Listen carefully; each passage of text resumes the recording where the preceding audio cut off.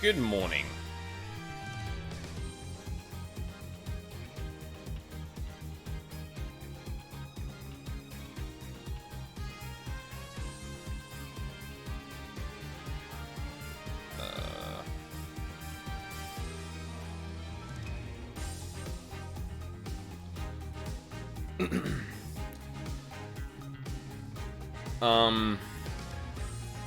Yeah, interesting challenge I've come up against, is apparently my new phone's alarm is not clicking with me while I'm asleep, so it's not actually waking me up, which is fun. Probably have to change the tone or something like that. I might even pull off the old file I've got on my old phone if I can still get that somehow. Yeah.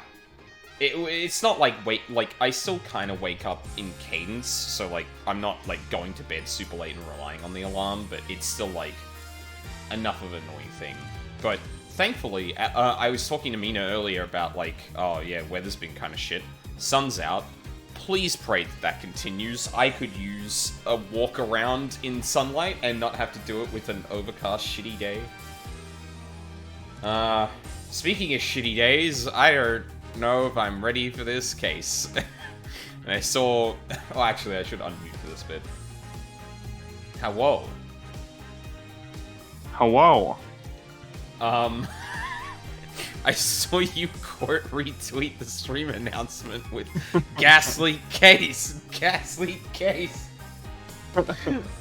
Oh, you're not even ready for what's to come. Yeah. There's a line in this case that is still a running joke for me and Luca, like 3 years after she played this case. Oh my god, no. Oh god. Yippee! Good lord. Oh, and I was talking about shitty weather before. The sun's actually out this morning now, so I'm really hoping that maintains. I would like to go out for a walk. Yesterday was a trip. Let me tell you, buddy, you're gonna need a walk after this. Yeah, well, I hope the sun's still out. Like, because yesterday I tried doing the 4-hour thing to test run the 14 schedule I was gonna try, and myself, Newest Girl, and Charles got stuck in a Tower of Zot dungeon that lasted an entire hour. Because of a combination of the tank either being pretty new or new to Paladin. I don't know. Yeah, the 55-minute Tower of Zot run. And then, like, 7 or 8 pulls of the final boss because we just kept dying to random shit. And then, like, I was like, okay, at least I could take a walk outside and clear off. And it was like, pissing down raining. So I went, fuck it, I'm gonna run to the store, get some stuff, and make my dinner then, which was like 2 o'clock or something like that. Yeah. Yeah, it was just like an entire day indoors, and by the time I got to the end of the second stream I did, I just sat and stared at my screen for ages. It's probably why I ended up, like, picking up Viper and going, I don't know what the fuck to do with this class. Yeah. Listen, in the words of a hilarious shirt, sometimes the shit breaks you. Yep. Sometimes it does indeed. So I'm here for round 2 of this weekend, breaking me. Yeah, I was screaming for release after the third level of the final boss. Yeah. Should we update Blind Child to supposedly Blind Child? That's a good question. Because I feel like that joke just doesn't... I don't know what I'm gonna have... We're not gonna get to another instant... Because we're about to do another investigation, so we're not gonna update that counter until,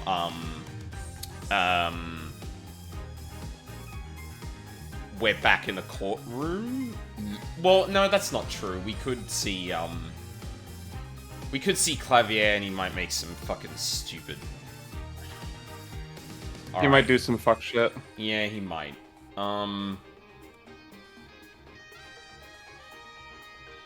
What? Yeah, I guess the question is, like, what would count as a supposedly blind child defense? Like,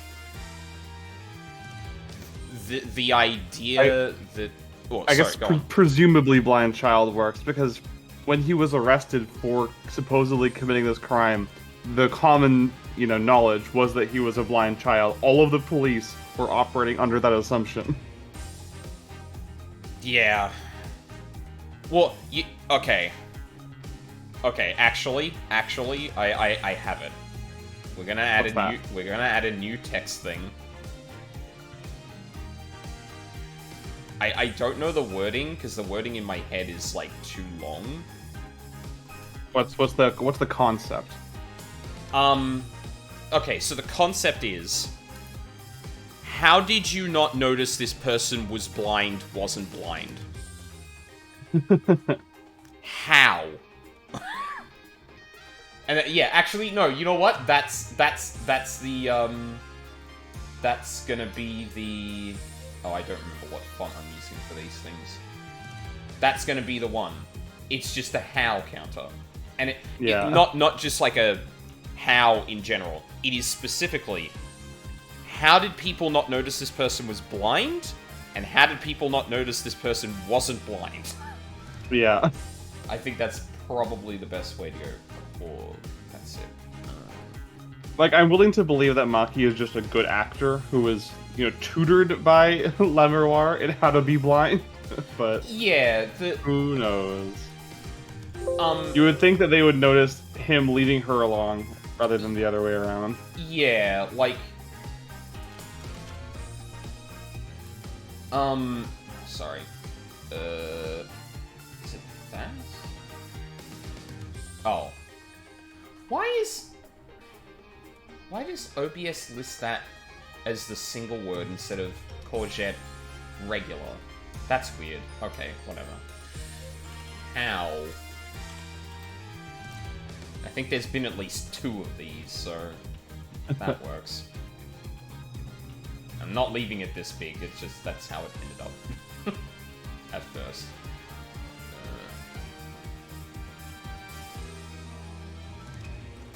But yeah, like, that... Like, suspension of disbelief aside, just, like, from the logic standpoint of this, now, like, at this point, I'm just like, should I even apply my own logic to this case? Like, that's where I'm at the moment, where, like, like, it doesn't feel like the kind of thing that's, like,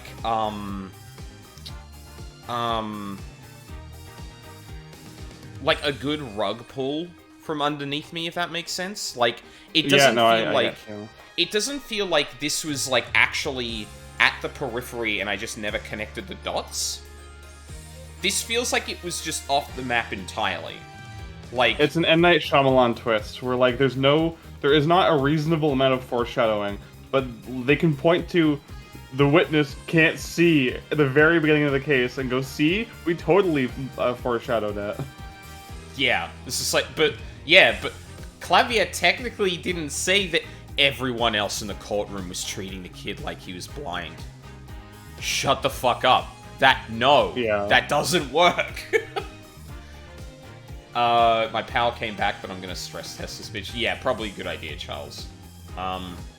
Hey, if you want to just do some offline, like, 14 to just, like, test it out, let me know.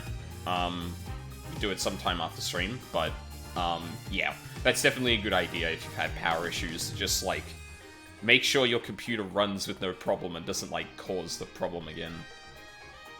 That's what I'm doing now. Hell yeah. Good. Good to hear.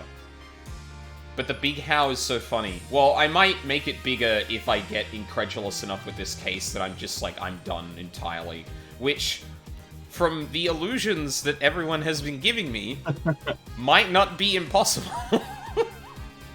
All I'll say is just wait until you get to the killer's motive. Yeah, like, that particular fact, the mystery here is just not on my mind anymore. It's more, I'm more looking for the bullshit twist than I am trying to figure out who did it at this point. But yeah, on that note, let's get back to it. Investigation day 2, that's the one.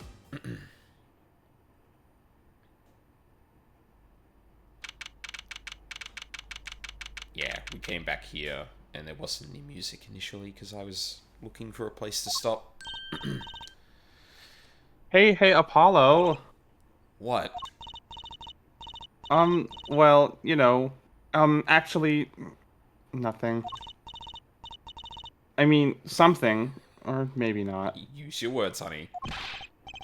Out with it. The suspense is giving me an ulcer. Well, the trial today, I was thinking... Oh, brother, this case stinks! If you gave it a score, what score would you give it? The don't ask questions you're not prepared for the answers to, Trucy. You can't ask me that now. You can't ask me that now. If you could give it a score... What is Apollo's response? I was going to give my own funny answer to it, but I'm genuinely curious what Apollo is going to say. Score? Gee. Well, I mean, the case isn't over yet, and if Clavier is willing to pull this bullshit, I guess I would... Or maybe... Well... I'm just as bad as you. See? It's so vague. It's one way of putting it. Clearly. Maki avoided a guilty verdict, which is something. Why are we still continuing this case, then? It wasn't Maki. Although I would absolutely believe Clavier would come back with some bullshit and say, like... Ooh, especially now that his boys... His bandmate, yeah. Yeah, is up for a murder charge. He's probably going to find a way to deflect it back to Maki. But, yeah. I mean, the fact that Judge didn't just immediately go, oh, okay. You're up for You're hook, under Maki. arrest. Well, yeah, that too. Oh, man, if he's, like, walking around, that's going to be super weird of, like, hey, you're telling me the agent that is suspected of potentially killing someone is just walking around. We're not gonna do anything about that? No? Okay. Okay. Yeah, I see. See, I think I can see the in-universe logic, which was Labrador was just trying to finger someone to get the suspicion off of her own boy, and therefore that accusation by itself is not sufficient evidence to arrest someone. But by that token, Maki definitely didn't have enough evidence against him to arrest him. So. Yeah, because he was blind. Yeah. I don't think they ever do. I really wish they came up with an explanation as to if he's the killer, why would he basically turn himself in by posing with the corpse, and how did he get the corpse there considering he is 12 and Romain Latouze is a fucking mountain of a man. Yep. They just gloss over that. Like, if I was Paul, that'd be one of the first things I was saying is, A, why would my client do this? B, how did my client do this? Yeah. Hold on, I just realized, how did I get the background on these text things? I just realized the how didn't have the background on it, but... Paste, duplicate... Is it just like a drop shadow? Well... But usually I had to put like an actual background behind it, but oh Jesus Christ, where did the copy go? Oh, there it is. Sorry, y'all. No, I want to move the position now. Thank you. Oh my God.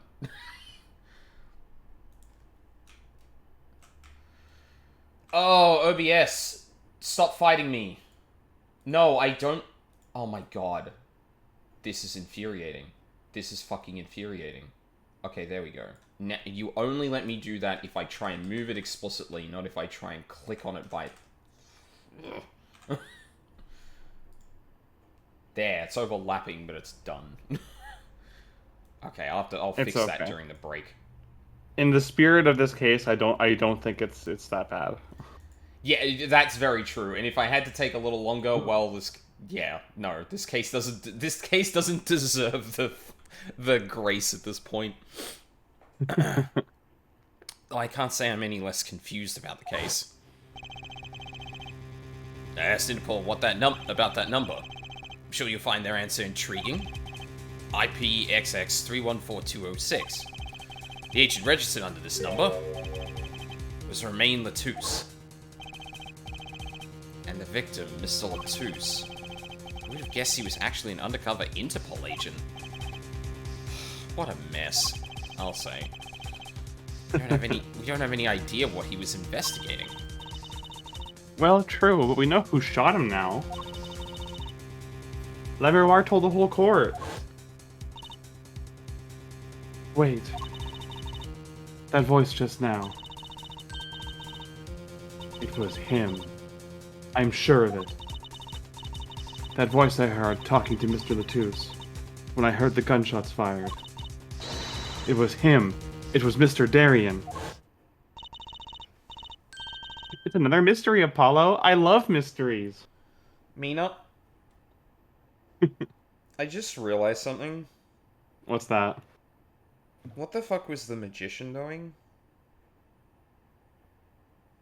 Yeah, we haven't seen him again since those cameos, huh? Yeah, he turned up twice, and no one has raised a single question about the man that they saw backstage, who ostensibly shouldn't have been back there.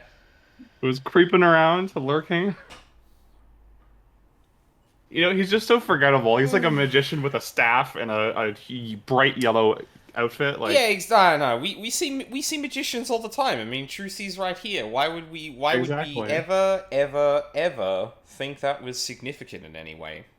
Everyone in Japanifornia is just desensitized to the appearance of magicians. It's true. I don't. Speaking of mysteries, what's Mr. Wright up to? I wouldn't mind asking his opinion. Now that you mention it, I haven't seen Daddy around. Random encounter wizard. He actually never shows up again in the series. It's one of great mysteries of Ace Attorney. Yeah, it's amazing they just created this sprite and then just never used it for anything other than distraction. How about that? What is he? Fascinating. What is he? Some kind of stray that just wanders in and out at will? I mean. Sorry, just give me 1 second. I'm just replying to something. Yeah, all good. I love Trucy so much. He's so me-core. She is very, people I know core. I can absolutely see that. I wouldn't say that, but he has been going out a lot. Some top-secret mission, he said. Top secret? Anyway, you can't just rely on him to save the day. And you got me to help you. We'll be fine. Fine. Right. Well, time's a-wasting, as they say. Let's investigate. That's the spirit. Alright, very important before we move on. Mr. Charlie, the plotted plan. Huh? His leaves are looking a little brown. Good morning, Mr. Charlie. Ah, Mr. Charlie, your leaves. Oh no. Maybe you weren't giving him enough water? No, it must be stress. He's worried about the new recruit at the office. This is far more compelling than this case already. Hey, don't blame it on me. You are watering him, right? It was Daddy's turn to water him this week. Oh no.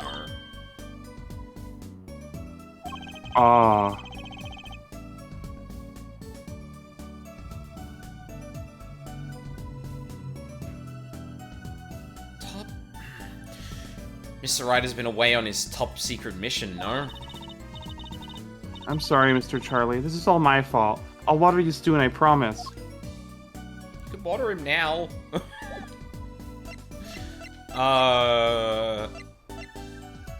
Darian did it.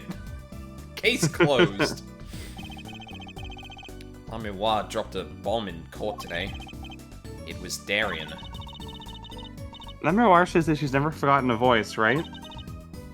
That's so cool. I guess. What's that called again?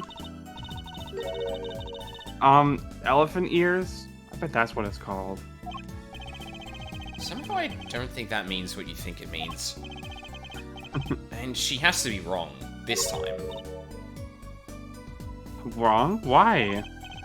I mean, look. Those gunshots were right during the concert. That's right. I was burning up the dance floor at the time. As she's constantly reminding us. Yep.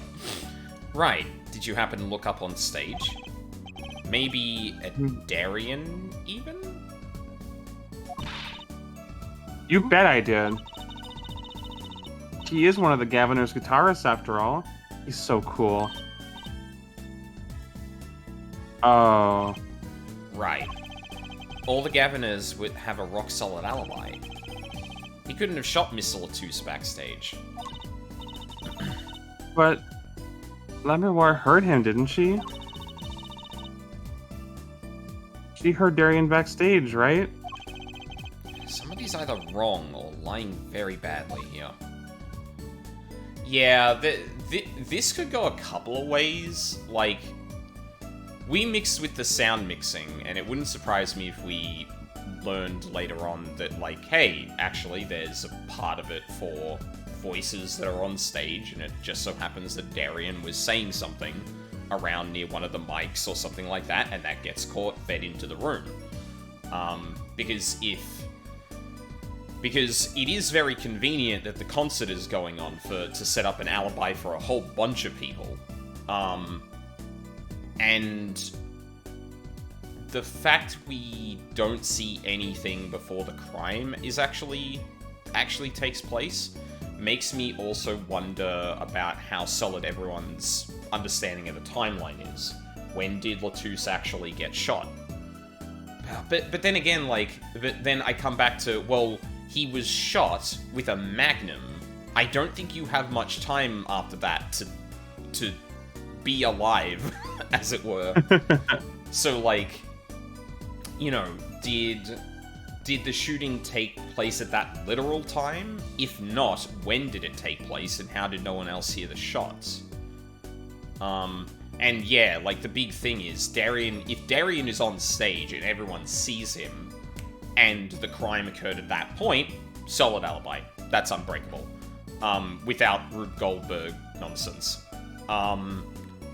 Which, you know, we have no reason to believe there's something like that there. So the question is either, is the fact he was on stage not enough for an alibi, or did the crime, and similarly, did the crime take place at the time everyone thinks it did?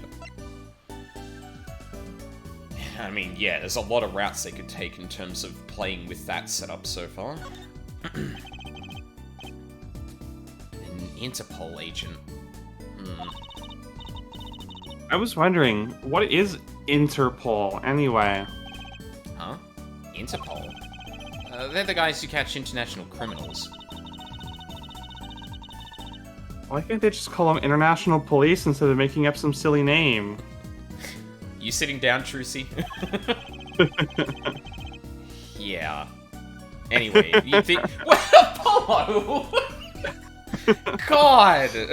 See, I think that is the chief difference between Phoenix and Apollo, because Phoenix would definitely, like, sit her down and be like, okay, it actually is an acronym. And Apollo is just like, yeah, I don't have time for this right now. Yeah. Oh no, I'm surrounded by airheads. Yeah, he's like, if you couldn't intuit that on your own, then me helping you is not going to do anything. Anyway, you think he was investigating Lamiwa? Yeah, she's cooked. What? Why would anyone do that? She's not a criminal. She couldn't be. Don't be fooled by appearances, is all I'm saying. But remember, I'm a magician, Apollo. I can spot a palmed coin at 50 paces. If only it were that easy.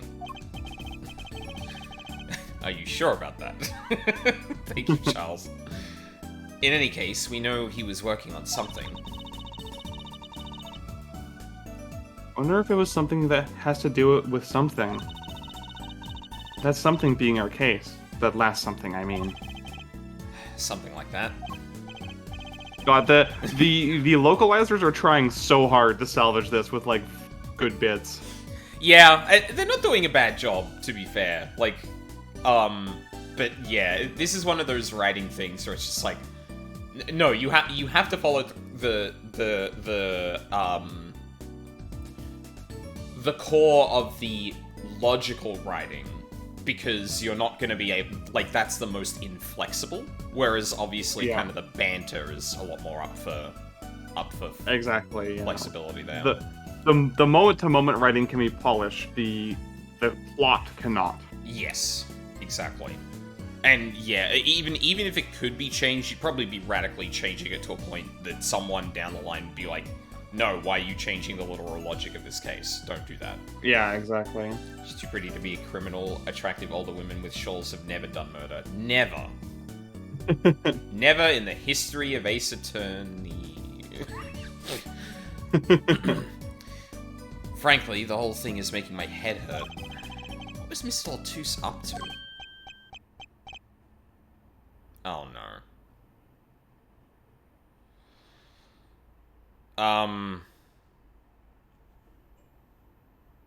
I'll take this until we see who this is.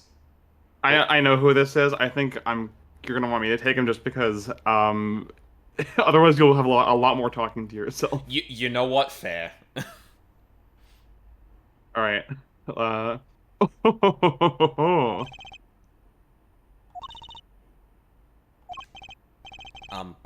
Trucy, was that another one of your tricks? It wasn't me. I can't even make Mr. Hat laugh like that. Speak of the devil. Wherever the mundane gives way to miracles, a word is whispered, a gramarye. He has his own theme. Goddamn. He does. I can't believe I invoked him. Hey, the other day... You...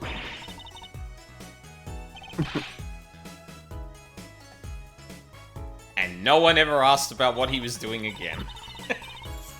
Fuck me. We didn't just imagine that, did we? He was wearing a silk hat. A friend of yours? Hardly. We meet again. Nice to meet you. Who are you? Could you please stop smirking like that? It's you, Uncle Valent. Uncle? Uncle Valent? He's your uncle? No, silly. It's the great gramarye, Valent Gramarye. The Grand Magician. Yes, it is I, the great Valent Gramarye, as seen on TV. Was the whole uncle thing an honorific thing? Kind of. They go into it in a second. Okay, yeah, all good. Could you please stop smirking like that?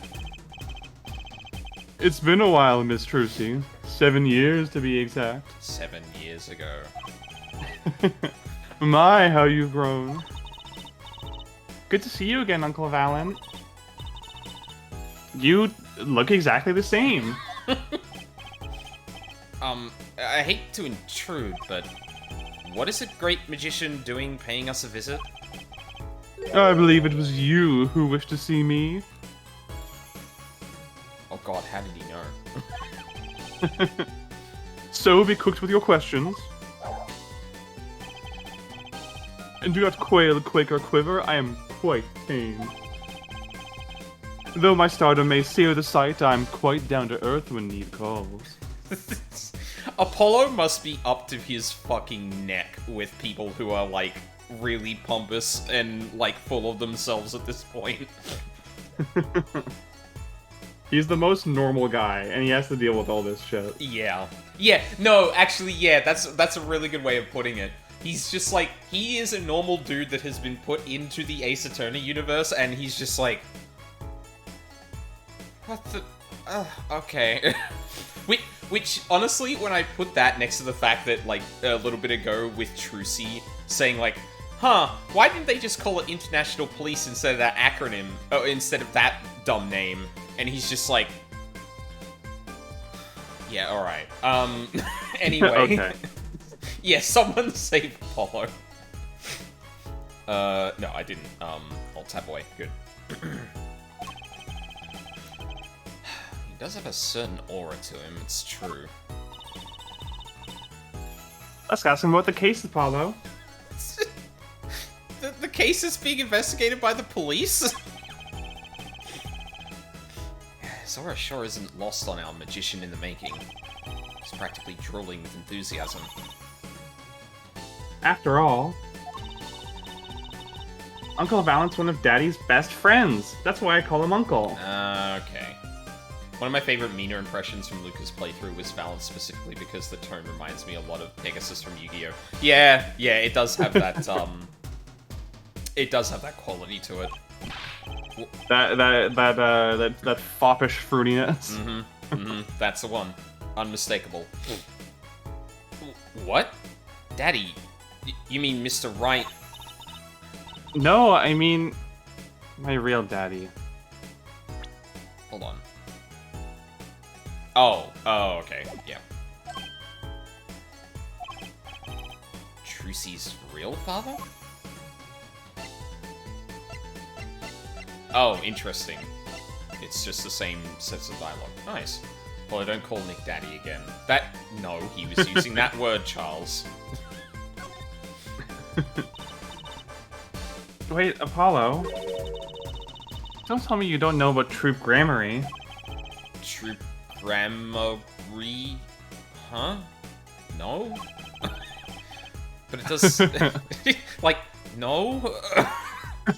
How often do I have to not hear of a thing for you to not assume I haven't at this point? Apollo, you never heard of Chris Angel, Mind Freak? What? No? He's gonna freak your bean, Apollo. What is that? What are these words you're saying? Oh, God. But it does sound kind of familiar. Oh, lost life, lamentably listless lad. Oh, no. Do not know the greatest troops of magicians on the planet. Valent Grammary. The name began to surface in my mind.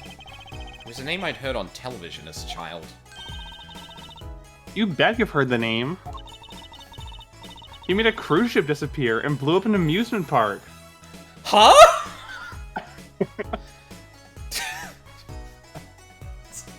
I don't know why my mind flew to this, but I was like... Does Akane have useless trivia on these two events? Because that sounds exactly like the shit that would just be like, oh yeah, and then a magician did this. Huh? We don't, temporal displacement something ass syndrome. I don't remember the joke. Temporal ass pain. That's the tap. one, yeah. I'd tap that. Fuck. They a troop of English teacher magicians? Yeah, the alliteration coming out of this dude. Again, the localization team are having a field day with some of this stuff. Blew up in a music park sounds more like sounds less like a magic trick and more like an act of domestic terrorism. Yeah. You have all rotted me with these games. I'm sorry, Charles. It's probably for the better. They're good games, actually.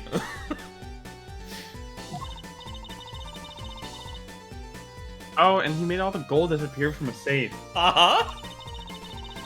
And then escaped from a high-security prison.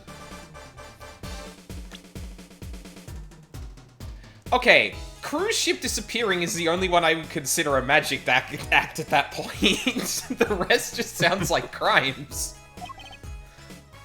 You said he is a magician? I open the locks to hearts chained by mediocrity. This is the true miracle of troop gramarye.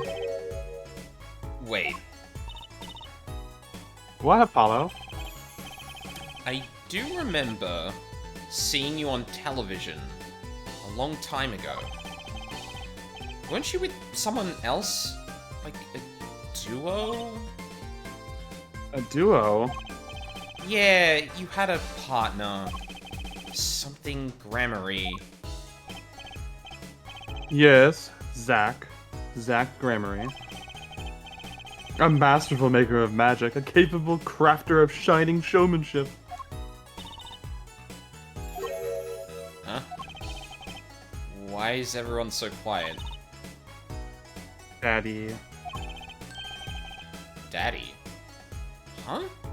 Oh, no way. Once upon a time, Troop Gramarye included 2 Grand Magicians. Myself, Valent Gramarye, and my partner, Zack Gramarye. And this Zack was...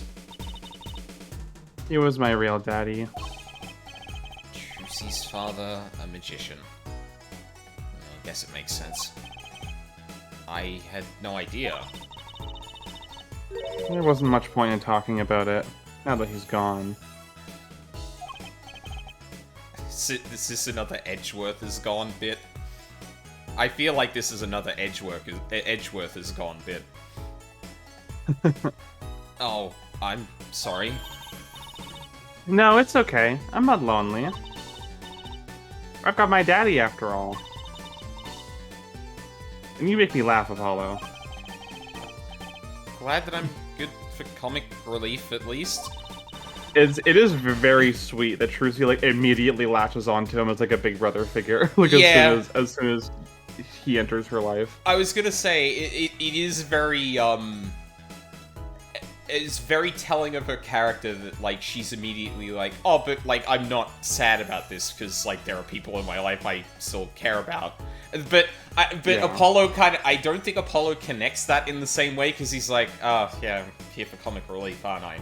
But again, because he is very much put in the situation as the straight man to everyone else's gestures of the Ace Attorney universe. He is the soul is the soul bokeh in a world of Tsukome. Yeah. So I might have that backwards. I'm not too good at Manzai terminology. I wouldn't be able to tell you either. Yeah, he's kind of predisposed to taking that in a way as like, oh, yeah, okay, comic relief. As opposed to the really sweet kind of gesture that is. Yeah. Tsukomi is the straight man, bokeh is the funny one. Yeah, okay. He is the soul Tsukome in the world of bokeh. Yeah.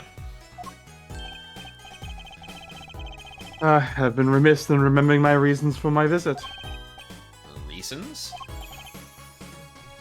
2, in fact. The first being, of course, God, I love that animation. to see you, Trucy girl. Thank you, Mina. You don't know how happy I am to see you again, Uncle Valent. I'm sure you are. I don't want for modesty, are you?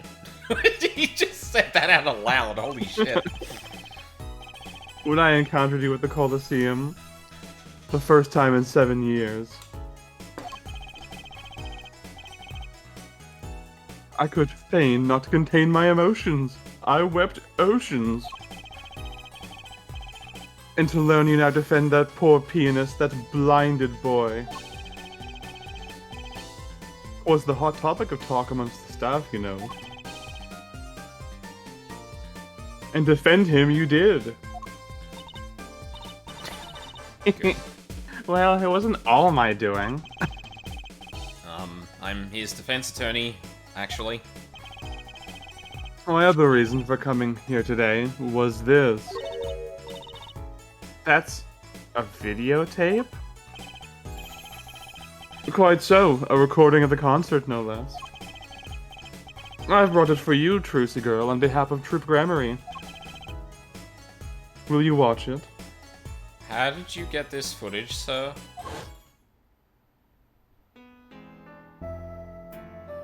Oh, is this the...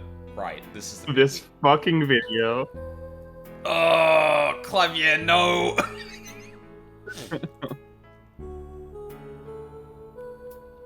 It's amazing sprite work, but the 3D models are just... Just dreadful. fucking fake-ass tan-looking ass. I am so happy they didn't change this, because even though it's awful, it's iconically awful in my eyes.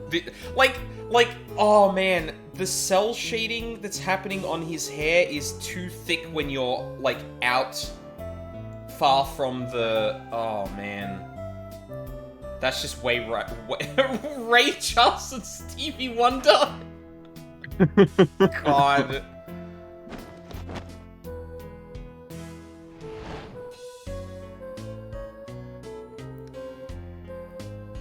There's a fucking MIDI ass instruments, including her voice. Like,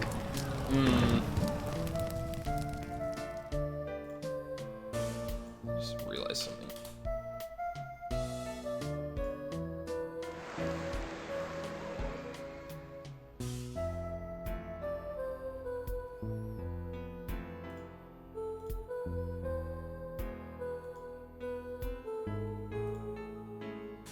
And I mean, oh, that... Oh my god. Wait, that last bit there? Clavier was animated on a flat plane that didn't align with the stage. yeah. Oh. Unnoticeable on a 240p DS screen. Yeah, no. Yeah, this is 100% where it's like, okay, to recreate things so accurately, I think we need to wipe some Vaseline on the screen just to hide. Oh, man. Yeah. I mean, listen, you gotta start somewhere, and the fact that they were leaning on a lot of textureless 3D things, like, yeah, it's actually really, a fortunate previous aesthetic choice to, like, abstract a lot of details in situations where they're showing, like, you know, floor plans and stuff like that, because then when they do that in 3D, they can just, you know, Danganronpa man everyone, and everything is just... the exact same texture. It makes colored things stand out a bit more.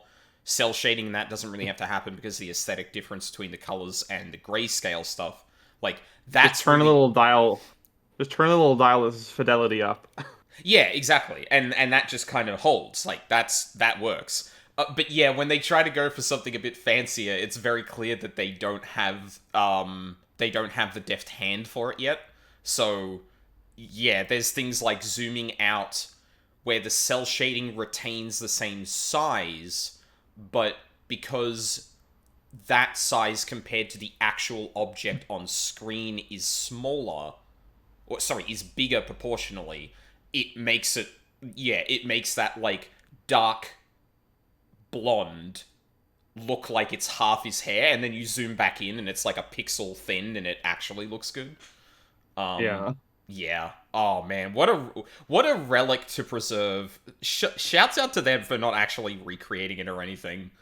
Yeah. Because, like, I feel like just the way some of these remakes have gone is like, yeah, that probably wasn't on the table, but it is like an odd example of ports and stuff like this not removing things that are anachronistic about the game that they get to actually retain.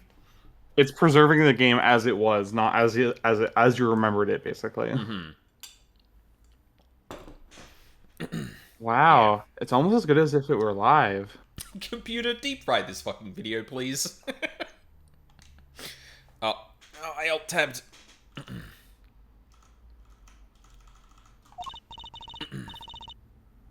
So, what's the word?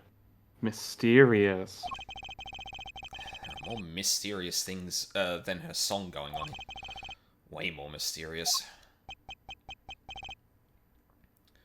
Yeah, so what did we see there? Like, Lamiwa and Clavier on stage together. There's the whole cloth trick, where she gets into the crowd, or like another set of stages on the crowd, or around the crowd, sorry. And then Clavier's guitar burning. And I get those are the only two people we see on stage.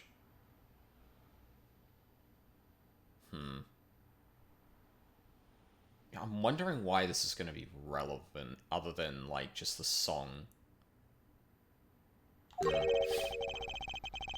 This Valent Grammary has good reasons to be here today.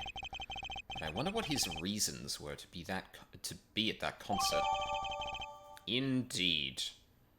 Oh my god, can we look at that at any time?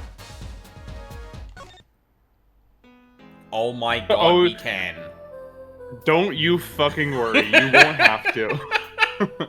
Okay, I am, just because the thought came to mind, I'm actually gonna, like, pay attention a bit more to what's going on. Because before I was just like, oh my god, look at the models.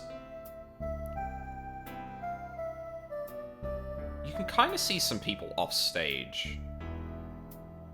And the drummer's still clearly meant to be behind there. But we don't really see the other people. I'm surprised honestly, I'm surprised they didn't put in, like, just flat sprites in there. But I guess it would have... Oh, hold on. His guitar is already starting to burn. Yeah. Huh.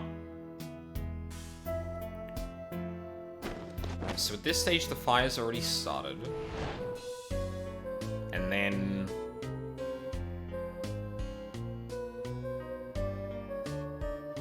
There it is.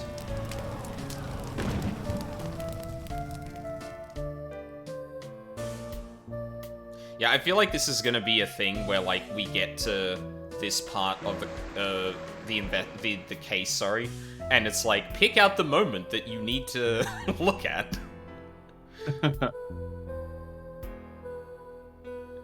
Also, just because of what you mentioned just before, I might even guess that this is going to be played for full without being able to be interrupted multiple times, because people are like, oh, okay, let's have a look at the video again.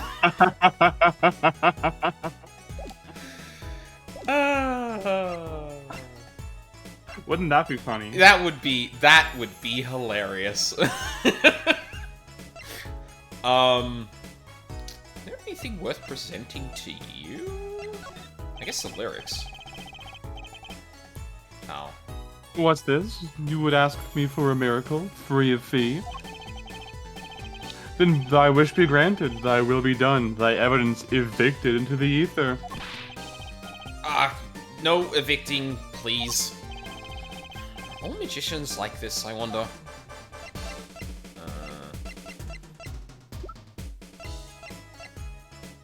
What if I show you the tape again? Oh.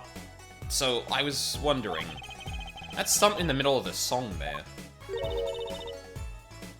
I don't see a stunt. What about Lamour vanishing and reappearing? Oh, that? I guess I'm so used to seeing that happen, I didn't even notice. It's like the magician equivalent of crazy fries are just normal fries to me. I see, the funniest part is I honestly can't tell if she's, like, being flippant or if she's just being clueless. Yeah. Also, now that I think about it, one detail you do see in that video is that there is, like, a square section in the thing Lamour lands on, or the cloth lands on, that looks a bit like a hatch. So what could be happening is that Clavier pulls that down and Lamour sinks into the first raised thing, runs over to the other side, comes up as the cloth, kind of, from the camera's point of view, covers the hatch and moves up to reveal that she's actually there. Yeah, as it billows over her. Yeah. So young to be so jaded. Jaded is not the word I would have used there, Apollo. A simple sleight of hand, a petite prestidigitation.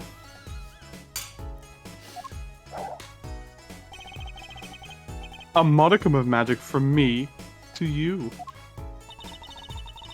So that's why you're at the concert. Yes. I was there to watch my trick take to the air. So you're the one who knows how it was all done? Of course, I am like a deity with the stage as my domain. I suffer no mystery upon those floodlit boards, not grasped tightly twixt my fingers. It is a potent primeval power I possess. It's magic, Yugi boy. Well, do you think you could tell me how it was done? Hey now, you're an all-star. Trucy? That's like totally against the rules, Apollo. Trucy, we're dealing with a murder case. Someone died. Not during a murder investigation, it's not. Mais non, for my illusions are mine alone, monsieur. Also, what? recall that terrible occurrence happened later. Well after my illusion entranced the audience. Oh. Okay. Thank you, Apollo. Oh. Don't even ask. I won't answer. Too bad for you, Apollo. Whose side are you on? I, Valent Grammary, now make my leave, Trucy girl. Get subpoenaed, bitch. You will tell me your magical secrets. Now I'm just imagining Apollo interrogating, oh no, I forgot her name. It's Magic. Oh, Himeko. Himeko, thank you. Yeah, and it's just like, it's magic. And Apollo's just like, God, what is it with you magicians?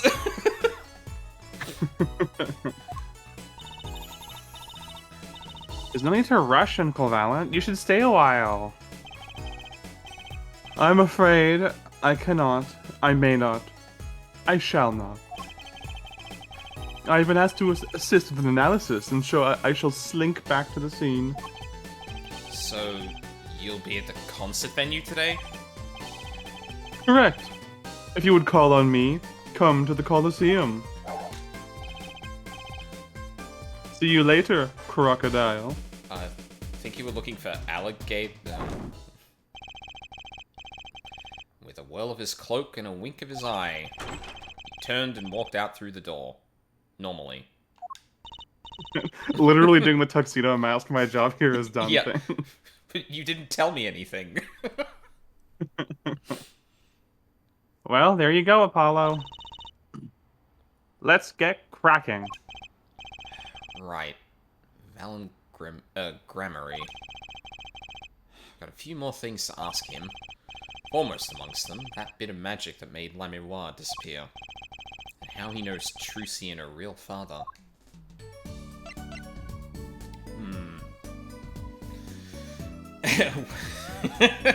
Lawyer boy, that's good, Cookie. Yeah, now that I think about it, I feel like the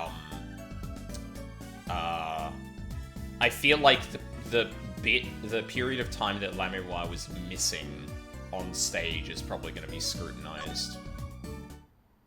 Do you have any suspects right now? Not really. Like, yeah, in fact, let's take a second, because, like, I've been distracted by other aspects of the case to really have a think about this. So, like I said before, there's a big question of when this crime actually occurred, because we're dealing with a situation where we're in a concert hall with a lot of noise, and noise specifically fed into the room that the crime took place in. So there's a lot of stuff with sound specifically that can be misleading.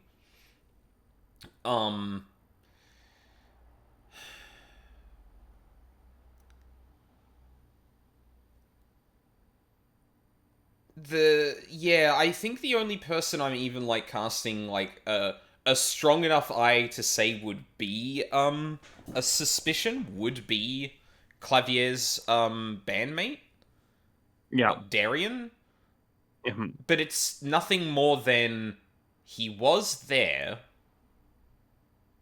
and not much else. Because I don't think there's some. I think there's some obvious people it isn't, right? Like Clavier, Apollo, just, like people we could automatically cross off because I just don't think it's realistic for them to actually do anything like that. Right. Um, Now that we know Lamar is blind, it probably wasn't her. it probably wasn't Lamour, but then I have to ask myself then like, but I don't know how much stock I can put at that at this point because apparently no one's noticed that she was blind, and the fact that I don't know the details of the trick yet, but I would presume there's some of it that probably requires sight, or that I would find a hard time believing didn't have sight without an explanation. So there is that question then. Like, what? Like, at this point, I wouldn't be surprised if they untwisted the fact that Lamour was blind. Like, it's a second layer or something like that. Like, that's the point I'm at this stage, and because of that, I don't know. Darien seems like a red herring, if only because Lamour just immediately pointed a finger at him. But then I don't see how Lamour makes sense yet. I don't think it would be oh my god, we just met him, but he kept saying Valent? Valent, that's it. Uh I don't see how it would be Valent, but obviously he was in there around the time the body appeared. And like oh He is sorry, being the body. very, and he is being very coy about information that could be useful. Yeah, and he also just had a videotape of the concert that's like terribly convenient. It's like you're putting evidence in my hands, I feel, to potentially like I feel like this is going to come back to Lamour somehow, and the videotape is going to be used as evidence that she could have done something in the time that she wasn't on stage, for example. Um Hmm. But yeah, like it's just kind of an equal thing on all of them, and I wouldn't write out. The only person I would say for sure is Maki. I don't think it was Maki. Um, but then again, I don't know who we're going to be defending in the next case. But then again, I did say earlier that maybe Clavier manages to turn it around on Maki. Like you said, Lamour pointing the finger could be defending Maki specifically, and not sufficient for that. And that's the angle Clavier takes going into the next thing. Um, yeah. Like, so yeah, just in terms of suspects, I'm honestly just everyone is a suspect until I start getting some evidence that seem to explicitly suggest some foul play. Oh, excuse me.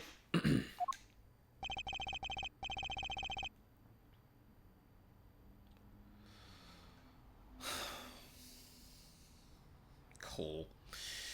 Maki may not be guilty, but he's still a suspect. But they don't have any decisive evidence. Yeah, I don't. Yeah, also, I don't think suspects need to defend themselves in court. So, like, what are we even doing here?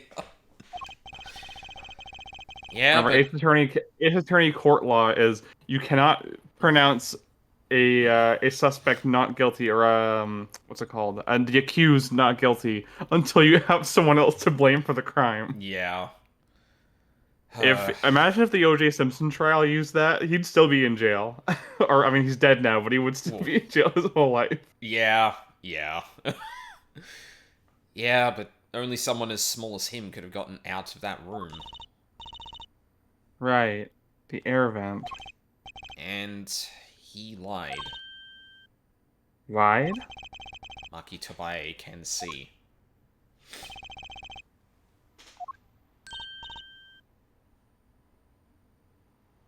Ah, Maki. I like how even his ellipses are clearly in a different font. Yeah, it's cute. Speak of the devil. It's not very nice, Apollo. Hmm. He looks like he's doing okay. I forget. Why did we come here? It's not like we can talk to him or anything. Words are overrated. Feelings are what matter, Apollo. It's kind of The hard. anti-Ben Shapiro. Yeah. It's kind of hard to build a court case on feelings. But since we're here anyway, might as well get what I want to say off my chest. If you need someone to complain to, I'll listen. I think she's actually worried for me. I like the glasses sheen there.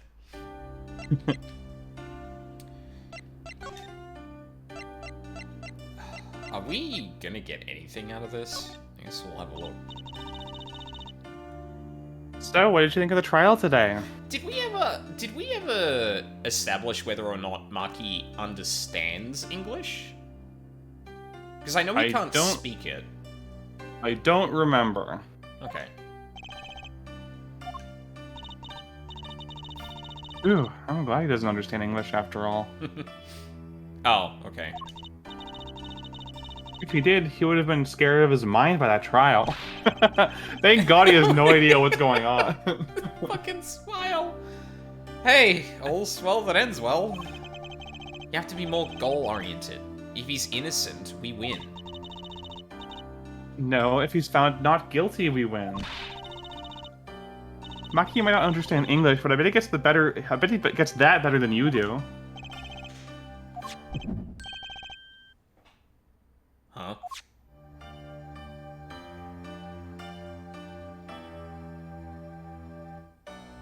Oh no. I'm glad Lemuroir testified. What a great person. She even got Maki off the hook by naming another suspect. Darien of the Governors, the detective. I wonder if Maki knows what happened. Huh? I mean, if he could follow how the trial went at all. No one told him there's a new suspect. How would he know? Hey. What is it, Apollo? No, it's nothing. I must be imagining it. Imagining what, Apollo? He can understand English! It's just... I couldn't help but feel that... I don't know. Maki. He doesn't understand what we're saying, right? How could he? He's a young Borginian. He doesn't speak English. Yeah, but my bracelet is reacting to him. Huh? Maybe it's malfunctioning. Or it's scared because you keep making those "I'm so mad" faces. Was I that bad? Maki lied about not being able to see. But what if that's not all he lied about? If you're curious about it, there's only one thing to do. You should ask him. I think it'll take something big to get him... to get him. Some kind of undeniable evidence. We'll be back, Maki.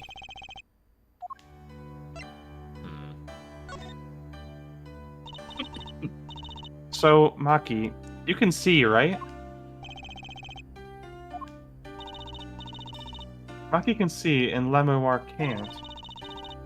The whole world's gone topsy-turvy. Sorry, Apollo, I don't think we're gonna get any information out of Maki. Which makes sense. Yeah, I guess it does. Decisive evidence, huh? That he actually understands?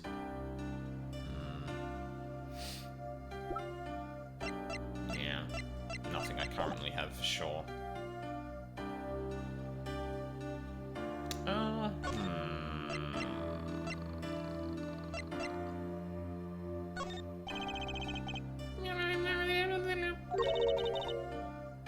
I think he said, "I am sorry I cannot speak your language. You are very beautiful, fair maiden." This is why I never trust a translator. Incidentally, I don't know if we should be... I imagine... Because the easy thing to do here is bring Lemuroir in, because she's the one that speaks, Borginian as well. But, I don't know. I think she might also be biased at this point. Can we get, like, a third-party translator, or... yeah, I don't know if this... Yeah. I'll come back when I have something a bit more concrete to actually work with.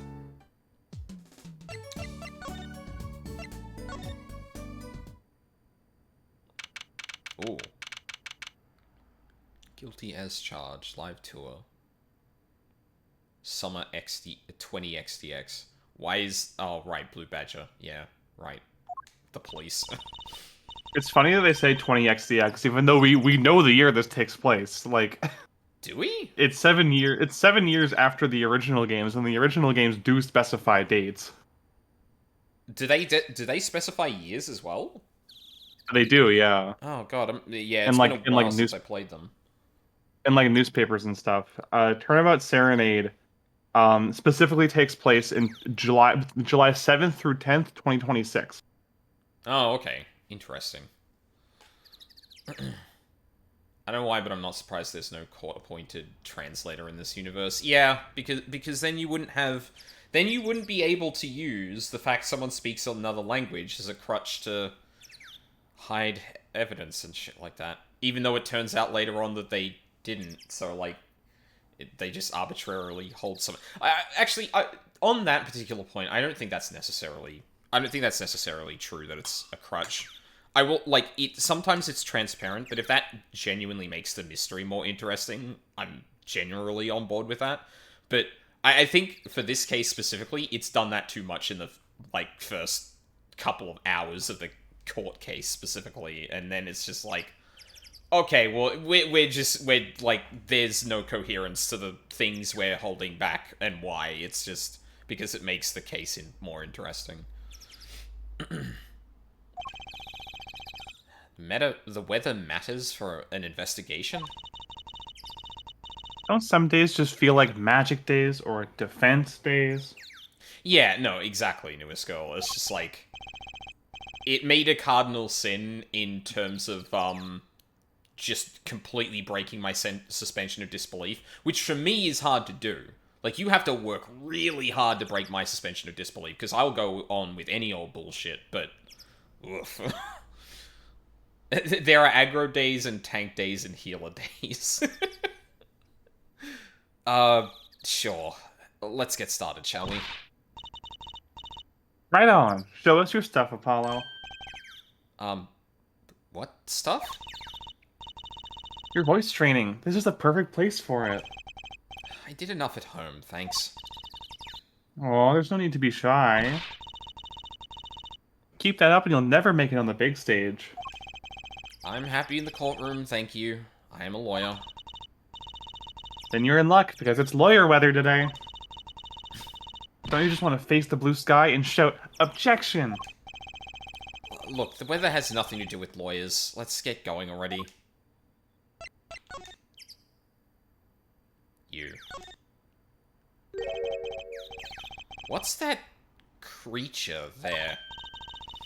Ooh, that's the police mascot, the Blue Badger. Huh?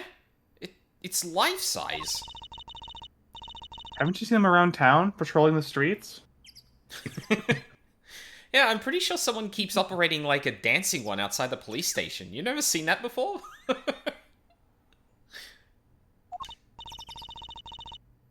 Yes, now even Law & Order has a mascot.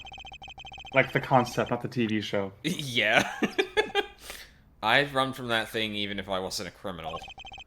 Why does its head wobble like that when it walks? Ugh, it's freaky. I don't think you're showing true Blue Badger spirit, Apollo. That's not very cash money of you, Apollo.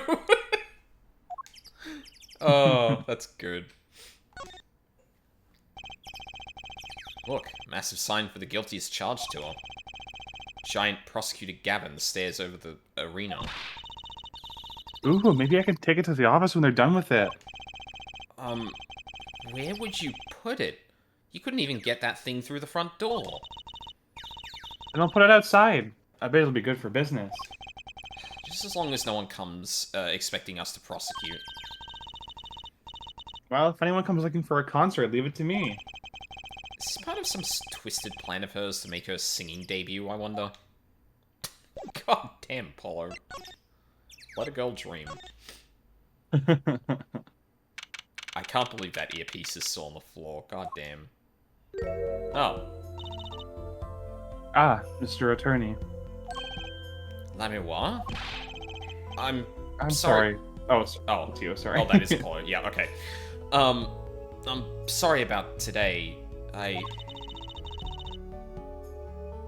There's nothing you need to apologize for. You're merely defending Maki.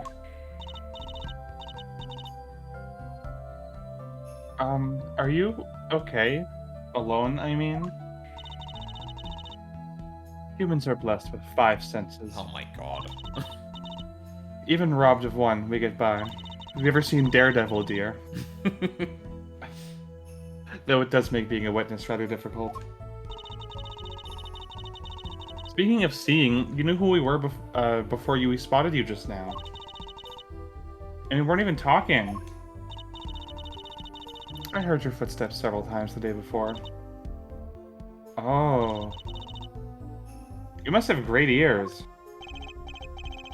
Ears that heard the crime taking place. Or so she claimed yesterday.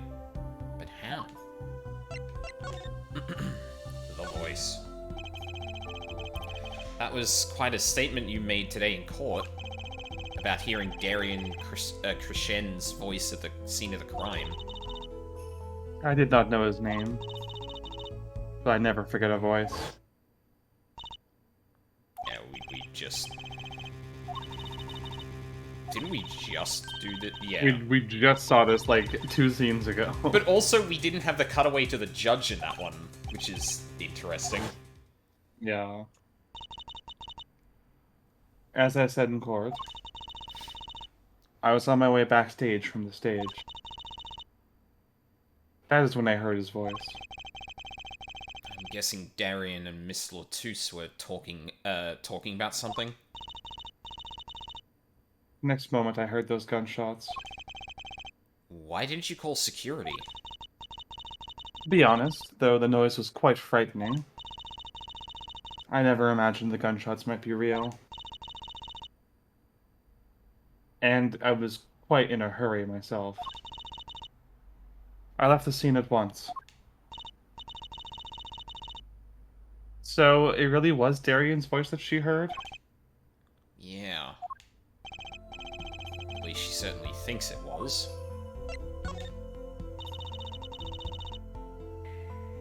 I met Maki before my debut as Le Miroir. I was singing in a restaurant in Virginia. And he was playing the piano? Yes. He was very kind to me when he learned I could not see. Is that when you started playing opposites? With Maki pretending he couldn't see? No, it wasn't then. That began after our major debut. After I became known as the landscape painter in sound. It must have been tough for Maki. Pretending he couldn't see, and all the while acting as your eyes. We held hands always.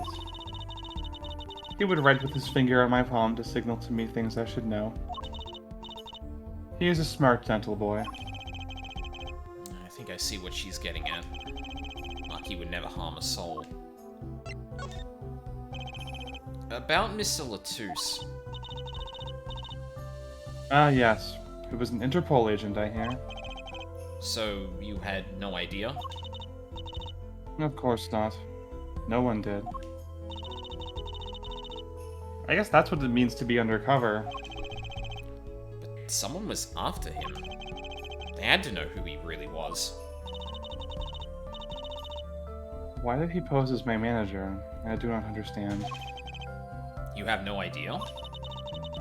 I can only assume that he was investigating me. But why? What makes you think that? Perhaps it is not so, but I cannot deny the possibility. Because of my condition. As my present is veiled in darkness, so too is my past clouded from memory. clouded. Right. Darkness. Darkness that I fear is not the darkness that I see whenever I open my eyes.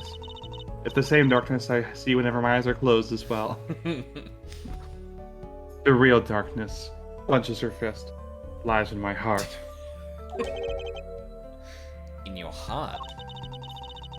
I have no memory of the time before I became La Miroir. Oh man, there's gonna be some bullshit about that. I know it. Oh. Just girding yourself. Yeah, like literally at this point, it's like, oh, that's gonna be some, that's gonna be enough. Like we've got a couple of sources of arseholes already, but that's like a we can rewrite the entire case with whatever Lamiroir remembers or was doing in her like past life. I awoke from darkness into darkness, you might say. I was singing in a restaurant those days. Okay.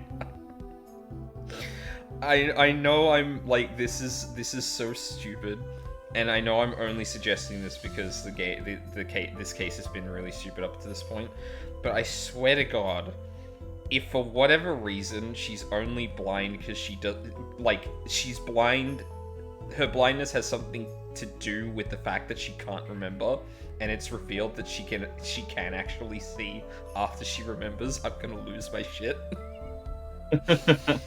Because the amnesia is always a thing that conceals something that's really important if it's ever revealed to be relevant.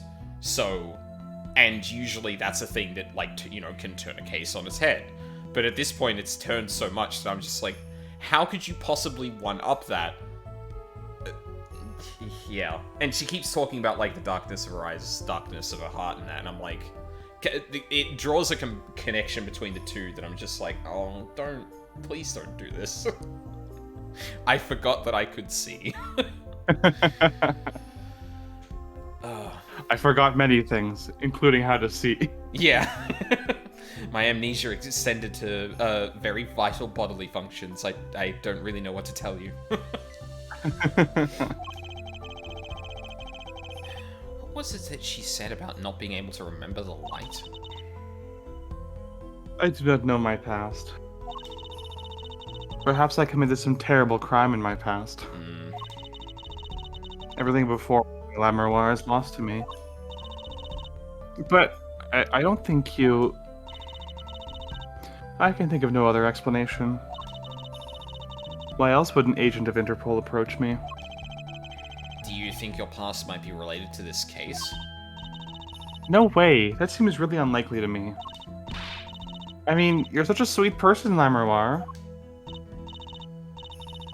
I thank you. Maki, too, tells me this often when I fear who I might have been.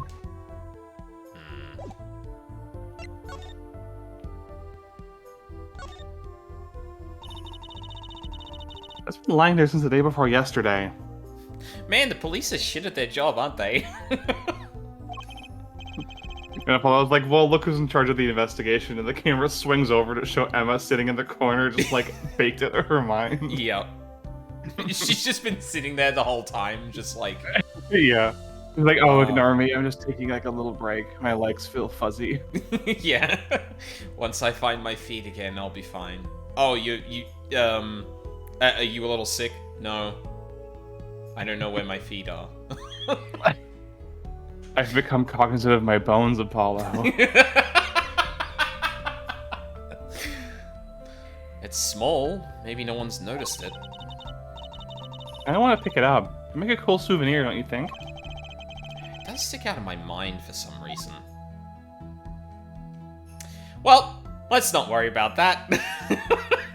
God damn it. Okay. I think we'll take a quick break here. This seems like a good spot to... Sounds good. Yeah, go... drink your legs, stretch your water, and we'll be back with, an investigation that I'm sure will be unremarkable.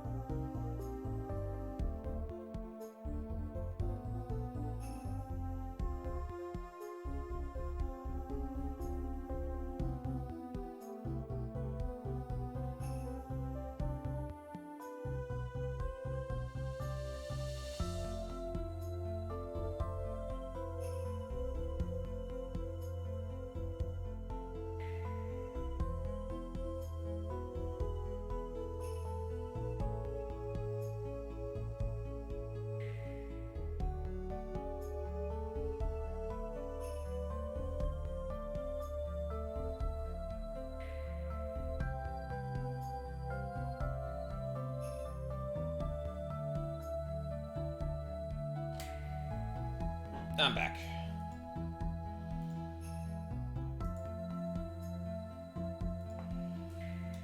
Welcome back. Thank you. While I've got a moment, I'm gonna...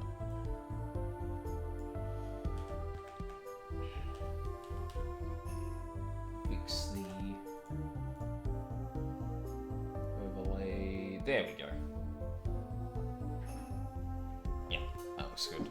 Oh, actually, one more thing before we get started. I just need to reply to something real quick.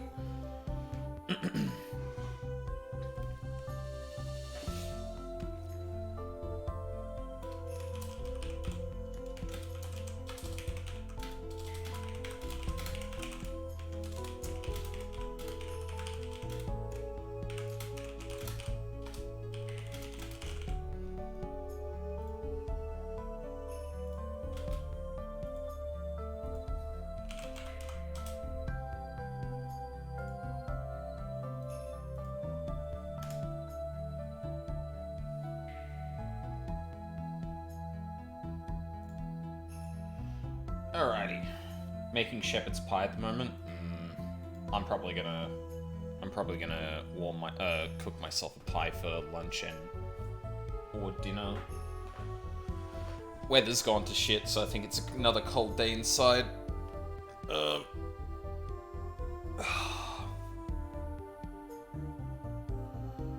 Which isn't the best given this whole week that's been this whole weekend, but hey, what can you do? Where'd me controller go?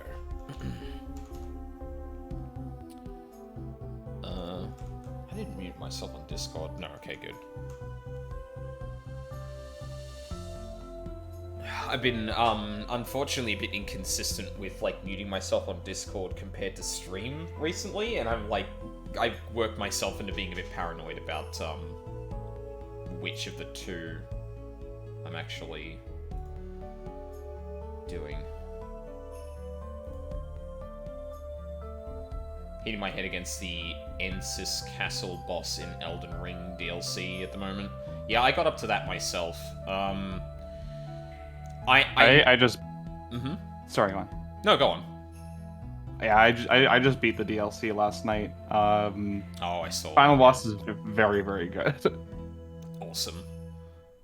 Yeah, I ran into the same boss last time, Cookie, and I think I'm really going to enjoy that boss fight. But at least, like, initially learning her pattern is... I didn't really... I had a bit more of a problem with the, Divine Beast boss. If only because, like, it's something I both like but dislike in that particular instance, where, like, I like enemies that are unusual to read, but there's a risk there that you end up making most of the animations look very indistinguishable, so you can't really read it. And also the breath attack. The breath attack from that boss really annoyed me until I realized you can just jump over it, and that's infinitely easier than dodging so it. many bosses are like that in the DLC.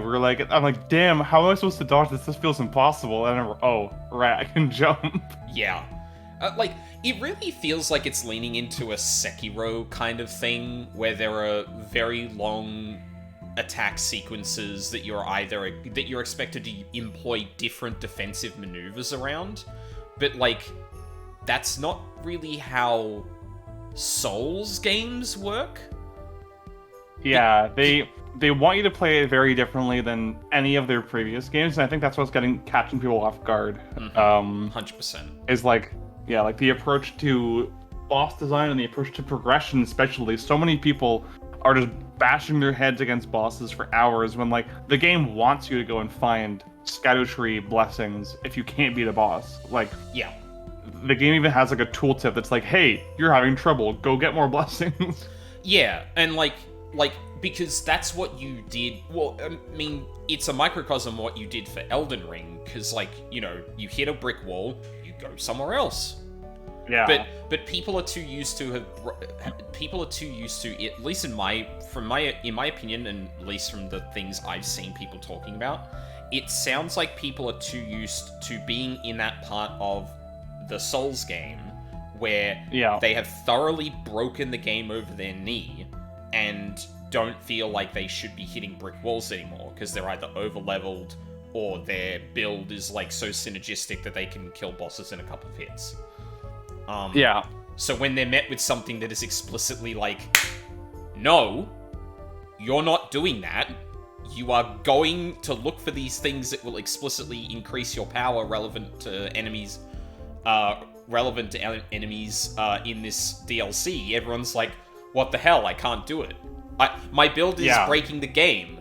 The DLC and the DLC explicitly meant to make you not break the game is not letting me break the game. What the hell? See, I think the issue is that like FromSoft has established a bunch of precedents. So in the Souls games and Bloodborne, if you hit a wall, you can build your way out of that wall. You can tweak, respec, tweak your build, try a new weapon. Mm-hmm. There are ways you can cheese bosses without having to go and like grind or whatever. Yeah. Like there, you can, if as long as you've been paying attention to your build, you have ways of circumventing challenges. In Sekiro, there are no builds. You can't build your way out of it. It's all mechanical skill. You have to quote unquote get good to win. Yes. And then Elden Ring is kind of, it has elements of both. So people are predisposed to either try to build their way out or just try and get good by smashing their face against the wall. But it wants neither of those. It doesn't want you to just build your way out of it. It doesn't want you to just grind the boss until you're able to perfectly, play it without any problem. It wants you to go explore. That's like the point of the game. Like, it's open world, so you can go and look other places. Yeah, and it's kind of nuts to me. It's very revealing in the ways that people have been approaching the game, or just not getting that was kind of the point. That they think that at some point that the exploration should be beyond them, if that makes sense. Whereas, they think they're too good for it. Yeah, whereas I felt like that was kind of the way it was pushing me toward. Because you're not in this linear, sort of intricately built single world. You are in a dungeon, and you slam against the boss, and you're like, shit, what do I do? Oh, look at the entirety of the map that I haven't explored yet. Yeah, and I encountered that problem fairly early, where I got to an area where there were 3 dragon bosses back to back that were kicking my ass. And I was having so much trouble. I tried each of them, because you don't have to fight them in a row, but they're all in the same area. I tried fighting each of them at different times and got my ass kicked. And then for a while, I did smash my face against it, thinking, well, I've beaten bosses and dragon bosses in the main game, surely I can just use those same tactics and win. Mm-hmm. And eventually I gave up and started exploring, and I shit you not, about 5 minutes out of the way, I found a dungeon where at the end, the reward was a weapon that deals 15% bonus damage to dragons. Huh. I should probably be exploring the world, huh? So I popped that on, and all of a sudden those bosses were jokes. Yeah. Almost like the game was pointing to me and saying, use this. We made these bosses hard, so you use this to beat them. Yeah. Which is a neat... I like it as a lot, in that people who are just good could probably get past it, and that spike in difficulty isn't going to be a problem. But for people who do experience that spike in difficulty and don't see an easy way out, they have so many alternatives to go and explore. Realistically, the only actual wall you will hit is at the very end. Yeah. There is nothing else to explore and no one else to go to. But realistically, depending on how long it takes you to get there, you're probably not gonna have explored everything. So there still could be more out there. That's maybe where you pull out a wiki and go, okay, what have I actually missed anything that would be cool to have here?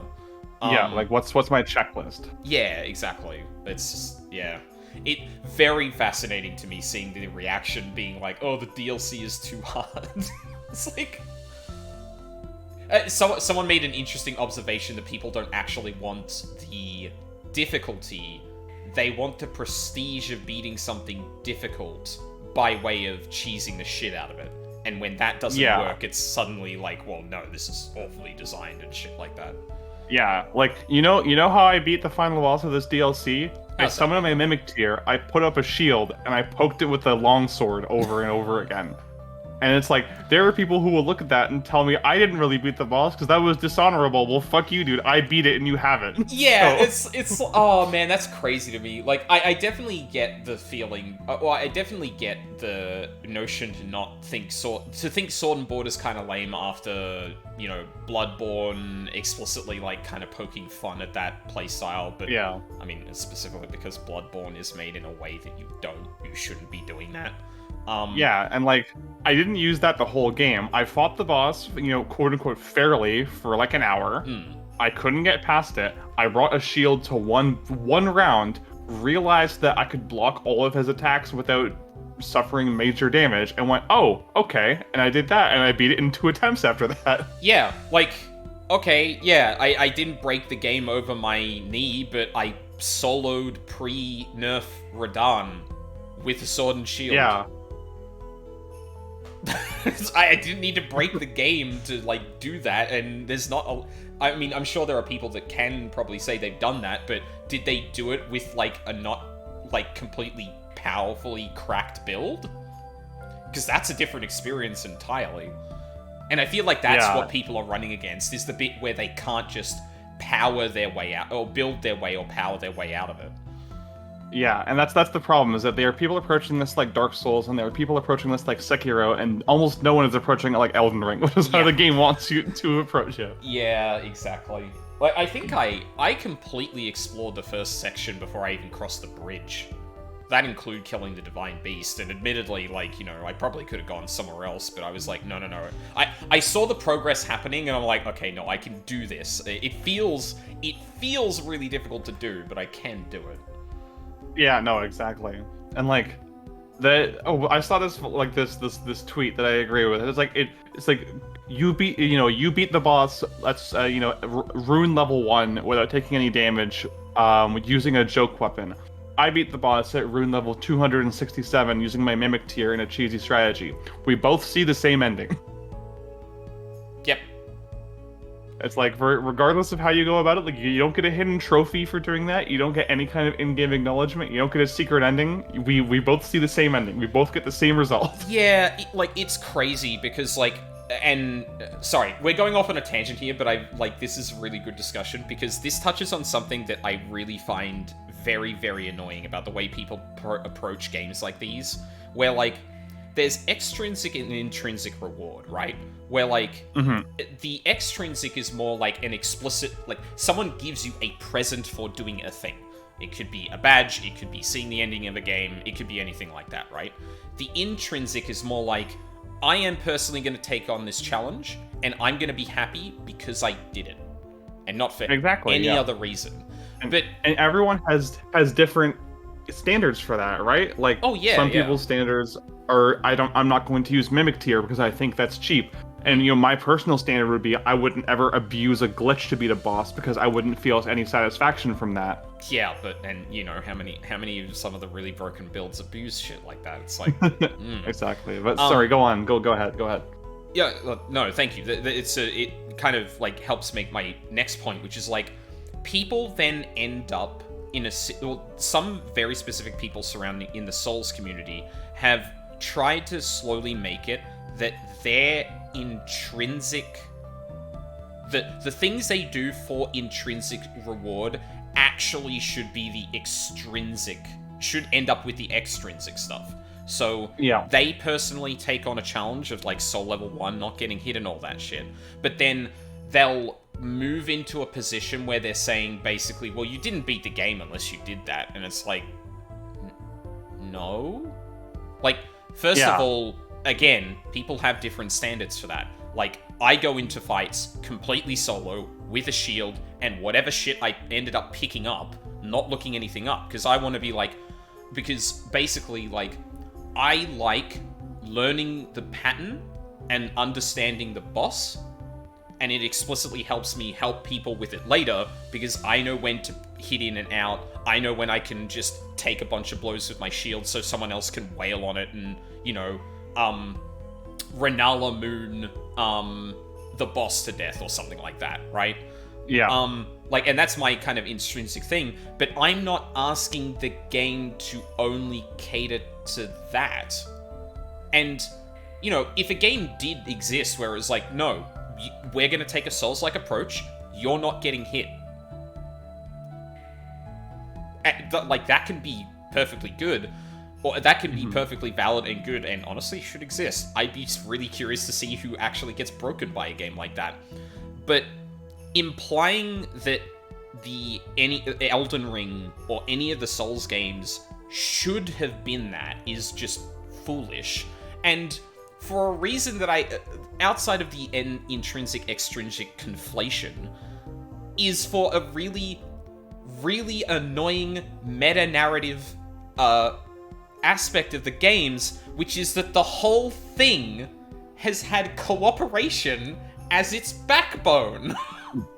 Yeah, like, I love that one like interview that Miyazaki gave, where he talked about how the inspiration for the way multiplayer works in the Souls games, where there's no voice chat or way of communicating other than like using the carvings, was he was stuck on an icy road with a bunch of other people, and they couldn't get their cars over a hill because the ice was too thick.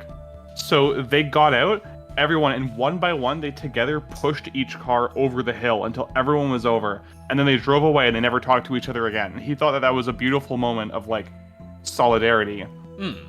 Where, like, you know, it's just people working together to help each other for no gain, you know, no extrinsic reward, as you said, just for the, you know, because they see someone needs help and they want to help them.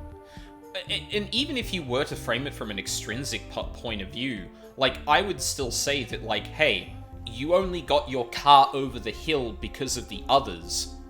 You should probably help them do the same, right?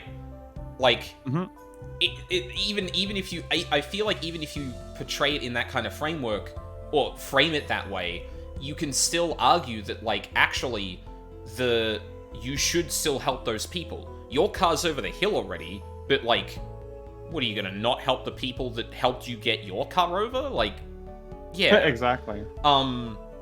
Yeah, it's an interesting moment in this series, because I feel like it's actually broken a specific part of the community that does not engage with the game for anything other than its get-good nature. And the fact that is now not working in their favor is causing a bit of a hissy fit.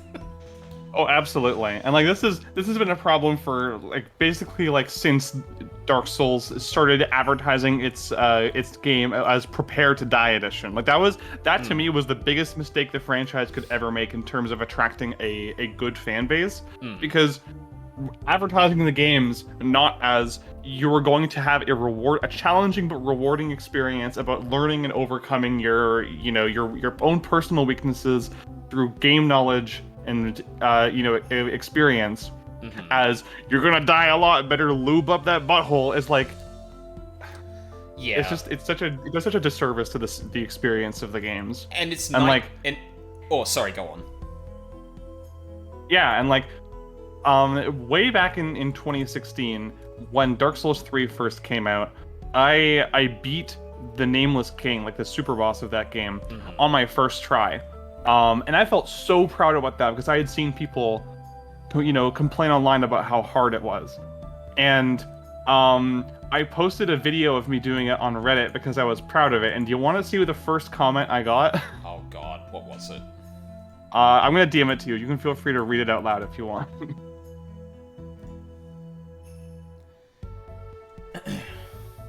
That HP bar tells me everything. I beated Dragon Slayer armor at soul level 33. Oh, at soul level 33 with the help of Igon of Kareem with only a +2 raw Astoria straight sword. Then you have something to boast about. Like, okay, dude. And this is the other thing, right? Is, like, it gets to the point that people start to be feel like their accomplishments in that are in danger of being invalid because people can get there via other means that aren't the ones they did. Yeah, and that's the problem, is that like it tickles this insecure part of their brain when they see someone celebrating doing something. And I think part of it is because they know on some level, if they did that, if they did the same thing, like these quote unquote lesser methods that they see other people have, then they would be beyond this hurdle too. It's a moment where they realize that the problem isn't the game, it's them, it's their mindset, and they hate that. They cannot cope with that. Yeah, 100%. And just to kind of wrap this whole thing up, it is like, yeah, I kind of understand at least the path it went to going like, oh, get good in that, because I feel like people probably looked at Demon Souls and how well that did and went, oh shit, we need to market this a bit differently in the West. Thus that. But it provides an interesting contrast between the marketing of Dark Souls 1 and then the initial marketing of Demon Souls, where there's just the player character getting absolutely trashed, and then the specters start to rise up and help them get through. And, you know, thank God there are still people like Let Me Solo Her and Let Me Solo Him and stuff like that like are specifically focusing on the community aspect of the game as their actual kind of thing. Like, not just, oh yeah, I beat the game by soloing, I beat the game soloing this boss with no armor or anything, but more like, I will help you get past this because I am that good. And, like, that is the actual pinnacle of the series, in my opinion. And that attitude of breaking the game specifically to help people through it. Because there's no reward for that. No. Like, what do you get for doing that? You get some runes that you don't need because you're already, like, so astronomically good at the game that no amount of leveling could ever help. Yeah, like, or you're already sitting on 10 million runes. Yeah, like, it's beautiful. Like, it's literally just... There are people who cannot experience everything there is to see in this game because, for one reason or another, they're unable to clear this hurdle. I'm going to pick them up and boost them over that hurdle so they can continue to run after that. Like, that is, it's legitimately touching. I don't know what else to say about it. Yeah, and honestly, that bit specifically keeps me playing Souls games for ages. I played Dark Souls 3 an absurd amount. And a good amount of that time wasn't going through the game and breaking the game over my knee. It was sitting at the Soul of Cinder and helping people through it. And then just, like, switching up my own build, being like, okay, I think I could probably do this better. What am I looking at for people who are playing with me? How should I play to that advantage? Like, actually engaging with more of, like, the PvE aspect of the game. But... yeah, and it's probably the thing that's going to keep me playing Elden Ring a lot too, because there's a hell of a lot of it, and I think once I get into New Game Plus and sit at a specific soul level, I could go anywhere throughout the world and just help people out. Exactly, yeah. Like, when I beat Elden Ring for the first time, I literally, like, I just went around, like, messaging different friends that I saw were having trouble with the final boss and helping them. I helped at least 5 different people I know beat the final boss, because I was like, I figured out a build that really worked for me, that made it a lot easier than what they were doing, so... Yeah, yeah. I mean, depending on the community and that, and obviously difficult games are gonna breed that kind of thing. Even without the get good, I imagine some people would have still, like, come across it. It's just an unfortunate, like, accelerant on the problem. But, like... Man, people really need to learn to just enjoy games for what they are. Holy shit. Yeah, absolutely. Like, not just, like... sorry, go on. And for the record, Newest Girl, I didn't mean Demon Souls, I meant Dark Souls. Like, how Dark Souls pivoted from just being a fun, hard game to having the subtitle Prepare to Die Edition with, like, I remember seeing an advertisement in the gaming magazine when Prepare to Die Edition was about to come out that was, like, a bunch of dudes in armor from the game sitting in a waiting room, and, like, the room into, like, the, you know, the clinic, quote unquote, was just, like, it just said death, and it was, like, fire coming out of it. And I think advertising the game that way as, like, this masochism simulator that's like, oh, you're gonna have a hard time with this one, rather than, like, advertising it the way Miyazaki intended, which is, like, you were going to struggle, but then you were going to learn and grow. Just feels antithetical to the spirit of what the game developers intended, I guess. Absolutely. But what do I fucking know? They advertised Dark Souls 2 with "Where is my mind?" So obviously I can't understand the inner machinations of Bandai Namco America. Oh man, like, I don't know if I still hold this opinion just because I watched the 1H Bomber Guy video, but, like, I maintain that game did not get a fair shake from its narrative perspective. It did not. I think I'm such a weird contrarian in that I love Dark Souls 2. I think Dark Souls 2 is like my second favorite Souls game. Mm-hmm. But I hate Scholar of the First Sin. I think Scholar of the First Sin is fucking garbage. I haven't played Scholar of the First Sin. It just like it fucks with the encounter design in such a frustrating way. Like Yeah, the it very vanilla much, edition. it feels, at least from what the little I understand of it, it seems like it actually feeds into the thing we've just been discussing of people, people wanting it to be like, an achievement to actually get through the game at all, and the encounter design is just like, oh, okay, you want a challenge, huh? And makes it, like, nightmarish on a, like, concept level. Like, why would you put this enemy in this position in this level? Yeah, What it's were just you thinking? it's just fake difficulty design. Like if you enter a room and 5 knights in armor all bum rush you at the same time, and none of them flinch, by the way, like that is not a good intelligent difficulty. That is just we're going to overwhelm you. So the only viable strategy for clearing this room is to throw rocks at them one by one and lure them out so that you can fight them one at a time. Like Yeah. it's Yeah, just boring. if and obviously the people's lines for this are subjective, but if your idea of difficulty is indistinguishable from bad game design and that's not the point, then there's probably a problem. Like I play Dark Souls for a challenge. I don't play it to, I don't play it to you know get continuously ganked by surprise traps like I want to be the guy. Yeah, I was gonna bring up, like, it's echoing I want to be the guy, and that's probably not a good idea. Definitely not, no. All right, we're playing a video game. We were playing a video game, yeah. That song, isn't it the one Lemuroir was singing? I got ganked by, like, 8 skeleton knights in a narrow hallway. It was miserable, lol. Yeah.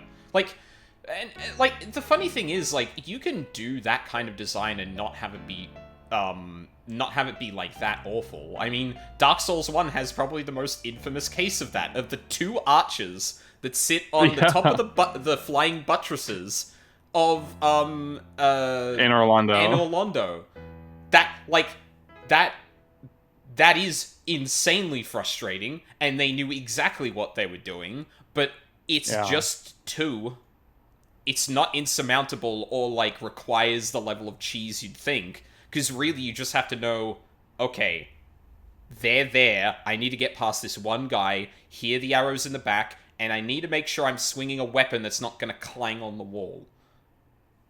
Yeah. There you go. I think they learned so much from their enemy design over time, because I think that the 2 most recent Souls-like things they've done, the Ring City DLC for Dark Souls 3 and Elden Ring, have phenomenal like encounter design. Like very rarely will you face more than 2 enemies at a time unless those enemies are very, very weak and have low HP and poise. Yep. So you can crowd control and clear them out, or you can just try and kill them as quickly as possible so before they can swarm you.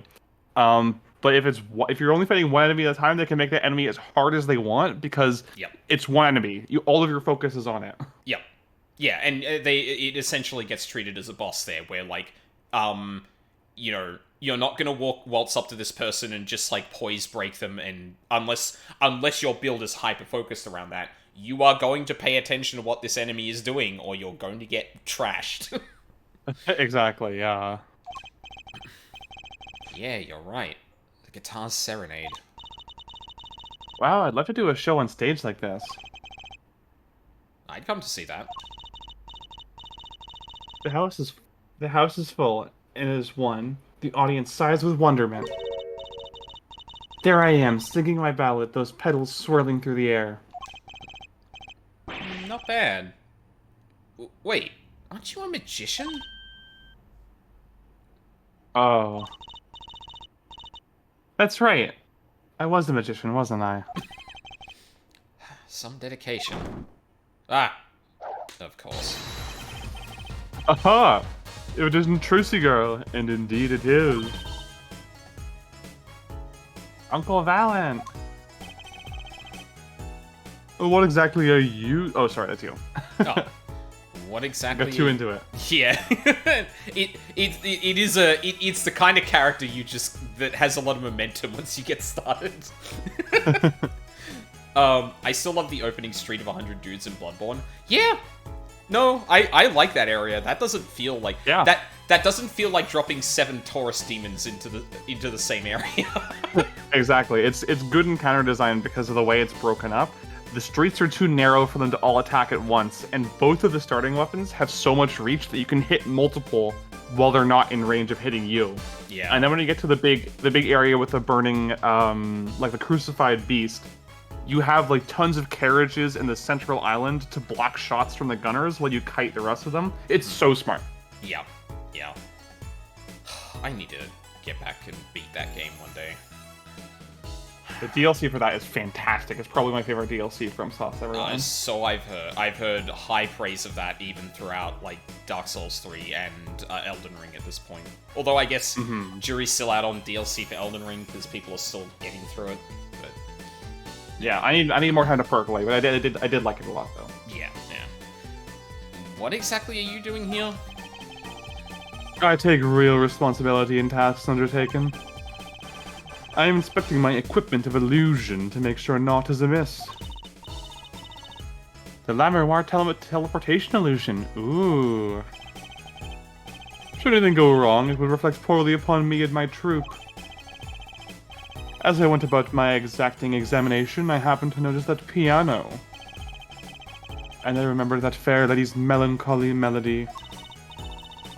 Hey Apollo, maybe Uncle Valent can shed some light on this whole thing for us. Can. Lameroir's illusion. No.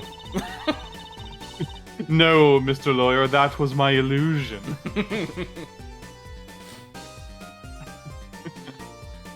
I was wondering about the show the night of the murder.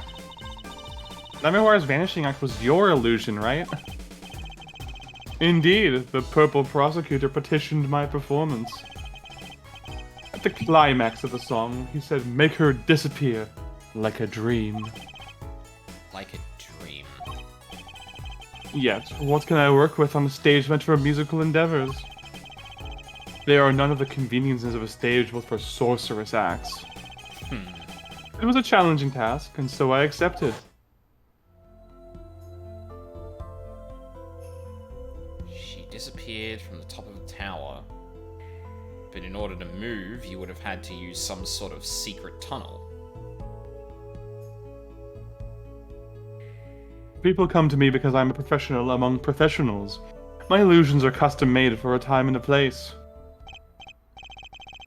And now, because of the murder, all of the eyes of the nation are on this concert.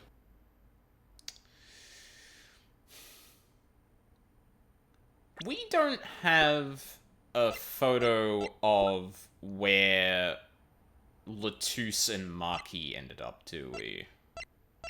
Don't think so. No. Because now I'm wondering, like, they were on one of the raised platforms. But I don't know where.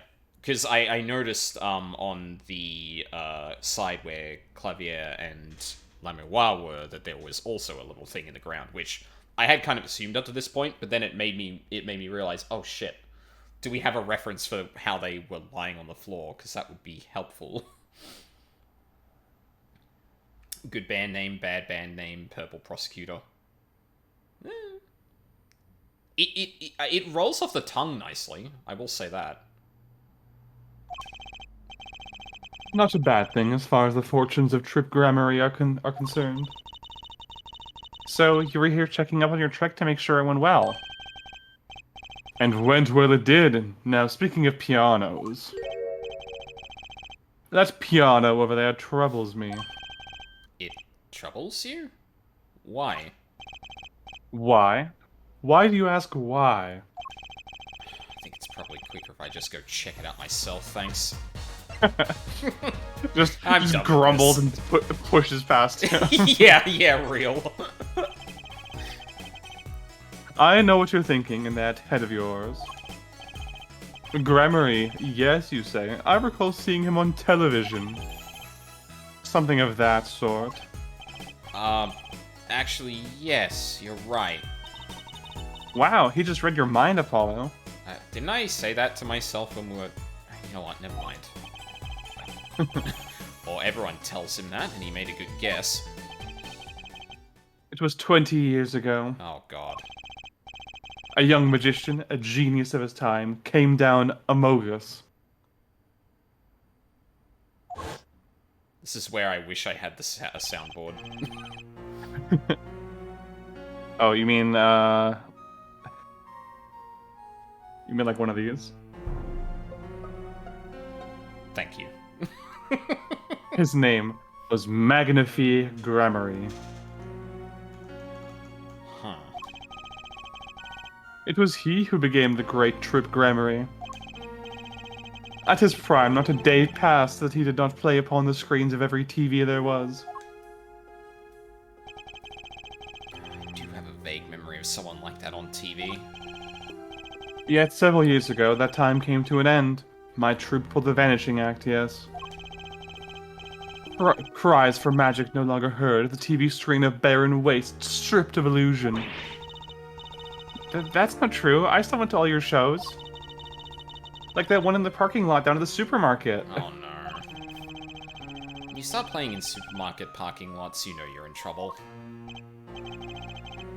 We hone our skills at these small venues, always awaiting our time.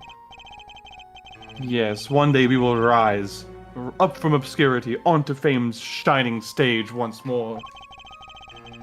I do this not only for the magic that is Grammary, but for my partner. Your partner? You mean... Yes, Zach Grammary. Trucy's father. Before he disappeared 7 years ago, there was no name higher than Grammary in show business circles. None. I will see us return to glory. I, Valiant Grammary. Sorry, weird tangent. This is reminding me of, that the Pictomancer job quests that were added in Dawn Trail unironically has a locked room mystery in it. That's so good. And like, I'm genuinely I don't know if 14 would set up, like, it in a similar way to be solved the way, you know, Danganronpa or anything like that would. But I'm looking at that going, wait, no, that, like, even my knowledge of Pictomancy that the game has given me at this point does not make that make sense. What on earth happened? Yeah. It's just the magician thing side of it is very much like, okay,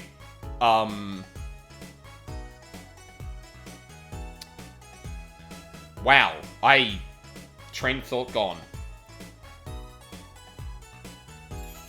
Okay, sure. I guess I dropped the ball.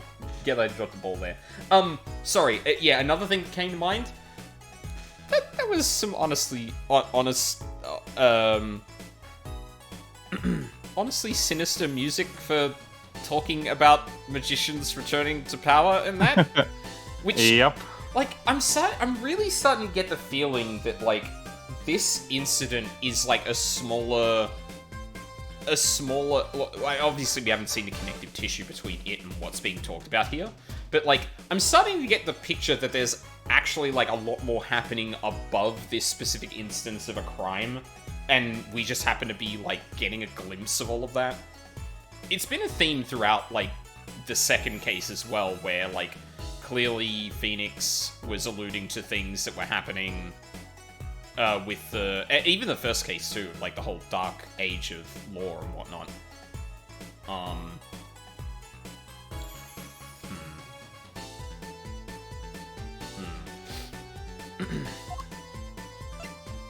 Valiant and Zack. Good. Our founder, Magnify Grammary, was truly a genius, a worker of miracles. I'll never forget the one I saw when I was little. He made that whole jumbo jet go... what happened to the jet again? Apparently someone doesn't remember it as well as they thought. She was probably, like, 3, Apollo. Of all the would-be magicians who came to his door, only Zack and I had the talent. In no time at all, Valent and Zack were the shining stars in the Gramarye crown. Cool, huh? And Zack Gramarye was my daddy. Now that Magnifi and Zack are gone, I have but one wish.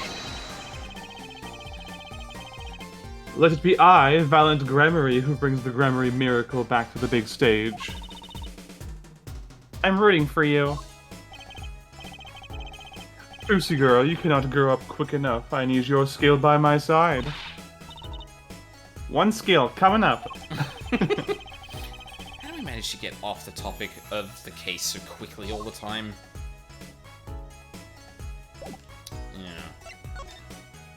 Yeah.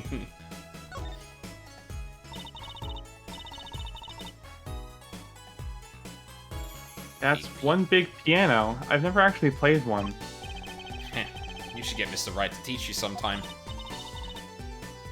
No good. He can't play either. I kind of feel bad for the guy now.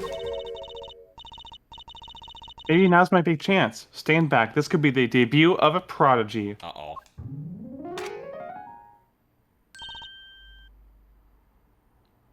Ew. Huh.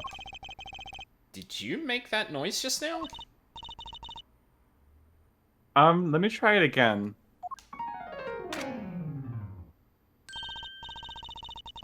You know, I think something's stuck in the piano. I mean, it sounded not too dissimilar from, like, I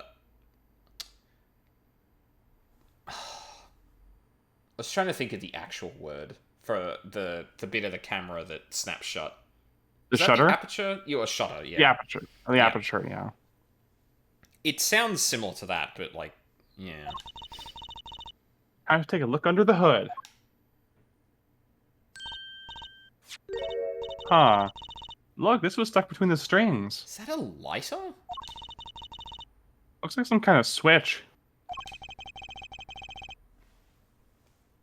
Someone must have thrown this into the piano. I mean, I guess that could be also, like, a little radio dongle on it as well. But it reminds me of, like, the little plastic lighters you can get that have, like, the elongated end. Yeah, the ones for candles and stuff. Yeah, exactly. Huh. Found on stage. There's a switch for something, and that's about all I know. Do we need to go into Yeah, this is where we just start wandering the entire concert hall and just click until we see something happen.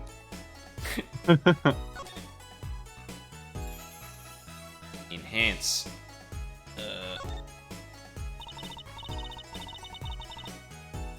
This switch sitting here, tempting me to push it. Hiya. Don't. You might blow up the whole Colosseum. Apollo, please. I think that every strange switch triggers a bomb. That kind of old-fashioned crime drama thinking doesn't cut it in our busy times. Alright, true CPI, please enlighten me. What do you think this switch does?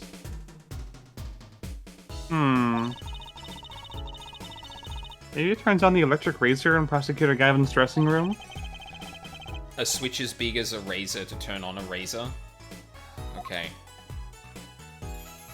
Is there anything else funny about this? Not by the look of it.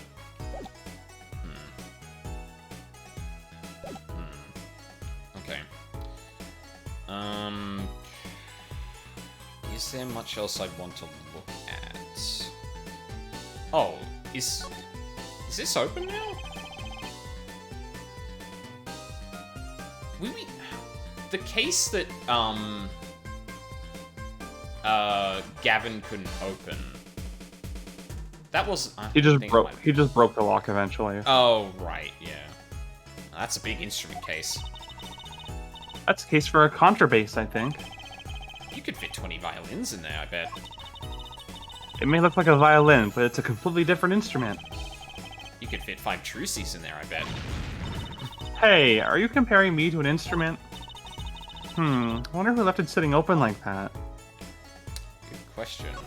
Soundboard? Look at all the electronics. They must be sound related.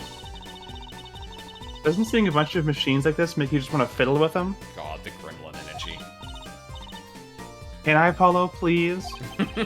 No, no fiddling. You'll break something. If you're gonna make an omelet, you gotta break some eggs.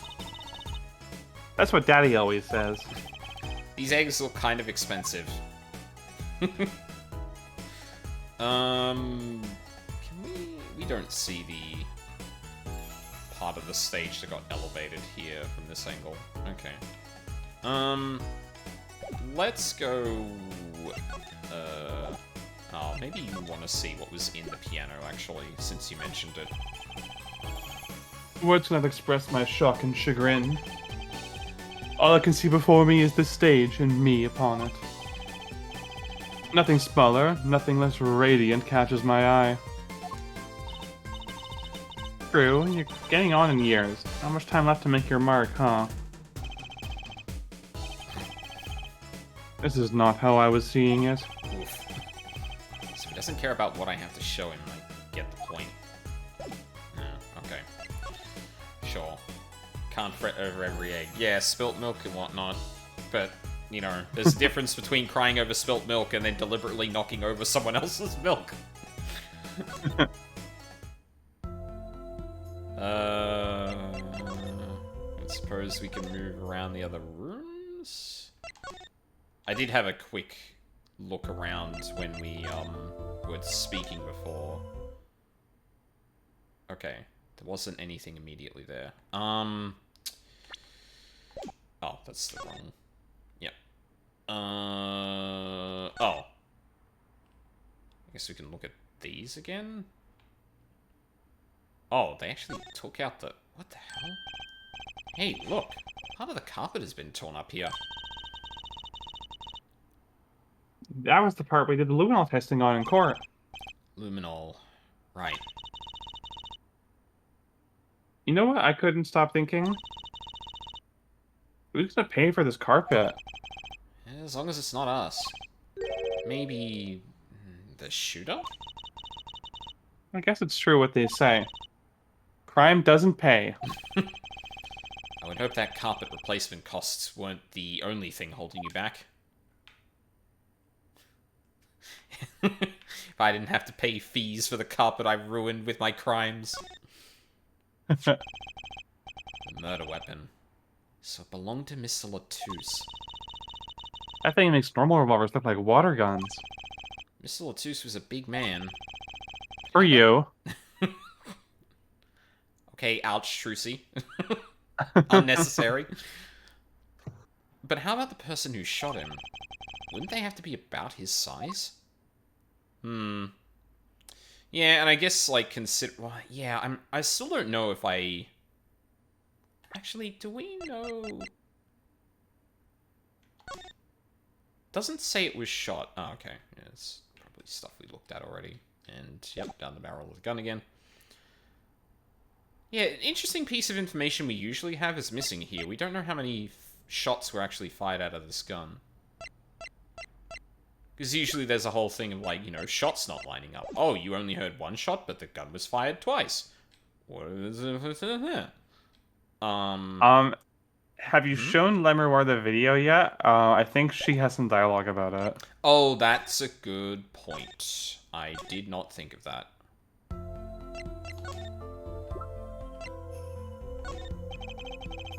We took a look at your performance again. It was even better the second time. Thank you. It reminds me. That was an incredible illusion you pulled off. Illusion? When you teleported from one stage to the other, remember? Ah, yes. Apparently they hired a professional magician. Fallon Grammary. Come on, Trucy, I could take him easily. I was wondering, do you think you could tell us how it was done? I'm afraid I cannot. Why? Oh. Oh god, I'm so sorry.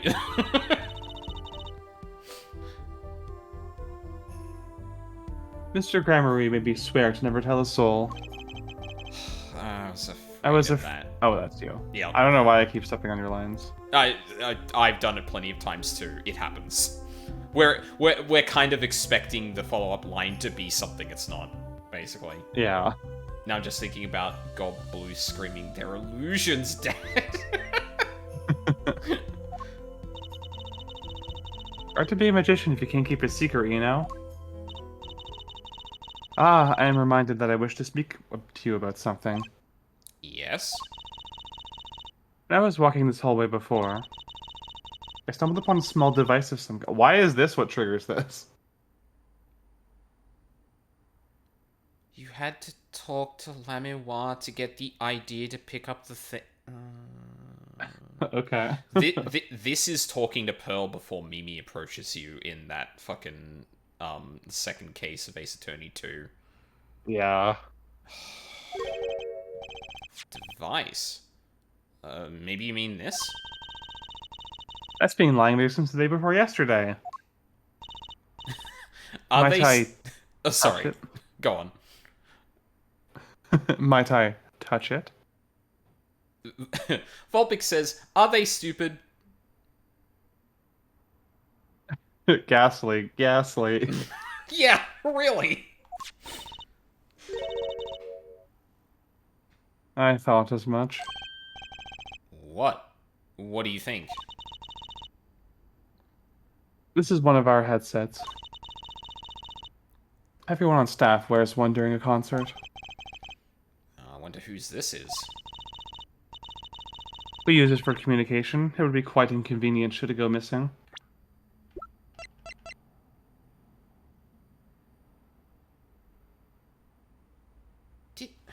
Am I remember...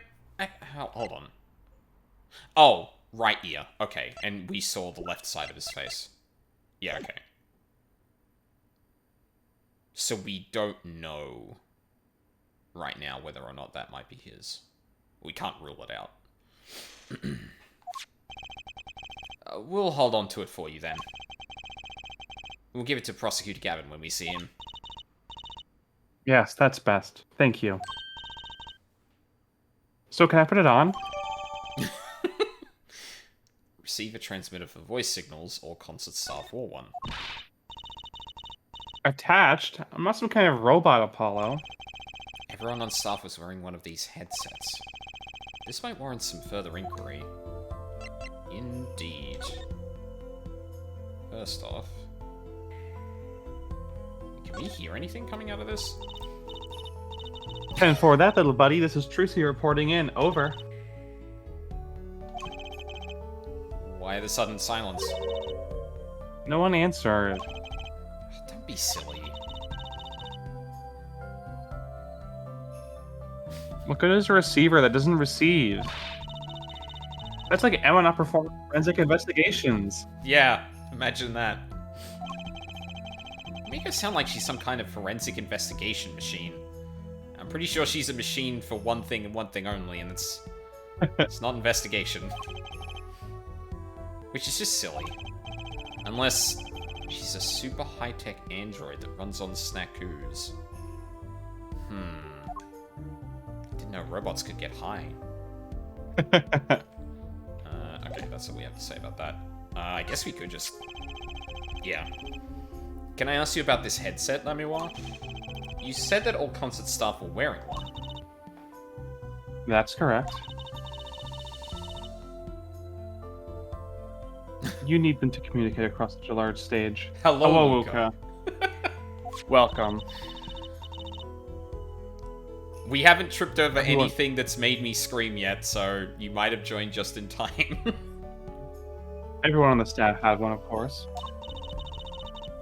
And all the band members, too, I should think. Yeah, it's a lot of people it could possibly belong to.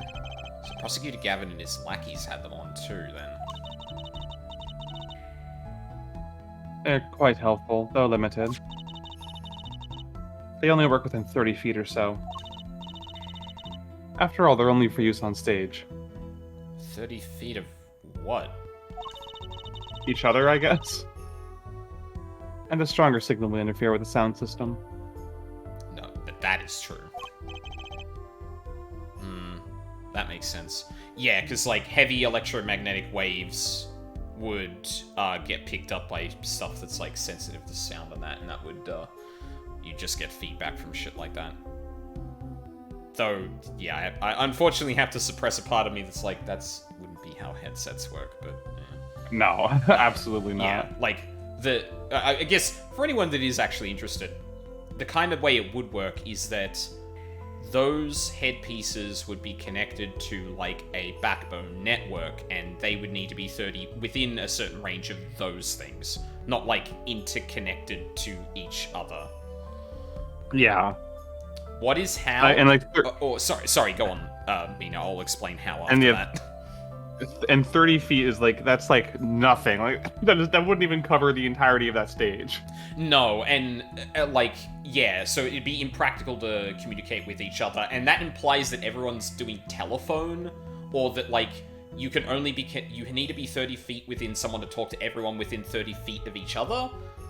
Whereas like the way that would usually work is just like you've got hubs in key areas and you need to be 30 feet within that. Yeah, exactly. It's like, because like they would only reach the front of the stage, and it wouldn't be useful communicating with people backstage at all, which is like the people you want to communicate with the most, like the people who'd be radioing in to let you know that the bands are ready to go, or if there's any problems or whatever. Exactly. Like, it doesn't need to make sense. The important thing is the 30 feet is the kind of key thing there. Yeah. And, yeah, Luca, how? I'm using that as an indication of, how did people not realize a person was or wasn't blind?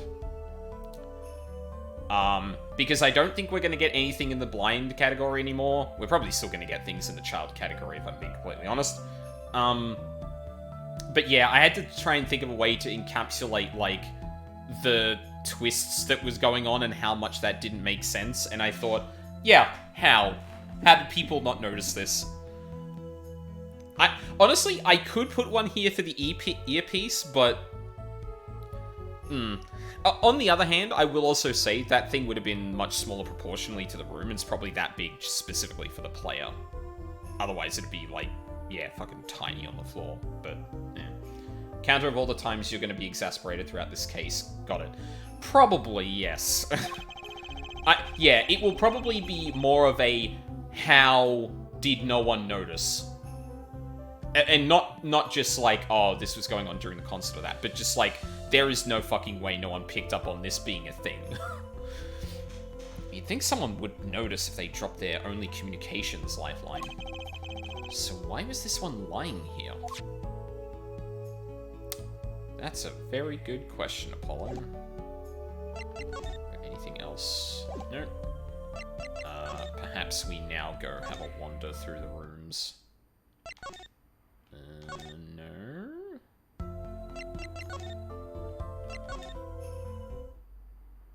Oh, there we go. Ah, there she is. Uh-oh.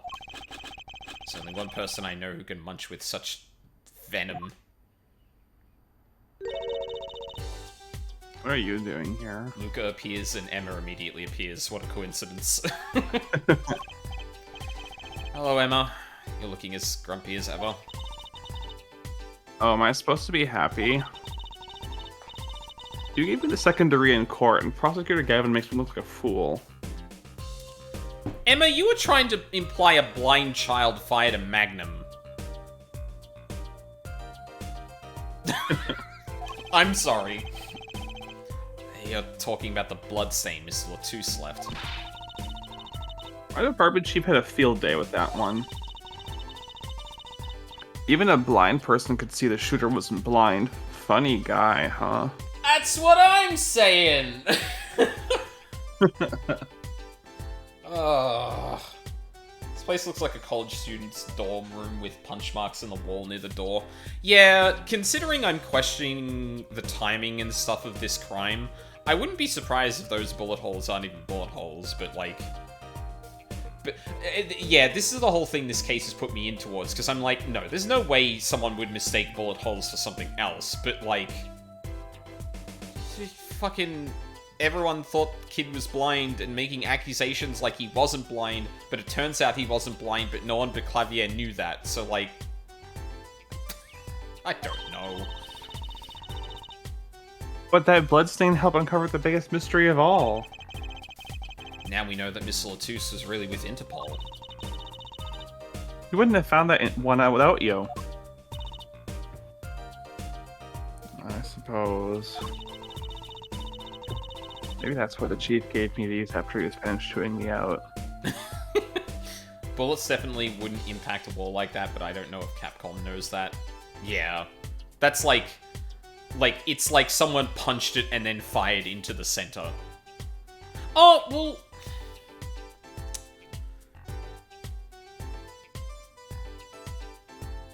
No, the higher the caliber of the bullet, the more likely it's just going to, like, punch through entirely, not, like, cave the thing around it. Yeah, like, drywall or plaster probably wouldn't work like that, but that's out of scope for this kind of thing. And honestly, if it does end up being like, huh, look, actually, the crater around the bullets is important, I'm gonna be like, okay, fuck this case entirely. Said it was my reward. Are they just paying you in snackoos, Emma? I think that might be a problem. Chocolate snackoos popular down at the precinct or something? I was hoping we could check out the crime scene again. Be my guess, we're not gonna find any clues in here. Though I did find something strange. Something strange? Oh, by the way, I think I remember if you examine... I can't remember if it was the vent or the speaker, you get some funny dialogue here. Okay. We'll do that before we talk to Emma. Speaker for monitoring the stage. It was... Oh, excuse me. It was blaring at the time of the shooting. It's a pretty old model for such a nice place. I guess I don't care about the sound quality back here, as long as you can hear it. Not that loss of fidelity could possibly make that music worse. Good speakers much cost a lot. You have any idea how much a nice one that size would cost, Apollo? Probably a good 10 years of your allowance, give or take. What? But that's almost $600! Oh no! $5 a month? Poor Trucy. That was some impressive quick maths. Yeah. Wait till she finds out you need to buy 2 speakers for a stereo. I got an achievement for that? That's so funny. Trucy's monthly allowance woes. Fuck. I might as well check out the vent just in case. That's the event with Maki Tabae's fingerprints. What's with the frown? I don't know frown anymore. Is that a crime? No, of course not. I just meant... Maki Tabae's fingerprints are on that air vent. Okay, let's be real, Phoenix isn't making those loyal dollars anymore. That's very true. That's all the money Phoenix has left over after making sure they're housed and fed. Listen, no, Phoenix is a professional gambler now. Those people are fucking loaded. Oh, true. Yeah, no. I was in a hobby shop a while back, and the guy ahead of me in line was like, he was making small talk with the cashier, and he was talking about how he was a professional gambler, and then he bought 3 boxes of baseball cards that are like $1,200 each with cash. And the cashier was like, "Are you looking for like a specific card to flip?" And he goes, "No, I just want to see what I get." Like $3,600 this guy's walking around money. Oh, Jesus Christ! Oh, thank you, Cookie. Yeah, and we also have to remember in this specific instance, Phoenix was posing as a gambler, seems to be very good at it, but like people were also like, I think the framing was like people were paying to play against him to try and beat him. And if you have that kind of reputation, I would imagine that A, you're probably going up against people who are professional gamblers, and as Mina demonstrated, have a lot of money. But 2, the people who are like facilitating that would probably know that they have a lot of money, so they'd be taking a fair price for that, I think. The Forge Bowl Club is making crazy overhead on these illegal gambling games. Yeah. Yeah, are you looking to get mugged money? Right. Yeah. Why would his fingerprints be on that if it wasn't the shooter? Oh, sorry, I thought we said that already. Oof. That's alright. That's not a question I'm gonna have to answer in court. Hey, wipe that frown off your face. One stick in the mud per crime scene, please. That's my job. Don't... You after my job, Apollo. She self-identifies as stick in the mud. I guess girls can frown, but defense attorneys can't. Alright, let's actually talk to Emma now. Trial. I'm at my embarrassment quota for the year, that's for sure. Well, that's a good thing, isn't it? How? I mean, think about it. Now you don't have to be embarrassed about anything else all year. Trucy never change. If only it worked that way. It just bugs me to think that little kid outsmarted me. And it makes me even more suspicious now that we know he can see. He could have even seen the air duct. He could have shot that revolver. How? You mean he could have aimed the revolver? He could not have shot it. That's one for the child counter, I think. Like, literally, just call a medical examiner and be like, is this child's arm broken? No? Then he didn't fire the gun. Yeah. I don't know how many more times it needs to be said, but like, you're saying a small child shot a fucking magnum. No. But that's not how it sounded in Lammerwar's testimony. I mean, they're saying that she heard Detective Darian's voice at the scene. That's right. Why can't we have a normal, straightforward killing once in a while in this country? I'll pretend I didn't hear that. Shutakumi doesn't know Sick of how all these guns locker room mysteries. All this wackadoo shit. Yeah. Every single case I come across is a damn locked room, and it always seems to be a different use of the locked room. It's so Just weird. give me a nice open shut family annihilator. I'd be happy with that. Oh my god.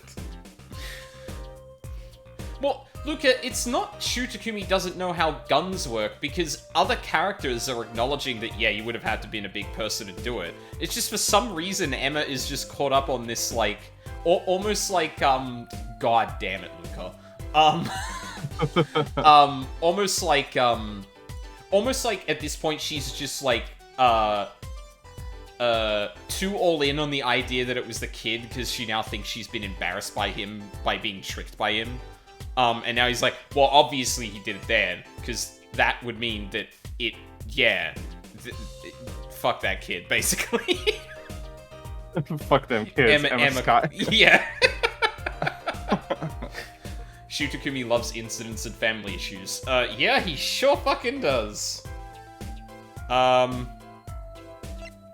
related at all to that last statement. Please play Ghost Trick.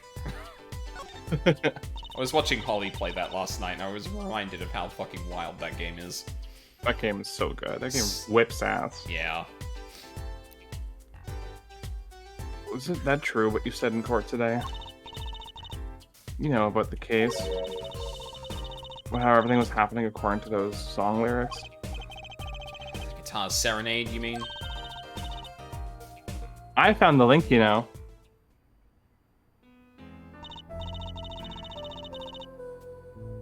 First, Prosecutor Gavin's heart-shaped keyring was stolen. Then Lammerwar flew through the air. Then Prosecutor Gavin's guitar caught on fire. And in the end, a bullet took Mr. Latusse's life. And he went up into the sky with a guitar. Well, 15 feet up at least.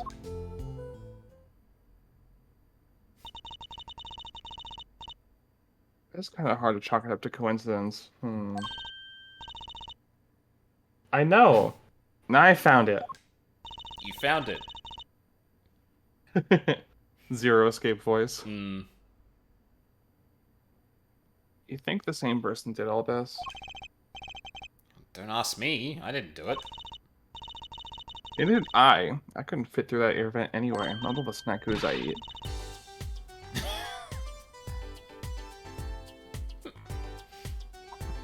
What? You think I did it? Sometimes I worry about that girl. Odd girl.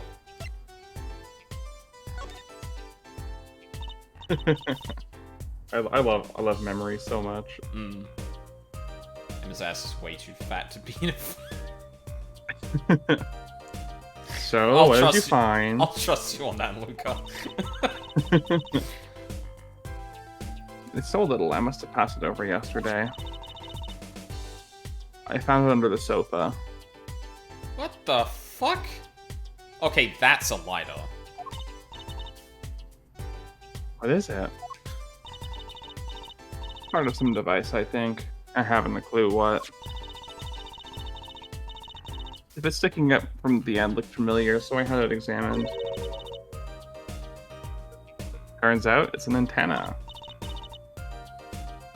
Ooh, like on a beetle? Like on a cell phone. This device must use an electronic signal of some kind. An electronic signal, you say? Huh.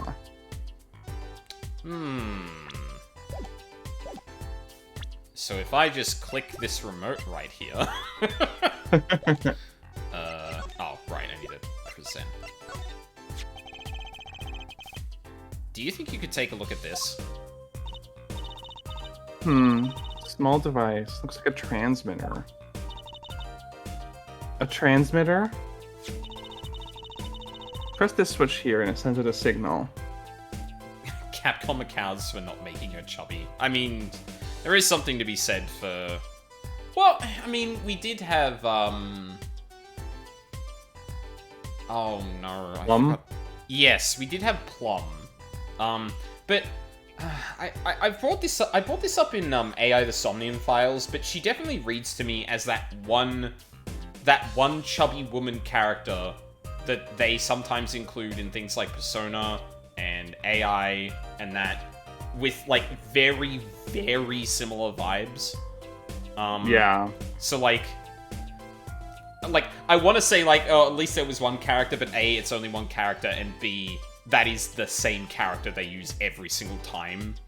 Like, it's, for whatever reason, it's the one that comes up. Although, I will say, there was also Bikini in Trials and Tribulations. And there is a really good one in Ace Attorney 5's DLC case.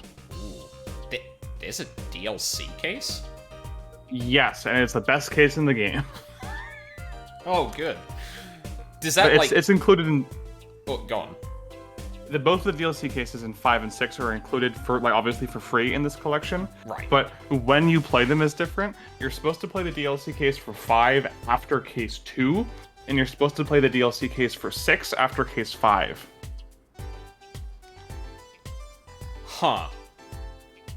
I'm curious if they come up in that natural order in this game.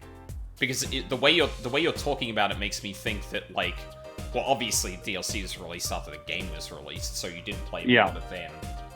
Huh. That's interesting. Like, Six's feels like a fan service epilogue. Like, it definitely feels like an extra thing they added on later. I don't know why 5's was DLC, because it's actually, like, really important for some character development. Oh, no. That makes me think it's one of those things that might have gotten cut for time constraints, and then they just threw it in there as an extra because, like, I don't know, they probably had the time or something. Maybe, but it is very good. I do like the DLC of 5 a lot. something to look forward to after this fucking case. Exactly. No idea what it's for, though. A signal? You mean an electronic signal? What is it, Apollo? Say, Emma, you know that strange object you said you found? Oh, this? Let me try pressing the switch. Oh. God damn it. I keep doing this shit. That could have been either of them, to be fair. And also, like, I don't know if I'm, like, post-hoc thinking about this, but I feel like when it switches between characters, usually the text box disappears for a second. But I might be thinking of when it also changes sprites. Maybe that's where we're getting, confused. I would die for Sasha Buckler. I guess I will find out who that is eventually. Yeah. Let me try pressing the switch.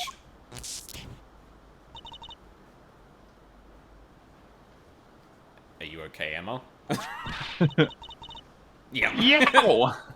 It's on fire! Emma's device is on fire!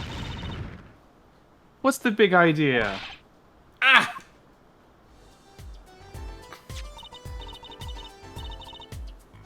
Well, now we know what this is. Igniter.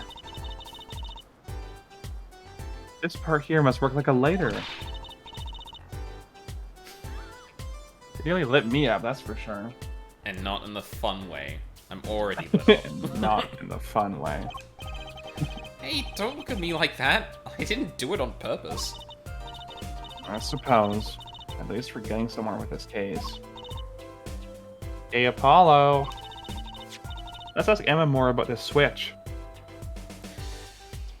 So that switch was in the piano. Yeah.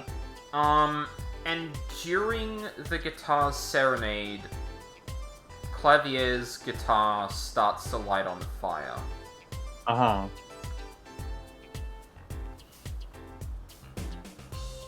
And it seemed like it was a particular note that triggered the switch, at least as it was. And, like... well, actually, hold on, let me think about this. So, I feel like the sound was a click, but it could also be, like, I don't know, like the hammer in the piano hitting the switch, and not the thing, not... The object, the hammer of the piano hitting the switch's handle, and not the switch, and just, like, tapping against it, right? Yeah. So I don't know if, A, this was just thrown into the piano, because that's the way Apollo frames it initially. B, if it was set up like that. And C, if that was meant to be triggered on a particular note. Because if you're making this happen to a song, you would know where there would be a specific note played, and you could probably drive the timing by that. That would be the more elaborate way this happens.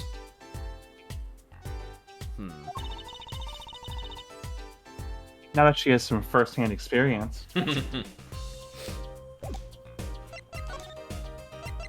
Switch. You try to do burn me alive? Come on! It was just a few sparks. Says you. You weren't the one holding it. Yeah, it looked like there was literally a fireball where the fucking, the wick of the thing was. Enough sparks flying around here with you two talking. Anyway. They say that at the same time. Yeah. It's like... Now we know this is a remote for an igniter. Let me see that for a second. Well? Well, this is definitely a little transmitter. The signal's weak. Probably only reaches 30 feet. 30 feet, huh? A transmitter, huh? Right, trigger update in the court record. Triggers an igniter within 30 feet. Okay, so it would have had to at least been on stage. That's for sure.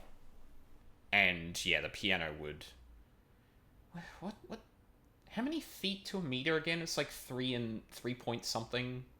Yeah, it's like 3.3 or something like that. Yeah, so it's like roughly 8 or 9 meters. Yeah, that would probably be enough. Even yeah. Oh god.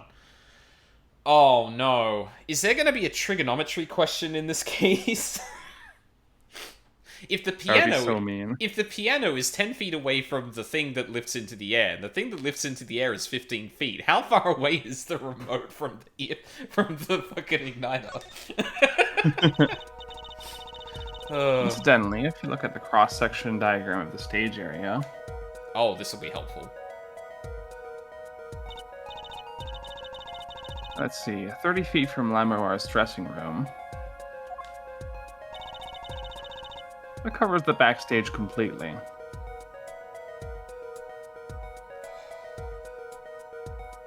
It's going through solid fucking reinforced concrete and shit. It also looks like it would cover the stage. Kinda seems unlikely anyone would use this on stage. Not unless they had a way of triggering it. Cross-section diagram of the Sunshine Coliseum. But then, like I'm guessing it's poetic. Like, that is the reason you light up Clavier's guitar. But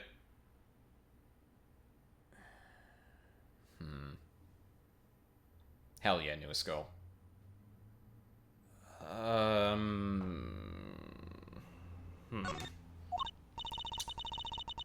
I'll let that. Are we getting on with my investigation?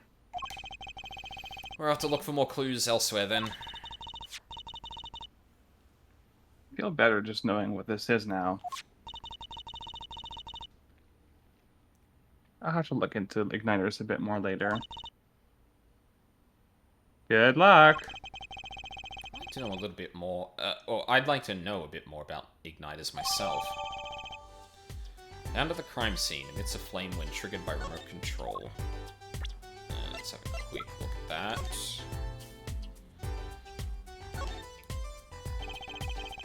All these little parts. It's pretty complex. I'm guessing this is where the fire comes out. Other than that... Good thing machines run even if we don't know how they work. That's what Daddy always says. Of course he does. What really is saying you want to go around repeating, Trucy? Oh, damn. Oh, wow. That's actually, like...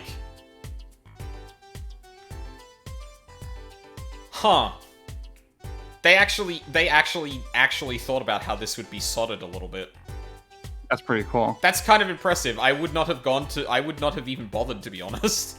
But, like, yeah, they used a legit breadboard's layout and actually soldered this stuff together. And hell, they even did a thing where they connect certain bits but avoiding specific other bits.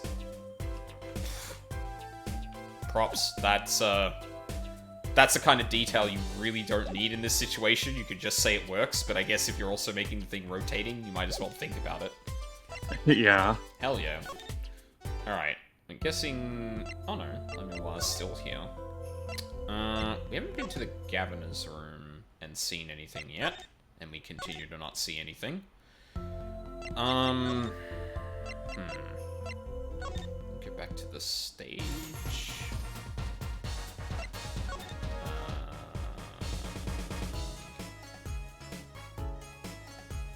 Okay, hold on. Let me think for a second.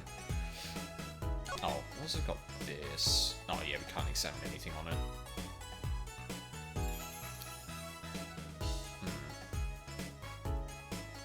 We've also got an interesting diagram of the bit that Lamiroir landed on too.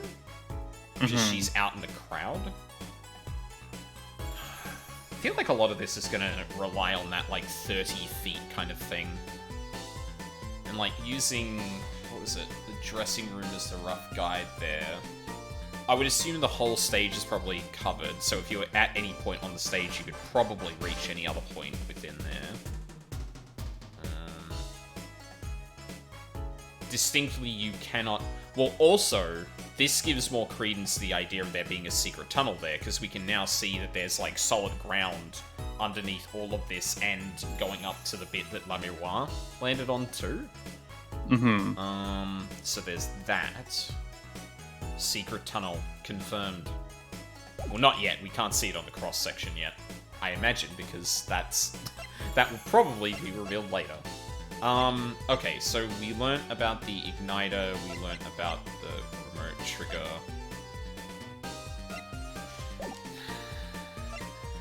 I suppose you're interested in any of these things, are you? Oh, god damn it. Are you? Words can express my shit. It's the same thing as before.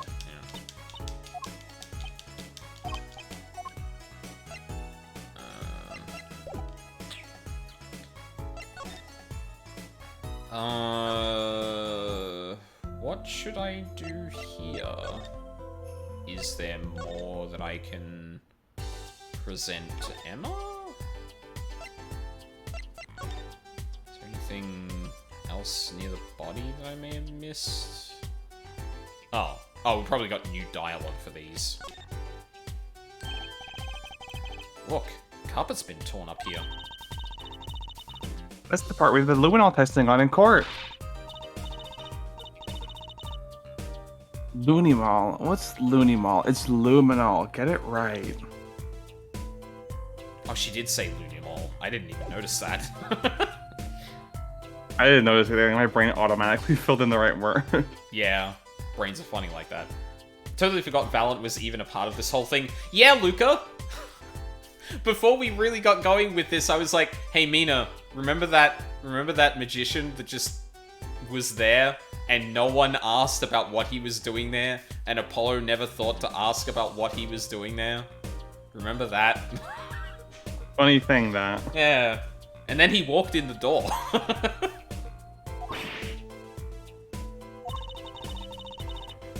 That's kind of scary when it comes to science. It's a hyperfixation, don't worry about it. Best learn the word and not incite her wrath again. Magicians just show up sometimes, so I'm learning. The murder weapon. So it belonged to Mr. Latouche. That thing makes normal revolvers look like water guns. Oh, we already saw this. Well, yeah. Mr. Latouche was a big man, but how about the person who shot him? Wouldn't they have to be about his size? Slowly turns towards Emma. Oh. Wait, that came up as a new... Huh. I would have thought we would have gotten some Emma dialogue from that. I guess we could look at this again. This was the window where La Miroir saw the crime from. I wish I was that simple. I wish it was that simple. Wish I was that simple. Holy shit. Kinda hard to see a crime scene when you can't see. But she did hear it. Yeah, that was something else that came up, was like, okay, like, you were claiming you heard things, but then, like, you shouldn't have been able to hear them. The magician everywhere system. Yeah, that really is this game. Magicians just pop up. Yeah, but the window was closed. Maybe she heard some other way? Did she mistake that sound for something that was coming out of her earpiece, maybe?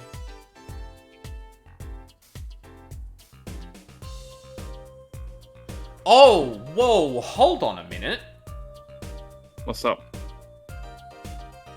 As we all know, sound cannot pass through glass. Well, it can. It will have a hard time, but you're also in a concert hall. Whatever comes out of that window or whatever comes out of that closed window is going to be nothing compared to the ambient sound. But then again, this is not something we're considering at the moment, so... Now.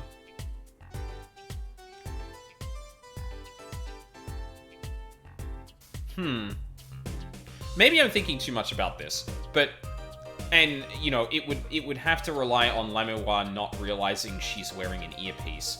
But she may have been able to hear the gunshots and the people talking over the earpiece, and as she's walking through somewhere, thinks that it's coming from that direction.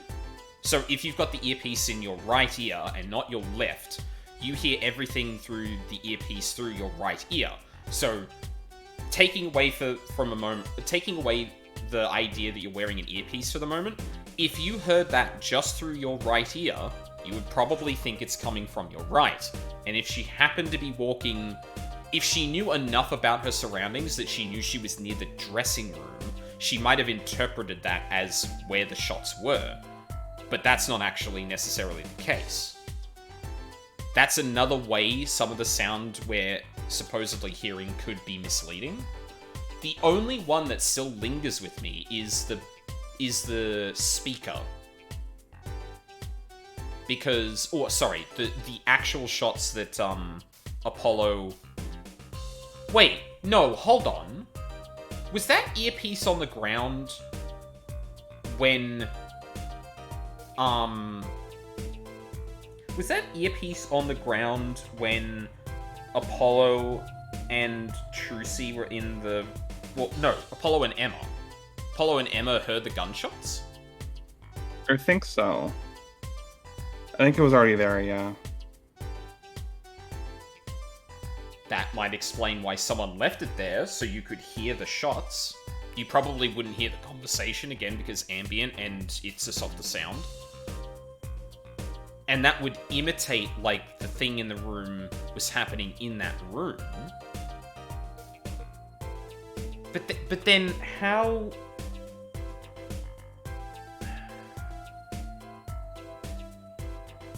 But then he was shot, and the thing's in the wall.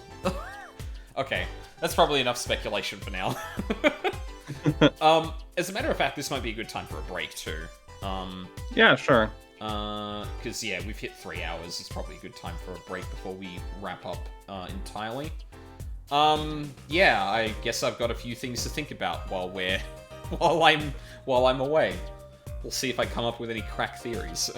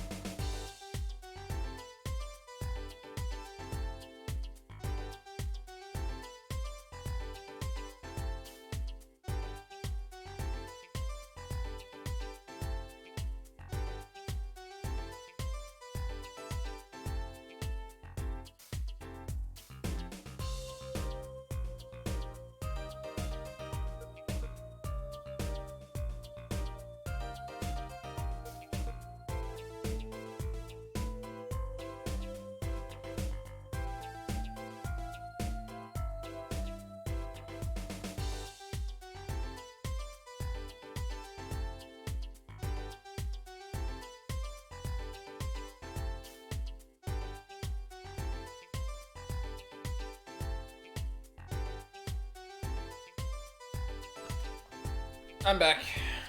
And hello, Charles. Had to figure out why I got randomly kicked from 14. They did bring back the AFK timer. So if you don't do anything for 30 minutes, you get automatically kicked.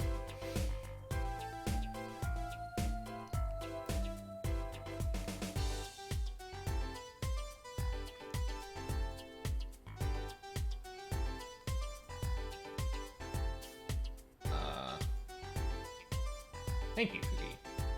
I was in a dungeon? Oh. Oh. What were you playing? I assume, Viper.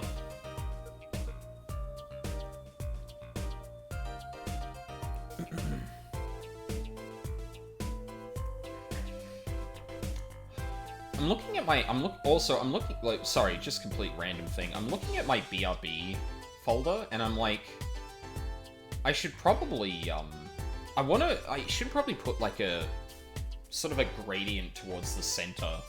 So it's, like, because I've got some borders around the text, but I don't think it's, like, thick enough to be, really clear. I wonder if I should, like, make it go from, like, light to dark a bit more.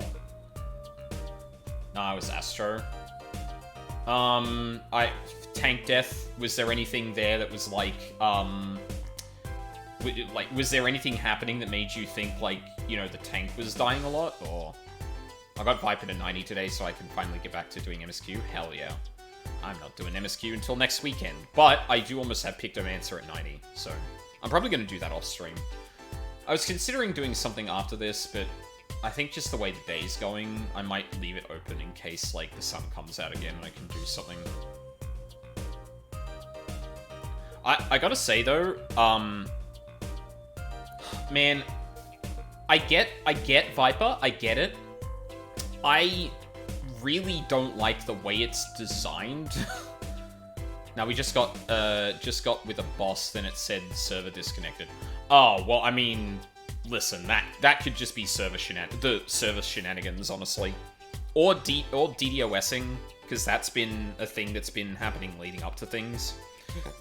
I only noticed right at the start of Dawn Trail that Wooklamart had headphones on a pre-DT design. Did she? When she had the, head... Did she have headphones? Shit, I don't think I ever noticed that. Or I guess, like, depending on where her ears actually are, she would have had... I have to look at her design again. I'm pretty... Like, I should be able to go back to Charlian and just see her hanging around, so I can probably see that. I don't think they would have updated her model in the game proper before you go on the MSQ, so... So I think Viper at 80 is still pretty early for all the cool shit to happen. Well, I'm not even talking about the cool shit. Okay. The way I try and look at jobs in 14 is I want to look at its spell list and ability list and kind of understand what the thing is going on here. And it really feels like Viper is designed in such a way to refuse to explain the whole thing to you that way, or make it as obtuse as possible, as opposed to just starting to press buttons and seeing what lights up. Yeah, no, it's done. Yeah, there's been this trend where it feels like they're trying to make it obvious the ways you should play a job, but not by teaching you how the intricacies, but making sure there aren't intricacies and you should be able to intuit it. And I think there should be jobs that can do that. That's fine. I think there are jobs that you should actually think about the nuances for. I think having a spectrum there is pretty good. But between the Black Mage changes and the way Viper is designed, I'll probably end up liking it just because it's 5.4 Monk plus Reaper Death design and Gunbreaker continuation. Yeah. I will say, oh, also, the required double weaving, I fucking despise that. I think it's required double weaving, because I think you hit a button that lights up 2 combos, and then you hit either one of those, and then you need to hit both of them before you hit the next one, otherwise you override, you munch procs. I think you can probably hang on to one of those after that, I'm not really sure. But yeah, I will say, everyone's been shitting on the job gauge. Oh yeah, she's got like the disc things on her, I don't think I'd call that a turban. I don't know a good head wrap. We'll call it that. As the umbrella term. I'm back. Welcome back. Means that its rotation isn't super predictable, so you're kind of constantly looking at the hotbars. So, it's so funny, because I feel like I play this game in a way that, like, most people don't.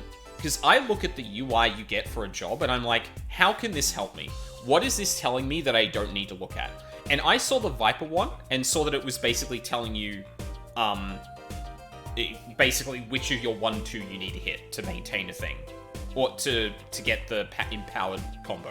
And I was like, cool. I don't have to put any of my combo buttons up on the screen. I don't need to look at that. I look at that thing, and that's going to tell me.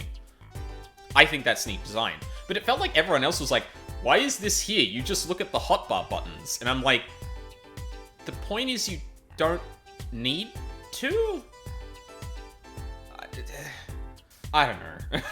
Like, each to their own, you know, UI design-wise and that, because, like, I have my setup that's basically trying to echo something you could easily set up in WoW, and having important stuff, like, right in the center of the screen so I can't forget it. But it seems like the fact that things are so rotational in 14 has taught people to either learn all that by muscle memory and not have to look at anything, or specifically look at it and rely on that and not any of the UI. And I'm just like, I know it's like technically redundant information, but I think having it neat in this one little UI element is kind of cool, honestly. It looks nice, you can reduce it and make it more minimal so it tells it to you more granularly, but then you don't have to fuck around with buttons being in a place you would otherwise put that thing. I don't know. Sorry. Luca, Charles, and I were in the same vicinity, and we started talking about 14, as is to be expected at this point. Yeah. But also, where are you putting those bars if not close to the hotbars anyway? You could put it in the center of the screen, like I do, and it's just like, here's a helpful UI element to tell you where you are in your combo string right now. I don't know, like, you probably put it anywhere else, but for example, I have my keybinds separate from the things I want to know about. I never look down at my hotbars that I'm using as the keybind assignments to know where things are. I always have them front and center, but obviously this... 10 years of the game working the way it is, and I'm coming in, like, very late and going, huh. I wish they would have found a way to stick the two pieces of gauge together. It's weird to me that they're separate. Yeah. I haven't gotten to the second gauge bit yet, so maybe I'll have an opinion then. But yeah. Anyway, enough about 14 job design. We don't need to talk about that here. God knows I'm gonna do it a lot in the next couple of weeks. We were talking about earpieces. Murder. Yeah. And 30 feet radii. There we go. Oh, that was literally it. Yay, murder! Yippee! A puzzle. I love puzzles. Okay, I think we were having a bit of a... Yeah, I think I'm not sure where we should go from here. We just learned about the igniter from Emma. We've also got a cross-section of the forum. We know about the 30-foot range for both the remote trigger and the headset. Question is, where do we go from here?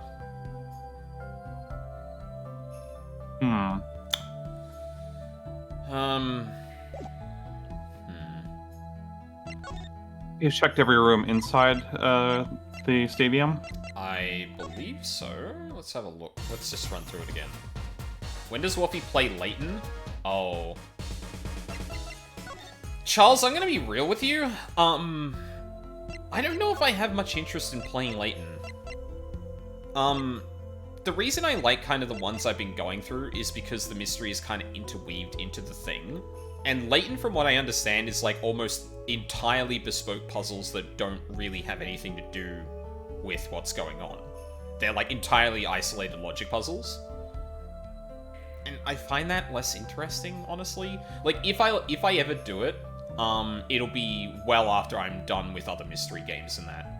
It's not completely out there, because, I saw Barry, stream them recently. Not entirely, just, like, kind of, like, looked in every now and then.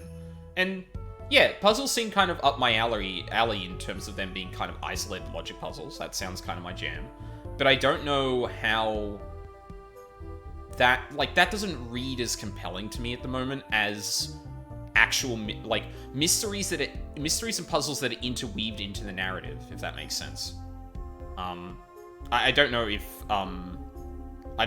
Mina, if you'd have any opinions on that kind of a read I have on the series from that perspective. Yeah, I'm not gonna get into it because I have very strong feelings about the Professor Layton games and will go on forever.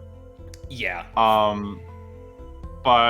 Yeah, I think Professor Layton games have very charming characters and very fun puzzles, but their stories frustrate me in a very specific way. That again would take too long to get into. I think they undercut their own stakes and drama, and they do not trust their audience and their audience's suspension of disbelief. So, yeah. Layton versus Ace Attorney is a good game right up until the end when all the Layton shit starts happening. It's a very good Ace Attorney game, but a good Ace Attorney game that gets tainted by Layton bullshit. I do remember you talking about that game in particular. Yeah. So yeah, like at least that and my own understanding of like how the series is. That might be a fun. You know what? I can't think of anything else to play right now. Let's test my suspension of disbelief with this video game series. So yeah, I won't promise anything because like there are plenty of other games I want to play in this kind of slot. Yeah. Okay, so go to Gaviner's. We've been to the backstage. We know Emma's in La Miroir's dressing room. Valent is in the stage. I don't think we've gone back outside. Oh, there we go. Oh, hey. What? This asshole. What? Come to laugh at the murderer? Darien. That old bag opens a pie hole, and wham bam, my life goes down the chute. Thanks. They won't let me work while I'm a suspect. Darien isn't in the best of moods, is he? Not many people are these days, it seems. Although I am exclusively dealing with people who have been accused of murder, so... maybe there's some selection bias there. It is a crime scene. Not exactly the happiest place to hang out. It's true. I think Gavin had to rub salt in the wound. My alibi's rock solid. Rock solid. Yeah, about that. So, about your alibi... You have to ask. Shooting happened right in the middle of the third set. That's right. Music was blaring when we heard those gunshots. Found Mr. Latouche dead. I've got 10,000 witnesses who saw me too. Right there on that stage. Your guitar playing was something else. Thanks, little lady. See? This whole thing's a sham. I can't believe they aren't letting me work. There's no need to yell at me. It's La Miroir's fault. She was the one who said she heard his voice at the moment of the crime. Man, I never even talked to that old windbag. How could she possibly identify me? Oh. She's like 35, dude. Yeah. A, shut the fuck up. B, she just said she recognized your voice. That's not the same as identifying you. They won't let you work? He won't let me work. Gavin says I gotta lie down till the suspicion is cleared. What suspicion? He'd be such a stick in the mud. Mr. Gavin? A stick in the mud? He may look all flashy and showy, but he's straight as an arrow, man. I highly doubt that. Except when he's depressed. Ah. Oh.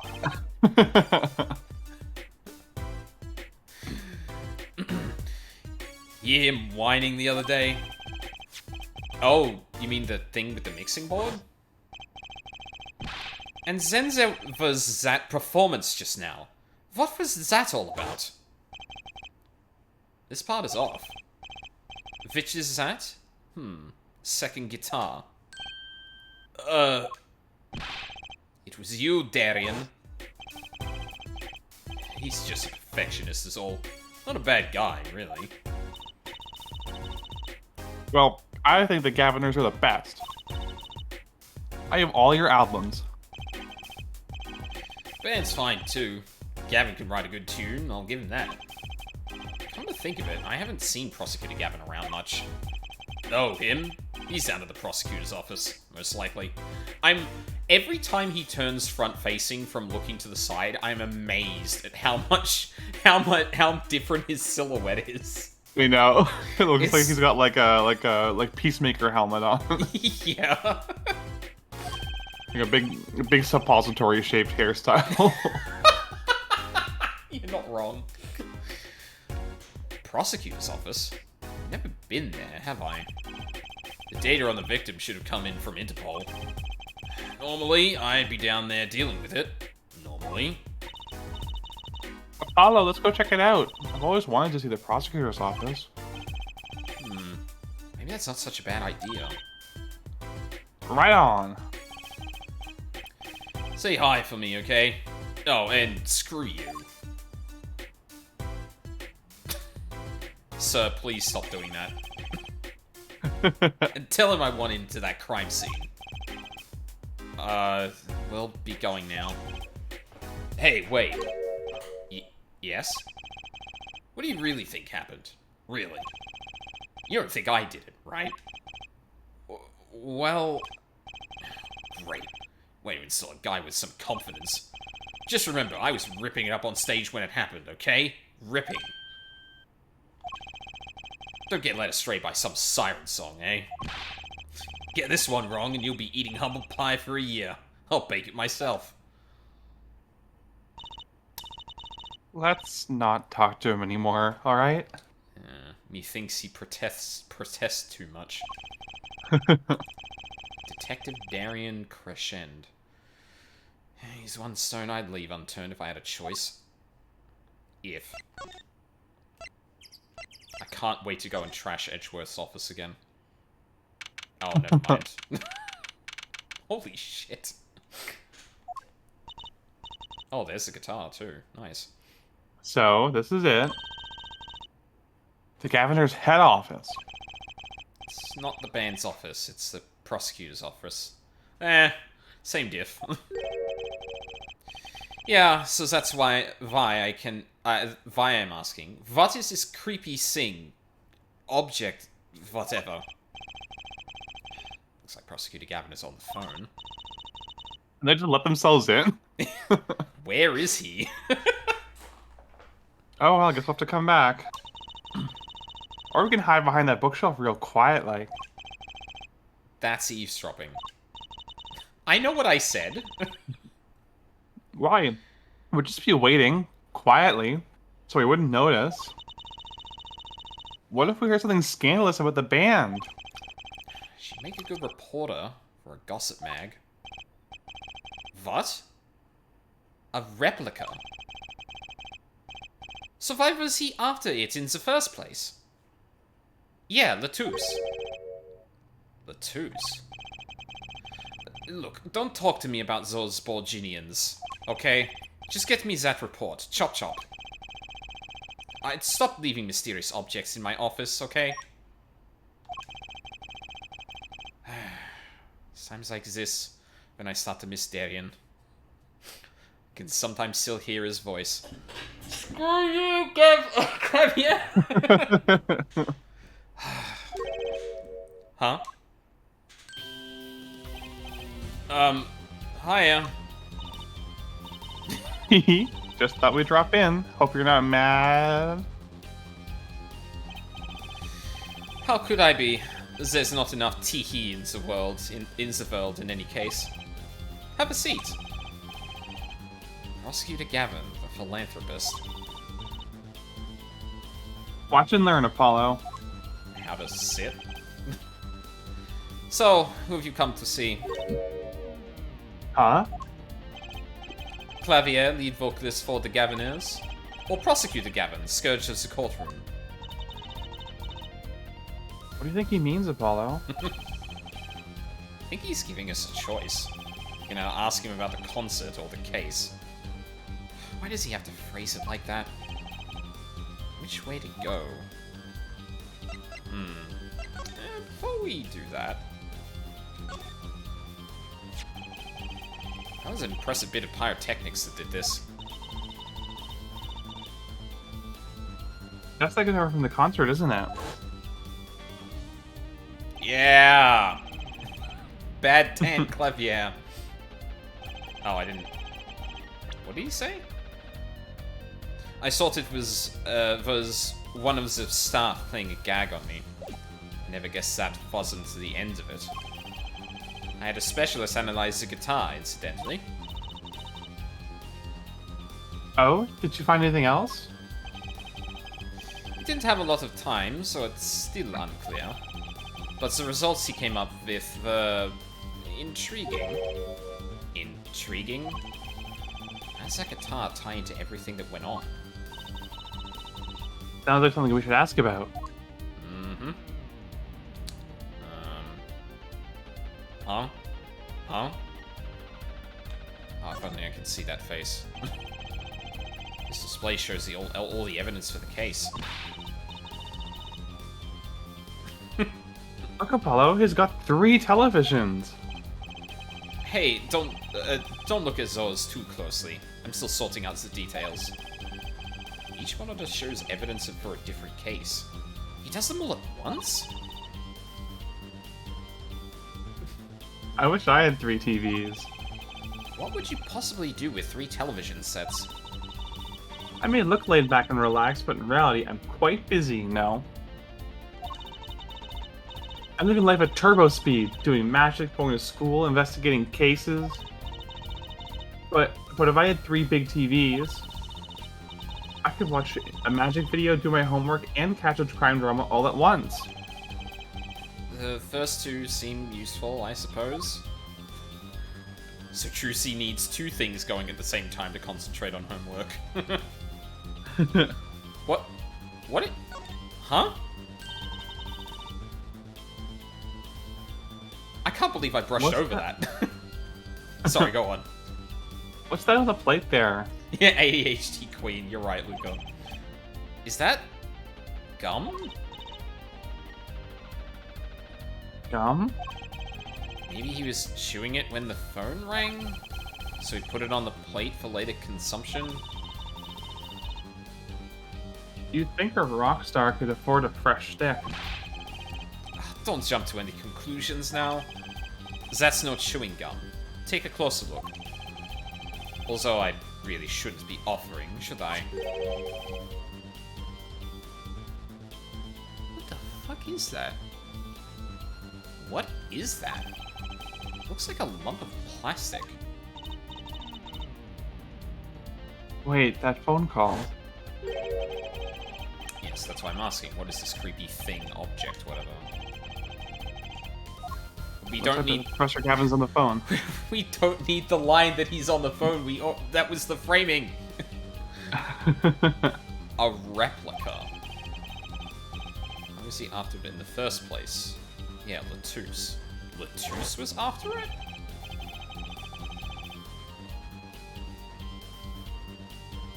Huh. Prosecutor Gavin, does this have something to do with Mr. Latouche? Wait a second. You were listening to my phone call, weren't you? Who? Us? I tried to stop him, really, but he forced me to. God, she's so Maya. Hey, you were the one digging for a scandal, Miss Reporter. To tell the truth, I'm not even sure what it is. But apparently it's a model of something undercover agent Mr. Latouche was after. This lump? / positive, thank you, Luca. Would you mind telling us what you do know about it? Alright, I think we've collected all of the things we can ask about. Ah, that reminds me. Did you see the paper today? Yes. I always read the TV section. Good girl. How about you, Hair Forehead? I read the funnies. God damn. Then you will not have seen this. Concert of Tragedy, Prosecutor's Deadly Song. Ooh, is that a new show? I haven't heard about that one. It's not a show. It's an article. News, you know? Oh, does this have anything to do with the case? Since getting back from the trial, my phone has been ringing off the hook. How does it feel to take a man's life with a song? Have you ever hummed a man all the way to death row? Do you think you could sing for me over the phone? It is endless. Endless. Thanks to this case. Thanks to the case you made today, of course. Oh, that was all Apollo's idea. She's constantly throwing him under the bus. Hey! Is that a newspaper over there, too? Ah, yes, the Borginian Daily Bugle. Go ahead, take a look. Borginian J. Jonah Jameson writing for it. Yeah. Thanks, but I can't read Borginian. Oh, that's right. Suffice it to say, this is big news over there as well. Though they didn't go so far as to mention the lyrics to my song. Probably no one in Virginia could believe it. It's probably seen as just a theory at this point. A music theory. Thanks for watching. That journalist didn't see the need to mention it. That makes sense. I hardly know what to make of it myself. Borginian, Borginian, Borginus. Borginus, god damn it, new skull. That certainly is something, I'll give you that. Real quick. Has the same, like, postcard stick, flyer thing we saw earlier as well. And something about Latouche, although I imagine, yeah. Manager of famous Borginian artist killed. Actually, hold on. I can't move that up and down. The picture in the court record shows a little bit more of the image than or article than when you actually go and look at it. I wonder if that's an aspect ratio thing.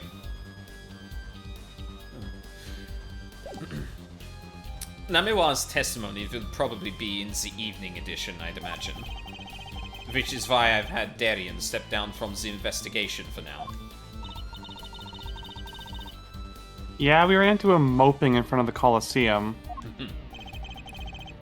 Lamimar was my invited guest, so it is a rather delicate situation. You understand how much I want to solve this case, quickly if possible. Yeah. I really love that song. It's such a great atmosphere to it. You co-wrote it with Lamimar, if I remember correctly. That's right. It was last year. I had gone to tour Borginian's legal system, as a matter of fact. And that's when you heard Lemiroir's voice? It was at a small jazz club. I wept that night. I knew I had to meet her, to talk with her. So I used my influence, which is not inconsiderable, to arrange a meeting. Wow, prosecutors really have a lot of clout. Misusing your influence, huh, Clavier? I think he's sort of a special case, Trucy. Thankfully, she likes the work I did, and we wrote a song right there, backstage. Maki on piano, that dulcet voice, and myself on a guitar that I borrowed from La Mémoire. Music history was made. Probably not an experience Ravage Lawyer would ever have. Like Apollo, say. What? Trucy... It is a memory I hold dear, and the song we wrote that night was this. And that very guitar is right over there. You mean this charred lump? Don't call it a lump, that's a piece of history. Yeah, Apollo, the lump is over on the plate. That's only brown, not really charred. No matter. I shall never sing that song again. I wouldn't have used that guitar again either, even if I could have. What happened during that song anyway? Why did his guitar suddenly catch on fire? You think you could show it to us? Your charred, I mean, slightly burnt guitar? I'm sure he doesn't mind. What more could happen to it? Yeah, okay. It was a beautiful instrument. It was played lovingly for many years. A guitar befitting a woman like La Mémoire. How'd I end up here? She gave it to me. I mentioned how much I enjoyed playing it that night, and she made a present of it. So this guitar is from Virginia? That it is. We couldn't carry it on the plane. Changes in air pressure and humidity ruins the wood. So, we vacuum packed it in La Mémoire's studio. We are going through a surprising amount of detail on this. Yeah. Thanks. Get me pictures of... That's good. I used a special shipping service available to me for transporting evidence. They brought it right up to my office for me. Pristine and untouched. Huh. See, prosecutors do have a lot of clout. I still think he's a special case. Such a valuable guitar, it's too bad I got burned. Gift from La Mémoire sent from Virginia, burned the night of a concert. Before we move on with that. Oh yeah, they modeled most of the inside. Well, yeah, they modeled the inside too. How to get burned? How to get burned? How to get burned?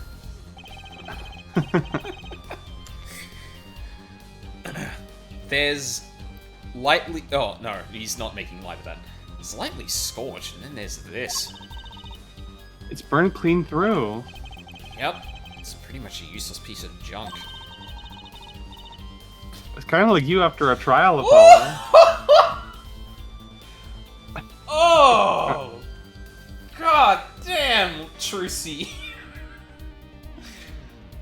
Oh! Which part? The burned clean through or the useless piece of junk? Yes! Is there anything else to note about it? Doesn't look like it. What was it you were saying earlier? Something about intriguing results from an examination of the guitar? That's right. What was that all that about? Well, you know how guitars have a round hole in the front? It is called the sound hole. Is there a more technical term for that, or is that literally just what it's called? I can't remember. That's a good question. So that's what it's called. Well, they found something attached to the wood just inside the hole. A broken device of some sort. Yeah, no, all of the diagrams I'm finding online also call it the sound hole. Amazing. But some people use all one word for it, which is very funny. Yep. Sound hole. Not sound hole. like- Sound hole. It's like click hole. Yep. Oh. A broken device? Yes. This, in fact. The examiner is busy with evidence for the case now, however. So he'll be checking this out once he's finished with everything else. Aww. Odd. The device looks strangely familiar. Strange lump. This was found in Mr. Latusse's bag. It's apparently a replica of something. A replica? It's a small lump, about 1.5 inches long. We analyzed it, but there's not much to say, other than it's a lump of plastic. Perhaps it was to be used in the identification of whatever it is a replica of? You mean whatever Mr. Latusse was after? That seems to be the most logical explanation. Well, what is it? Don't ask me, Fraulein. Oh? If you don't want to tell us, you could just say so. I put in a request to Interpol via my contacts in Virginia. But apparently there's a block on information somewhere along the chain. Oh? Is that right? I don't know shit from fuck. Sorry. I don't know shit from fuck. There's something either Interpol or Virginia doesn't want to share. Something about this little piece of plastic. What the fuck? Mr. Latusse went through all that trouble to become Manoir's manager. Just to come to this country to find out more about this lump? He died for it. Replica or something Died. by Mr. Latusse. Sorry, go on. Died for the lump. Gotta get that lump. Lump free or die hard. Apparently the focus of his investigation. The lump. Gotta get the lump.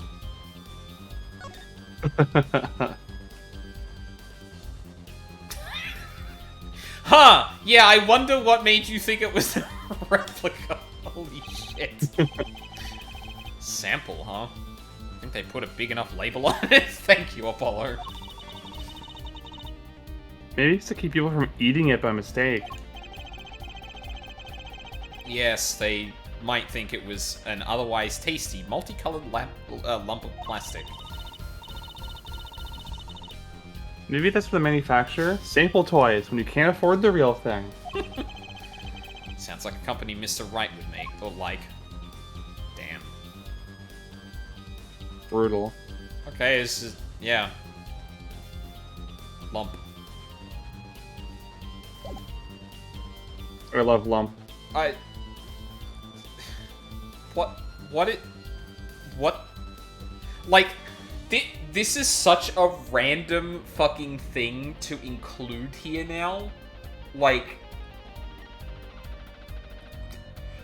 it's not even like, it's something obviously valuable that it's kind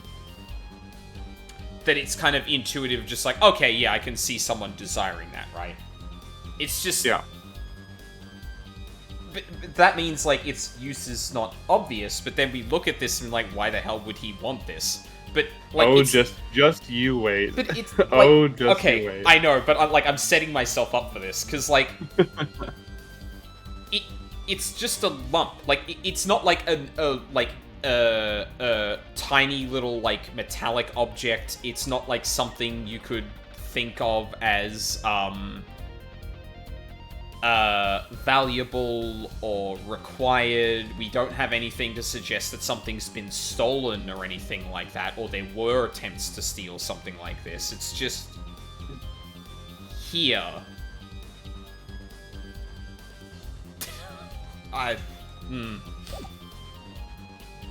I've sent someone to the Colosseum to fetch Lamira. Perhaps she knows something about it, being a Borginian. I suppose that's true. Can I present that back to you? Oh, my apologies, but there's no way I'm going to talk details about the case with you. If you want to get my attention, bring me something dramatic. I'm not here to get your attention, Gavin. Blushes. I'm here to get your information.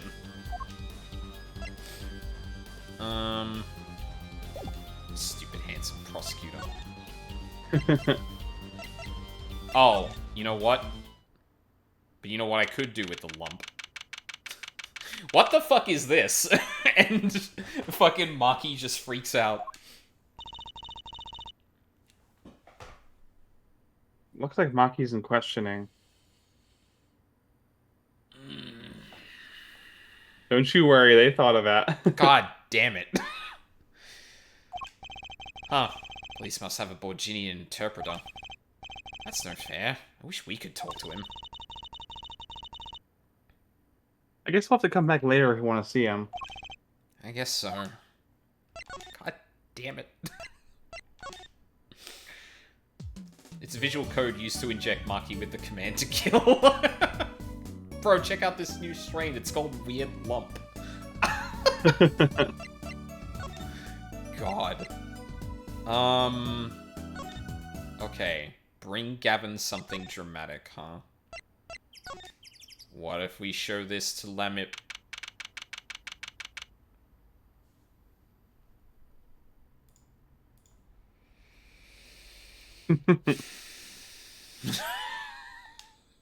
God damn it. This place is deserted. I wonder where Lammerwar went to. I guess Gavin did, Clavier did say that he was gonna get her to come around to the... Yeah. I'm sure she's okay on her own. She's definitely not blind or anything. She seems resourceful. I guess. I can't help but worry about her a little.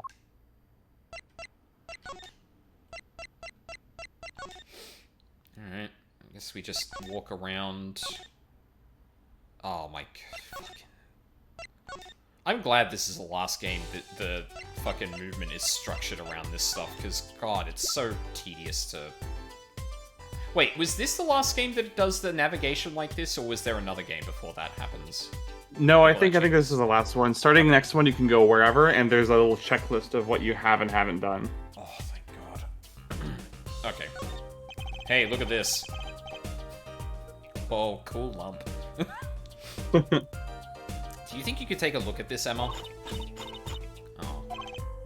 Emma? What strain is that? Rate of chewing is increasing. Better back off before it's too late. Okay. She's like, that is like a choice, Nug, dude.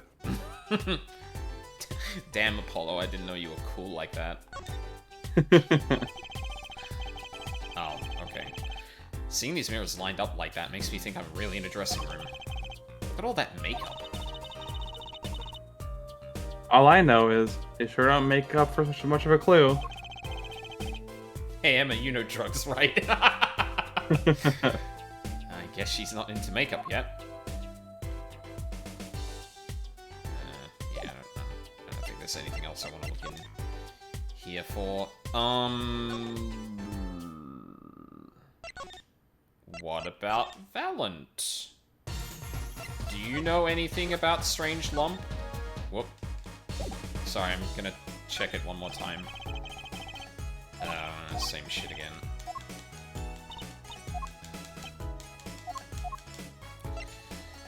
Well, how about this? You were in the crowd, right? God. Did you already show Clavier the igniter? Oh, no, I didn't. Oh, you're so right. I didn't. Yeah, I think that's Wait. Twilight tuned first. Oh, no, I do have the igniter. Oh, for some reason I didn't think I had that as an object. Whoops. Because I knew I had the switch, but I didn't remember that I had that at all. I mean, You know, seems like a bad idea to give the prosecutor who's not going to give us any information about the case that might help him, but... You did tell Emma that you would give it to him when you saw him. Oh, we did, yeah. Yeah, I guess she would have passed on that information anyway, because, yeah, it has to be one of these. Yeah, and this would be something dramatic, actually. I should have thought of that. What is it? Oh, Trucy. What is it, Apollo? Sorry, voice training. That device that was found in your guitar. Take a look at this. Why, that looks like the same thing. What is it? It's an igniter. Another one? It was at the crime scene, in Lamoir's dressing room. Detective Sky found it, actually. At the scene of the crime. What could that mean? What could that mean, I wonder? I believe that covers everything I'm at liberty to talk to you about. Oh. Thanks for dropping by, Herr Forehead. Thanks? Why, you gave me so much information. That lighter, that igniter, for instance. Oh, that. I've never met an attorney so forthcoming with the prosecution. It's a big help. Or perhaps you're just a tad naive, I guess I could have hit it, but somehow showing it felt like the right thing. I could say the same to you, Prosecutor Gavin. Thanks for the information. He's like, what the fuck did you say to me? Huh? He's like, what the fuck did you say to me? About the, strange lump of plastic. The one that Miss Latouche was investigating. Hey, that's right. I've been thinking, Herr Forehead. We encounter many incidents in our lives, all of us. Not all of them simple. Especially not the ones where people are killing to song lyrics. That is why I try to at least remain simple inside. And I keep a simple goal. To discover the truth. That's why I like to keep relations civil, yeah? That is all. I can live with that. Mr. Prosecutor? Fraulein? Can I ask you why you sing in a band? Ah, because I want women to turn and look when I walk down the street. That's pretty simple too. Now, if you'll excuse me, I've got work to do.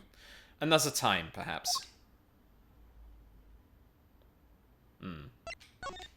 I see. Nope. Okay.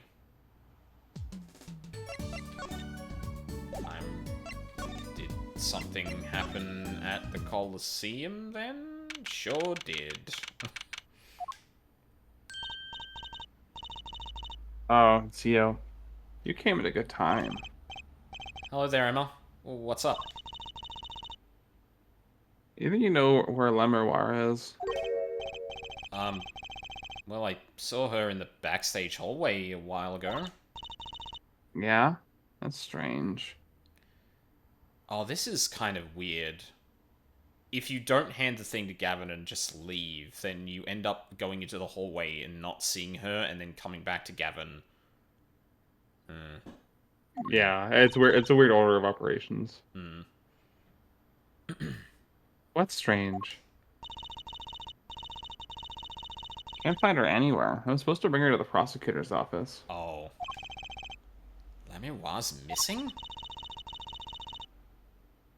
It's hard to imagine her wandering off on her own, somewhere on her own.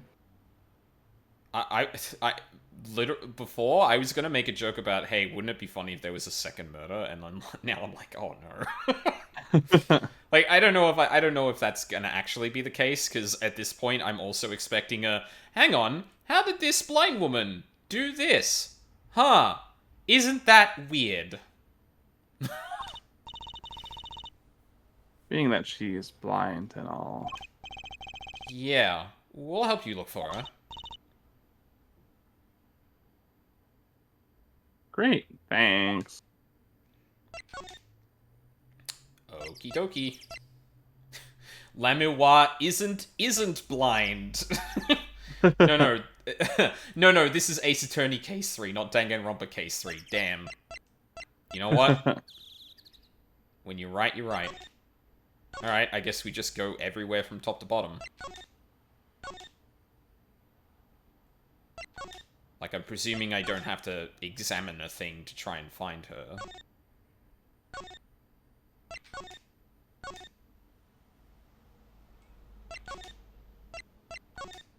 The stage?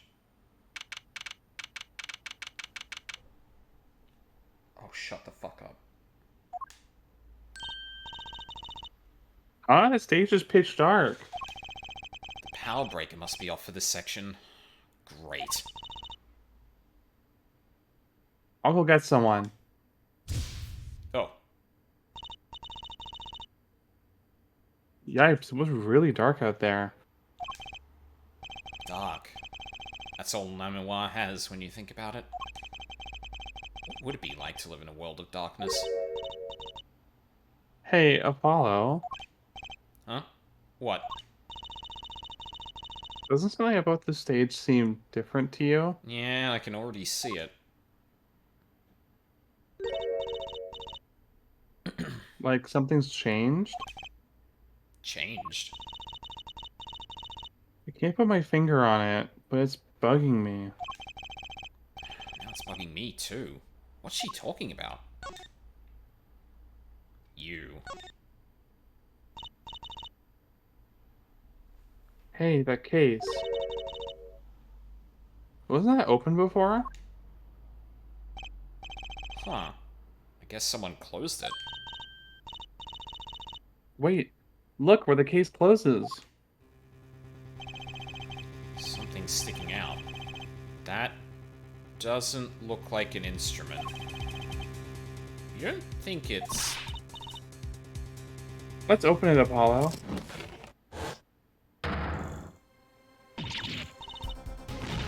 Ah, Lamiroir! Lamiroir! Shut the fuck up! Emma! We have to get Emma!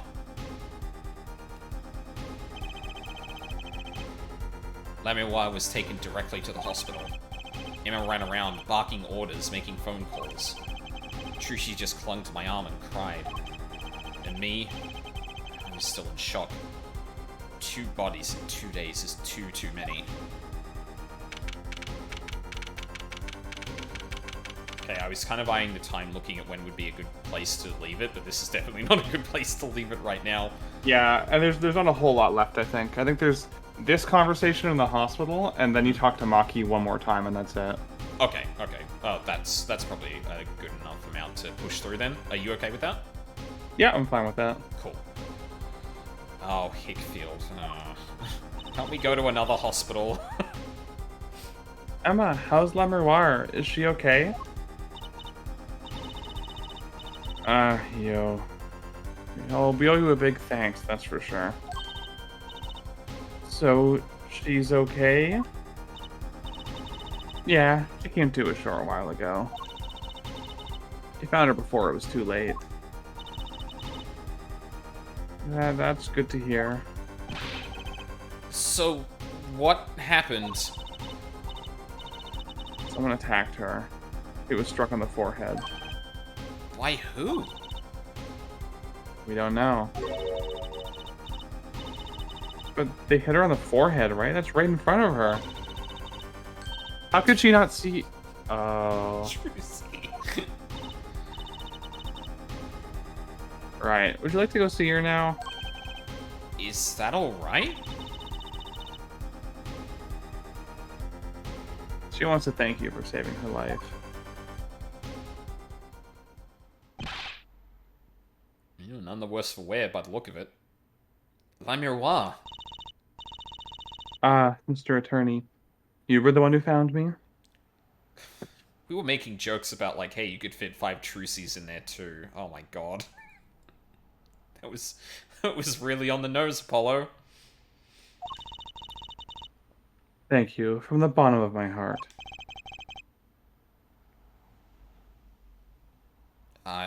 I'm just glad you're okay.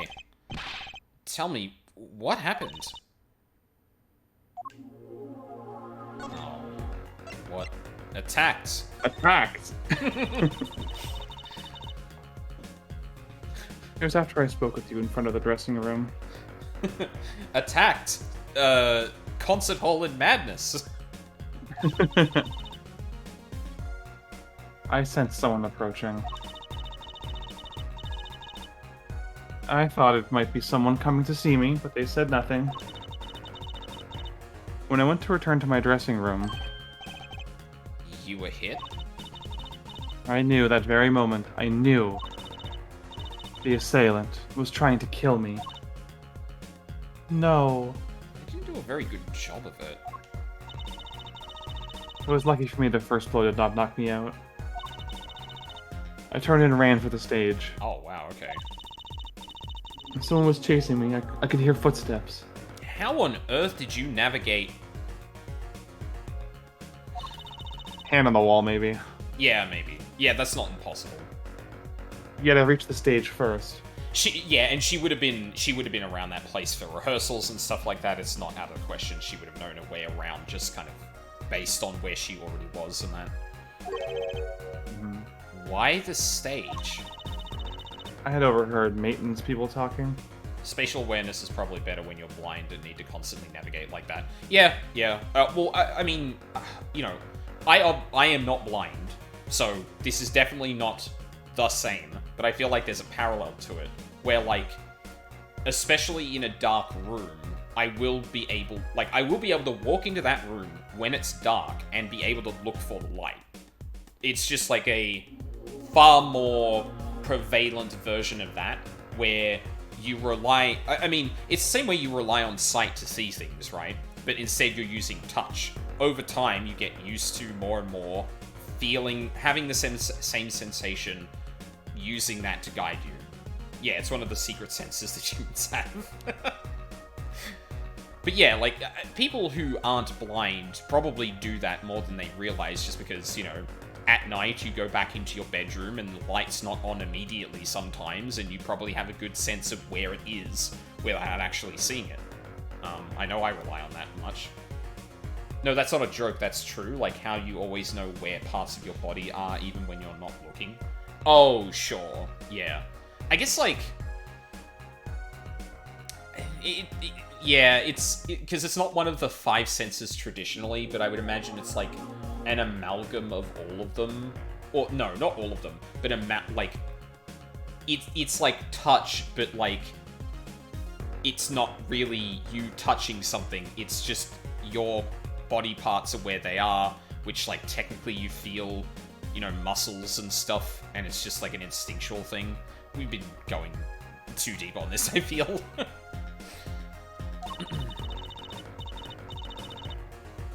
The power to the stage area was off, they said, for electrical work.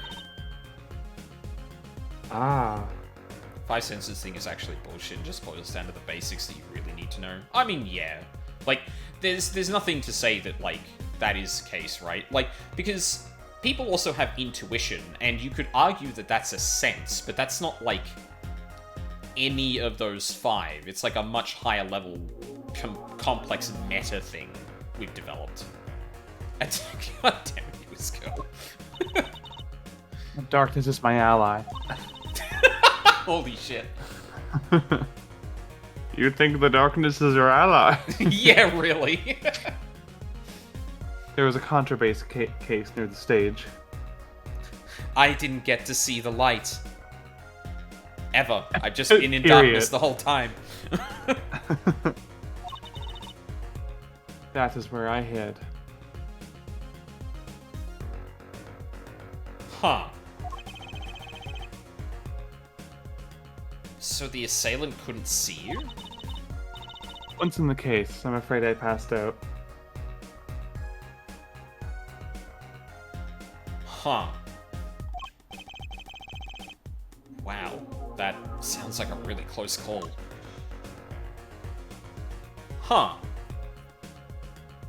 So she was attacked, and then hit herself in the contrabass thing, and then closing it and not much air in there, just ended up passing out Probably as a result think of the she passed- adrenaline and also being hit in the head.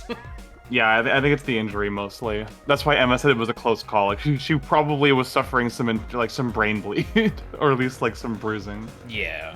Well, and all of that would have been made worse by a potential lack of oxygen too. Yeah. Comfiest place for a nap. Oh shit. Oh no.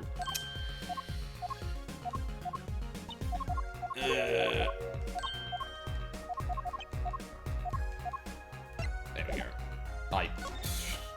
You're sailing. Do you have any idea who it might have been? Unfortunately, no. Whoever it was, they said not a word. What about their footsteps, though? Too bad. Yet, when I consider that I was struck high on the forehead, I must conclude that whoever hit me was taller than I am. Good point. She's sharp. Yeah, well, I mean, like Lucas said, when you don't have one sense, you kind of work with other senses. It's like that whole thing in one of the early Sherlock Holmes cases where he realizes the height of a person based on the height from the floor of writing, because naturally, if you're going to write something on a wall, you're going to do it basically at shoulder level, or maybe eye level, bit an average between those. But yeah. And you're much taller than I am. You're both as tall as Apollo. Do we have the heights of people? I don't know if that makes Apollo tall or Lamewa short. But I definitely wouldn't have read Apollo as lanky though, so like, yeah. Yeah, I think Apollo is just short for a man, and Lamuar is a bit tall for a woman. She is European after all. Yeah, this is true. So that means it was likely an adult, probably a man. Could it be him? But why would anyone attack you, Lamuar? Yeah, because I'm thinking back to Darian being really pissed off with her, but like, that would be insanely stupid of him upon being noted as a suspect to go and attack the person that made the accusation.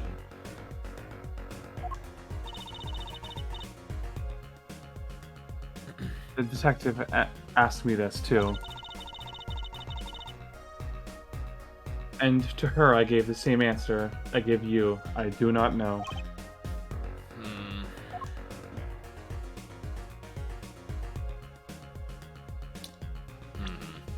Okay.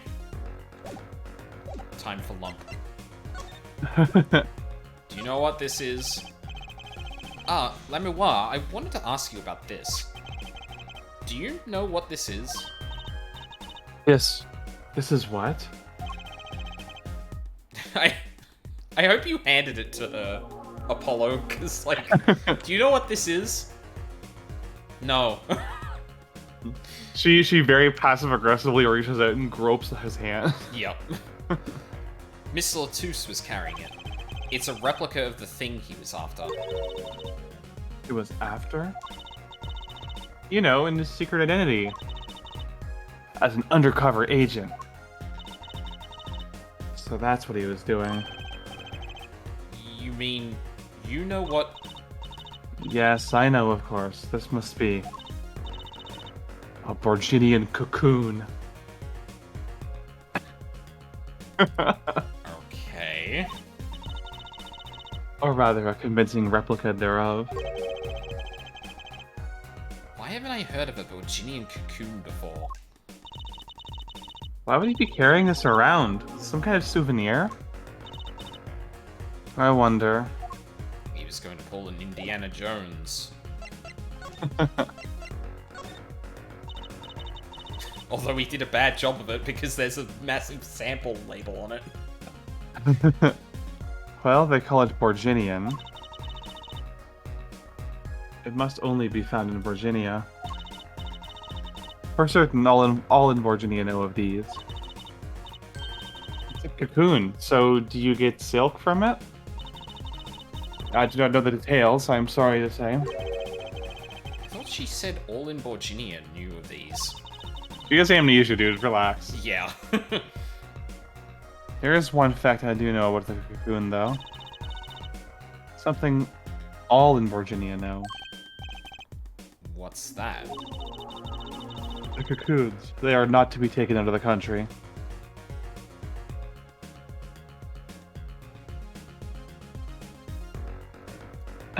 I mean, you shouldn't take bugs out of a country. That's certainly true, but I don't think that's the reason why they say that. If someone does and is caught, they will be put to death. Executed for cocoon crimes.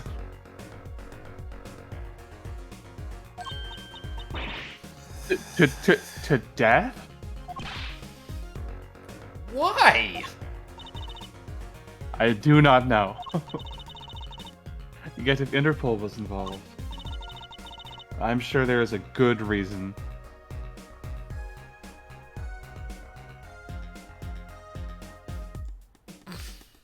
Uh-huh. Is there? But this is just a piece of plastic. He was carrying a replica, but looking for the real deal. That's my best guess. So that's what he was up to? Tracking down Borginian cocoon smuggling. Smuggling. Smuggling. It seems I was marked. Marked? Life changed for me when the popularity of my songs. I began to travel around the world. Ah, so you could have brought those Virginian cocoons with you. On my trips, yes, that was probably the suspicion. And Miss Lortus was placed as an undercover agent to look into it.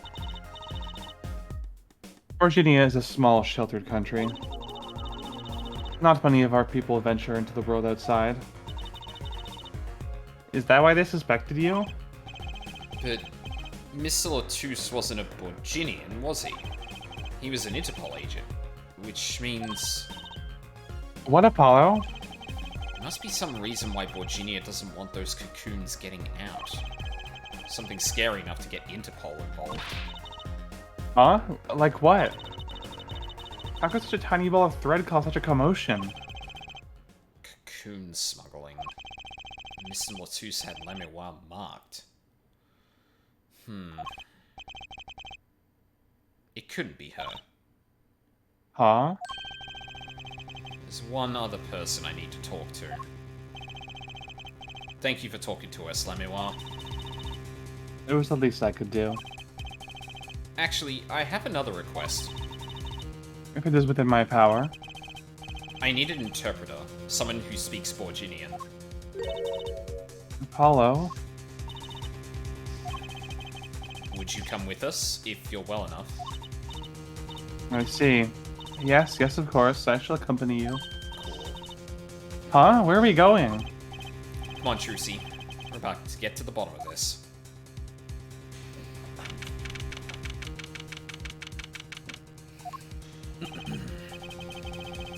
Marky, we came to talk to you about the case.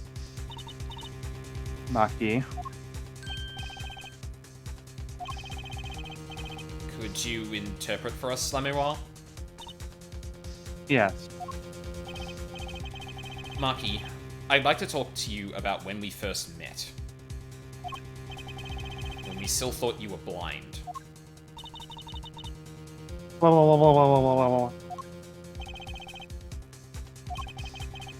Now we know the truth. You can see, right? I was completely fooled myself. Marky, isn't there another secret you're hiding from us? Why would you respond to that without the interpreter? Well, Wait, Mr. Attorney. What do you mean by secret? what do I mean by secret?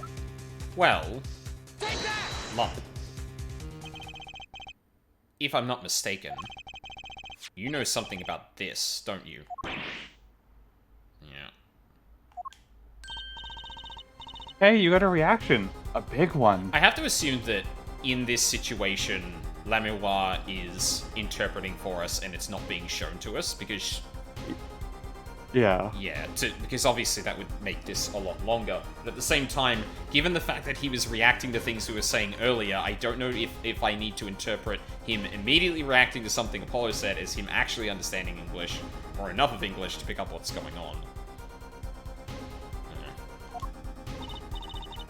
Maki, you didn't. Trucy and I are trained to see people's uncertainty. Not that we would have needed any training to see that one. Mr. Attorney, please tell me what this is all about. Lamua, please interpret. Very well. I know you know something about this by your reaction. If you won't tell me, I might have to give it to the prosecution. And have them look into it.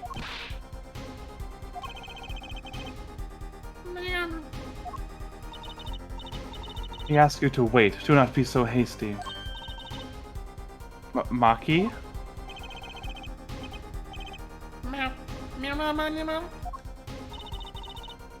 You know everything?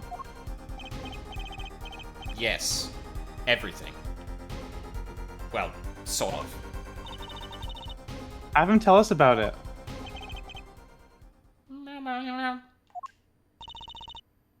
Very well. Oh boy. The cocoon. The cocoon. Jesus Christ. What is this cocoon anyway? The cocoon, the silk, is a potent cure. Okay. A cure? It must cure some disease. It's a cure for incuritis.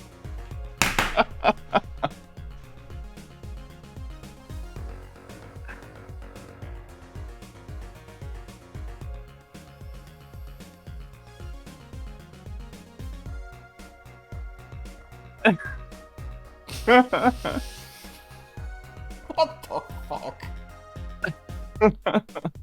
What do you mean? Up there with Avatar's Unobtainium in the pantheon of incredibly hilariously lazy fake names. Yeah. Okay. Incuritis, huh? Like you couldn't even just call it something like Saxon syndrome or like Jackson's disease. Yeah, or like Borginian fever or something like. Yeah, Just- it had to be incuritis. You don't understand. This can cure even the uncurable. Oh my god. A cure for incuritis? Replica of cocoon from which a remedy for incuritis may be extracted. But if it's a cure, why keep it in Virginia like that? Just think of all the lives they could save by sharing the medicine. Trucy, let me tell you a little something about insulin. Yeah, you would hope. You would hope that in a situation where there is actually a very specific cure or suppressing agent that could be used to help people's lives, that wouldn't be held to ransom for money. You would think. You would think.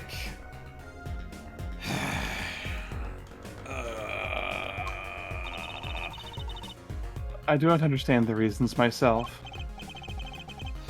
Okay, well, at least we know what it is. A cure. The Borginian government is being bribed by Martin Shkreli. God, it's actually so fucked that insulin is as expensive as it is, considering its inventor wanted to be free for everyone. Yeah. Yeah. Remember when someone imitated that pharmaceutical company on Twitter and said insulin will be free, and it made their stock tank by like $4 billion? Yep. As helping, being altruistic is not good for the bottom line. Nope. One might think that's a problem, but hey, we're not in charge of here we are. Society. No. Missile Atus was after cocoon smugglers. Oh, sorry, was that? Oh, yeah, okay. That was Apollo, yeah. Wait, was Maki... Maki, you weren't. He couldn't be a smuggler. He's so little. Well, you're only 15 and you're sort of a magician, aren't you? Well, that's true. I am sort of a magician. She said sort of. I'll have a copy of that security camera tape. Well, Maki, are you a smuggler?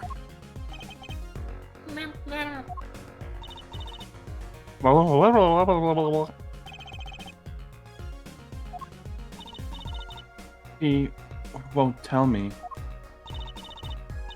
First he plays blind, now he plays dumb. I wonder... Do you think he brought a cocoon here to sell it to someone? If Maki really did bring one into the country, was he planning on making a deal for its sale? I can't go home. Can't go home?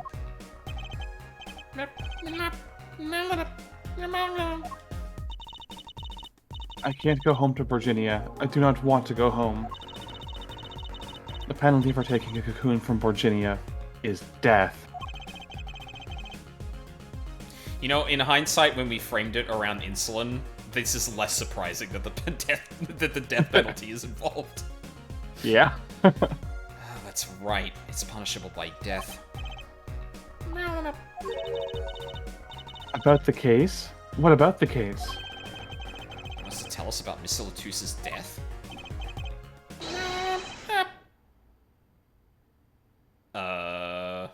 Should I know who this is? Yeah, that's you. Okay. This meeting's over. Oh. Darian?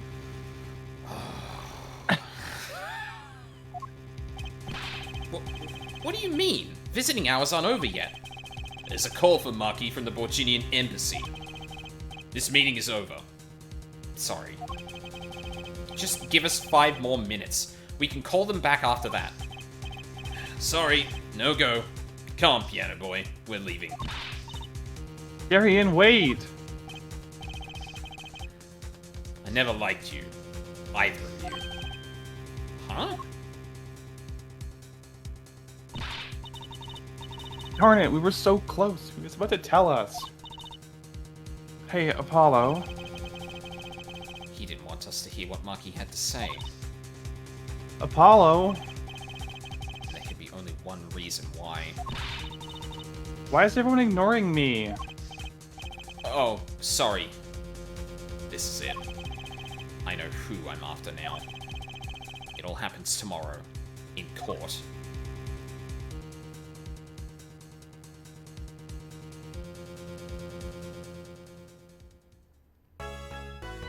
Incuritis. Oh my god. Maki was after that dirty cocoon money.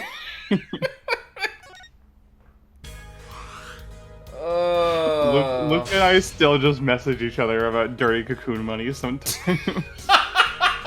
That's good. Actually, I'm not gonna look at this too hard, but does that look like it's in order? No, actually, I see SP at the end. SP is at the end, yeah. You want to do that after Chapter 2. Okay. So, I'll need to know that when we get around to it. Yeah. I guess that's probably for the best, because, like, essentially preserving it so, like, no, these were the numbers and this is the special case. Yeah.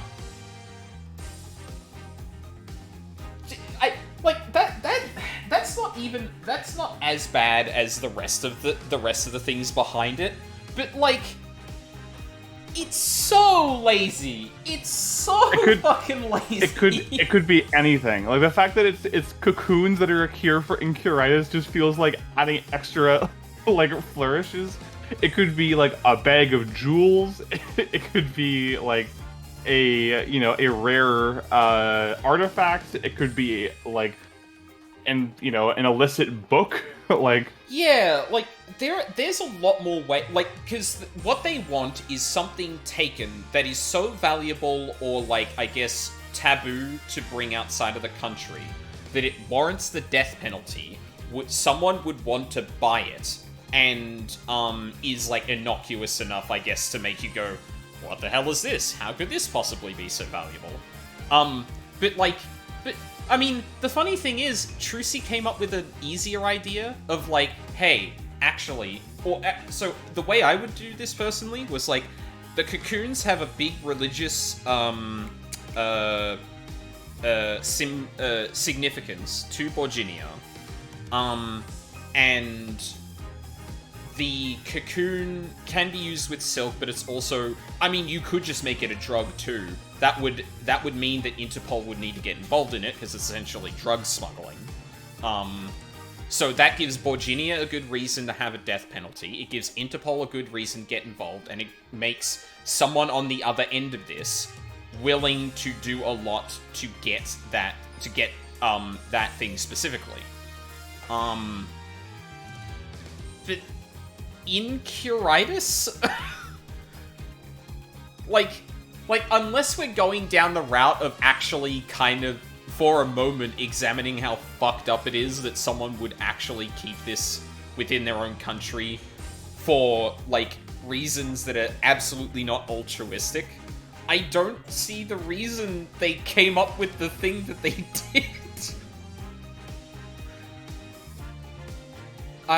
Yeah, it's patently ridiculous, but the fact that it's not even like the top 5 most ridiculous things in this case is hysterical. Yeah, that's amazing. Because that's definitely one of those things you can screenshot and say aceattorney.jpg, and everyone would be like, oh my god, that's so dumb.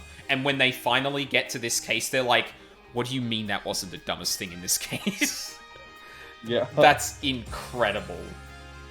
I guess maybe the idea is, like, maybe they didn't want it to be a thing that's infeasible and unconscionable for a child to smuggle. He could want the money. Like, what does it matter if it's actually... Oh, I guess, yeah, there'd be a weird taboo about, like, why you making a child smuggle drugs, but, like, I don't know. Maybe escaping the country that has, like, significant penalties for bringing a thing that cures ailments outside of the country? I'd probably want to escape too. That sounds like it fucking sucks. Like I don't know. I kind of get it, but at the same time, it feels very much like. But even then, I would probably say like there's more reason to think that like no, there's no way Maki would get wrapped up in that, and then it turns out like he's just had a real shit life and wants to get out of Borginia. Recreational drugs besides tobacco, caffeine, etc. even ever mentioned directly in Ace Attorney? Definitely not alcohol. I mean, that gets changed to grape juice, so, like... Yeah, probably not. Is that a localization thing, though, or does the original Japanese not mention it's alcohol? No, the alcohol actually does get mentioned a couple times in the next 2 games. Oh. Well, sorry. What I mean, then, is, like... We had an example in Case 2 where we were talking about Phoenix's favorite drink, quote-unquote.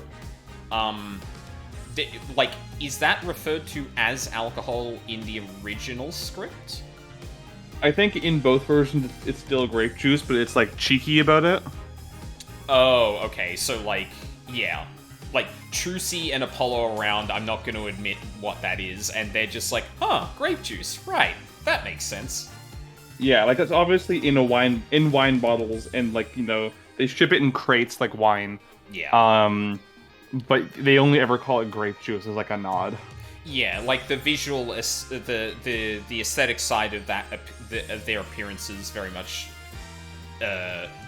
makes it look like it's alcohol, but it just doesn't get said as that. Yeah, but yeah. like there's a defend. Mm-hmm. There's a defendant in the 6th game who is explicitly, like, smashed out of his mind the entire trial. Like, he is, like, visibly swaying and blushing. Hell so yeah. they couldn't write around that. Like, it has to be that he's drunk. Yeah. That's beyond the wink and nudge to the adult audience sort of thing. In the second game, I think there's also, like, tomato juice or something? That's, like brought up in court. I think it's, like, Adrian Andrews set down a glass of tomato juice. And, yeah, I think you're right. But yeah, then again, like, that's the sort of writing that you include in the court case because it's a meta thing, not a diegetic, we're not going to call it alcohol around the children thing. Yeah. Yeah. Plus, Ace Attorney 5 is rated mature anyway, for a really stupid reason. Oh, yeah? There is one image in the game. For the most part, the content is no different than any other Ace Attorney game, but there is one image in the game that includes a specific taboo that the ESRB is notoriously uncomfortable with. Oh. And because of that, this one CG, like this one, like, you know, still frame in the game, it gets an M rating. Awesome. I guess we'll find out. Adrian had a wine glass with tomato juice. Yes, thank you, Cookie. I thought I was remembering that right. Yeah. Well, I mean, outside of the stuff we already knew, we didn't hit anything as bad as the first part of this case, but, we've still got the court case to go, and, yeah. We have to unravel some things there, and I have to imagine Lanoir's past is going to factor into it somehow. Because, like, at the moment, that's the gun hung on the wall. It's like, we keep alluding to this past, and, like, either that's going to be used as motivation for maybe, like, Maki helping her out and trying to get them a better life, because, you know, either it sucks in Borginia or just altruism, who fucking knows. Or that becomes explicitly relevant. Well, yeah, because, like, they've talked about it, and there was initially a thing of, like, ooh, maybe a past's got something to do with Interpol, but, like, now there seems to be a more direct, obvious reason Interpol's involved. So then what is the reason behind making her an amnesiac? I hope it's not something stupid, but, like, I just read the words incuritis with my own eyes, so fucking... who the hell knows at this point? But yeah, we better wrap it up, because it's getting a bit late, compared to when we usually wrap up. It's all good. How is next weekend looking for you, on that subject? Let me quickly check. It should be alright, I think. Plot twist. I think it should... Mm-hmm. I think it should be fine, yeah. So okay. we can do it then, and then the week after that will be the last week I'm available for a little while. So yes, we can either polish off Case 3 next week and then just break until I'm back from the wedding, or we can finish Case 3 next week and then start Case 4 with the expectation that we will not be able to come back to it for like 3 weeks. Yeah. Might have a think about that closer to it, because on one hand, I'm hesitant to do that. On the other, not knowing what the case involves, there could be a really funny point to get to that would be funny to take the big hiatus on. Very true. But then, like, I mean, even week to week, I forget details of certain cases sometimes, so we might err on the side of caution of that and just say, nah, but we'll see how that pans out anyway, and we can confirm closer to the weekend if things are all good for next weekend. Like I usually try to do. So yeah, on that note, I am going to be taking some time off work next weekend to basically go through Dawn Trail's MSQ. So things are going to be a bit weird this week. I still want to do some Elden Ring. I don't know if I'm probably gonna explore a bit more, because Renala kind of, at the moment, feels... I don't really feel like dedicating an entire stream to just slamming my face into that. I feel like there's enough of an open path just around the area I'm in that I feel like I could probably find something else to do. But there will be some Elden Ring during the week. I watched Wayne fight her for multiple hours, and that bust looks not fun. So, I've only seen the first phase. I like it. I really like the first phase. I kind of dig... sorry, go on, Mina. Yeah, like it's a really cool boss, and I think it's the first one in the game that slams you with that like, if your Scatter Tree blessing level is not high enough, like this is an insurmountable wall. You have to, go back, get your blessing level up, and you have to think about your damage resistances as well. I saw some people struggling with that fight because they were wearing armor that gave them no resistance against magic, which is the main thing that she attacks with. Yeah, you're kind of in Carrion Castle 2, like. Yeah? It's like, I immediately switched to the shield I got from there that has a lot better magic resist on block. So, yeah, like, I really like fights like that, because they play into my thing of, I need to know these patterns. And I like that. So, I could see other people having not so fun a time with it. That being said, I have not gotten to the second... Well, I think I saw the second phase where she lights up her blades, but I really didn't see much after that. To be fair, Wayne is playing with fists and was wearing the dancing lion headgear that lowers how effective your Estus is. Yeah, it lowers your focus as well, which means that you're more you're less resistant to status elements. Yeah, it's yeah. I don't know. Yeah, well, we'll see what I get up to with Elden Ring. Like, I've just crossed the bridge for the first time, and I know there's a path to the north I can head up that I can just go and kind of explore a bit more before we go and slam my face against that more. So there's opportunities there. The goal before the weekend is also to get Picto to level 90. I'm at level 88 now after all of that stuff yesterday, so I think it should be pretty simple for me to get to 90. Fingers crossed, touch wood and all that. I can just spit now, there's some balls here. It's not the worst thing. So yeah, I'm not gonna have a exact schedule for the week, although I guess I never do at this point. But yeah, I'm thinking Monday, Tuesday, Wednesday nights are probably gonna have a stream of some kind. Not all those days, but in that range. Thursday, I'm gonna just take flat out off because Friday, Saturday, I'm going to be doing 2 14 streams a day, 4 hours, about an hour and a half, 2 hours in between them. I think that's around a good length to have it. Oh boy, I sure hope there's someone in this friend group that does a stream sometime soon. Yes, we are nearing that day, aren't we, Luca? We are nearing that day. 1st of July, wasn't it? That you're making a massive fucking mistake? Is that when it's happening? Am I remembering that correctly? But yeah, so for the weekend, it's going to be the 2nd because I work the... well, close enough. But yeah, to give everyone an idea of what's happening next weekend, Friday and Saturday are going to be nothing but 14. Sunday, we may still be doing Ace Attorney. Even if that's not happening, I might take a slight break from that, depending on how I'm feeling with my progress in the MSQ. Because ideally, I still have a little bit of time to not play the one game all the time, but I'd like to get through the MSQ in the one kind of chunk of time. So the basic idea is Friday, Saturdays, 14. Monday, Tuesdays, 14. And then Sunday's going to be like Ace Attorney, or if that, maybe just a little bit of 14 and mostly a break. But I'm going to try and play it by ear.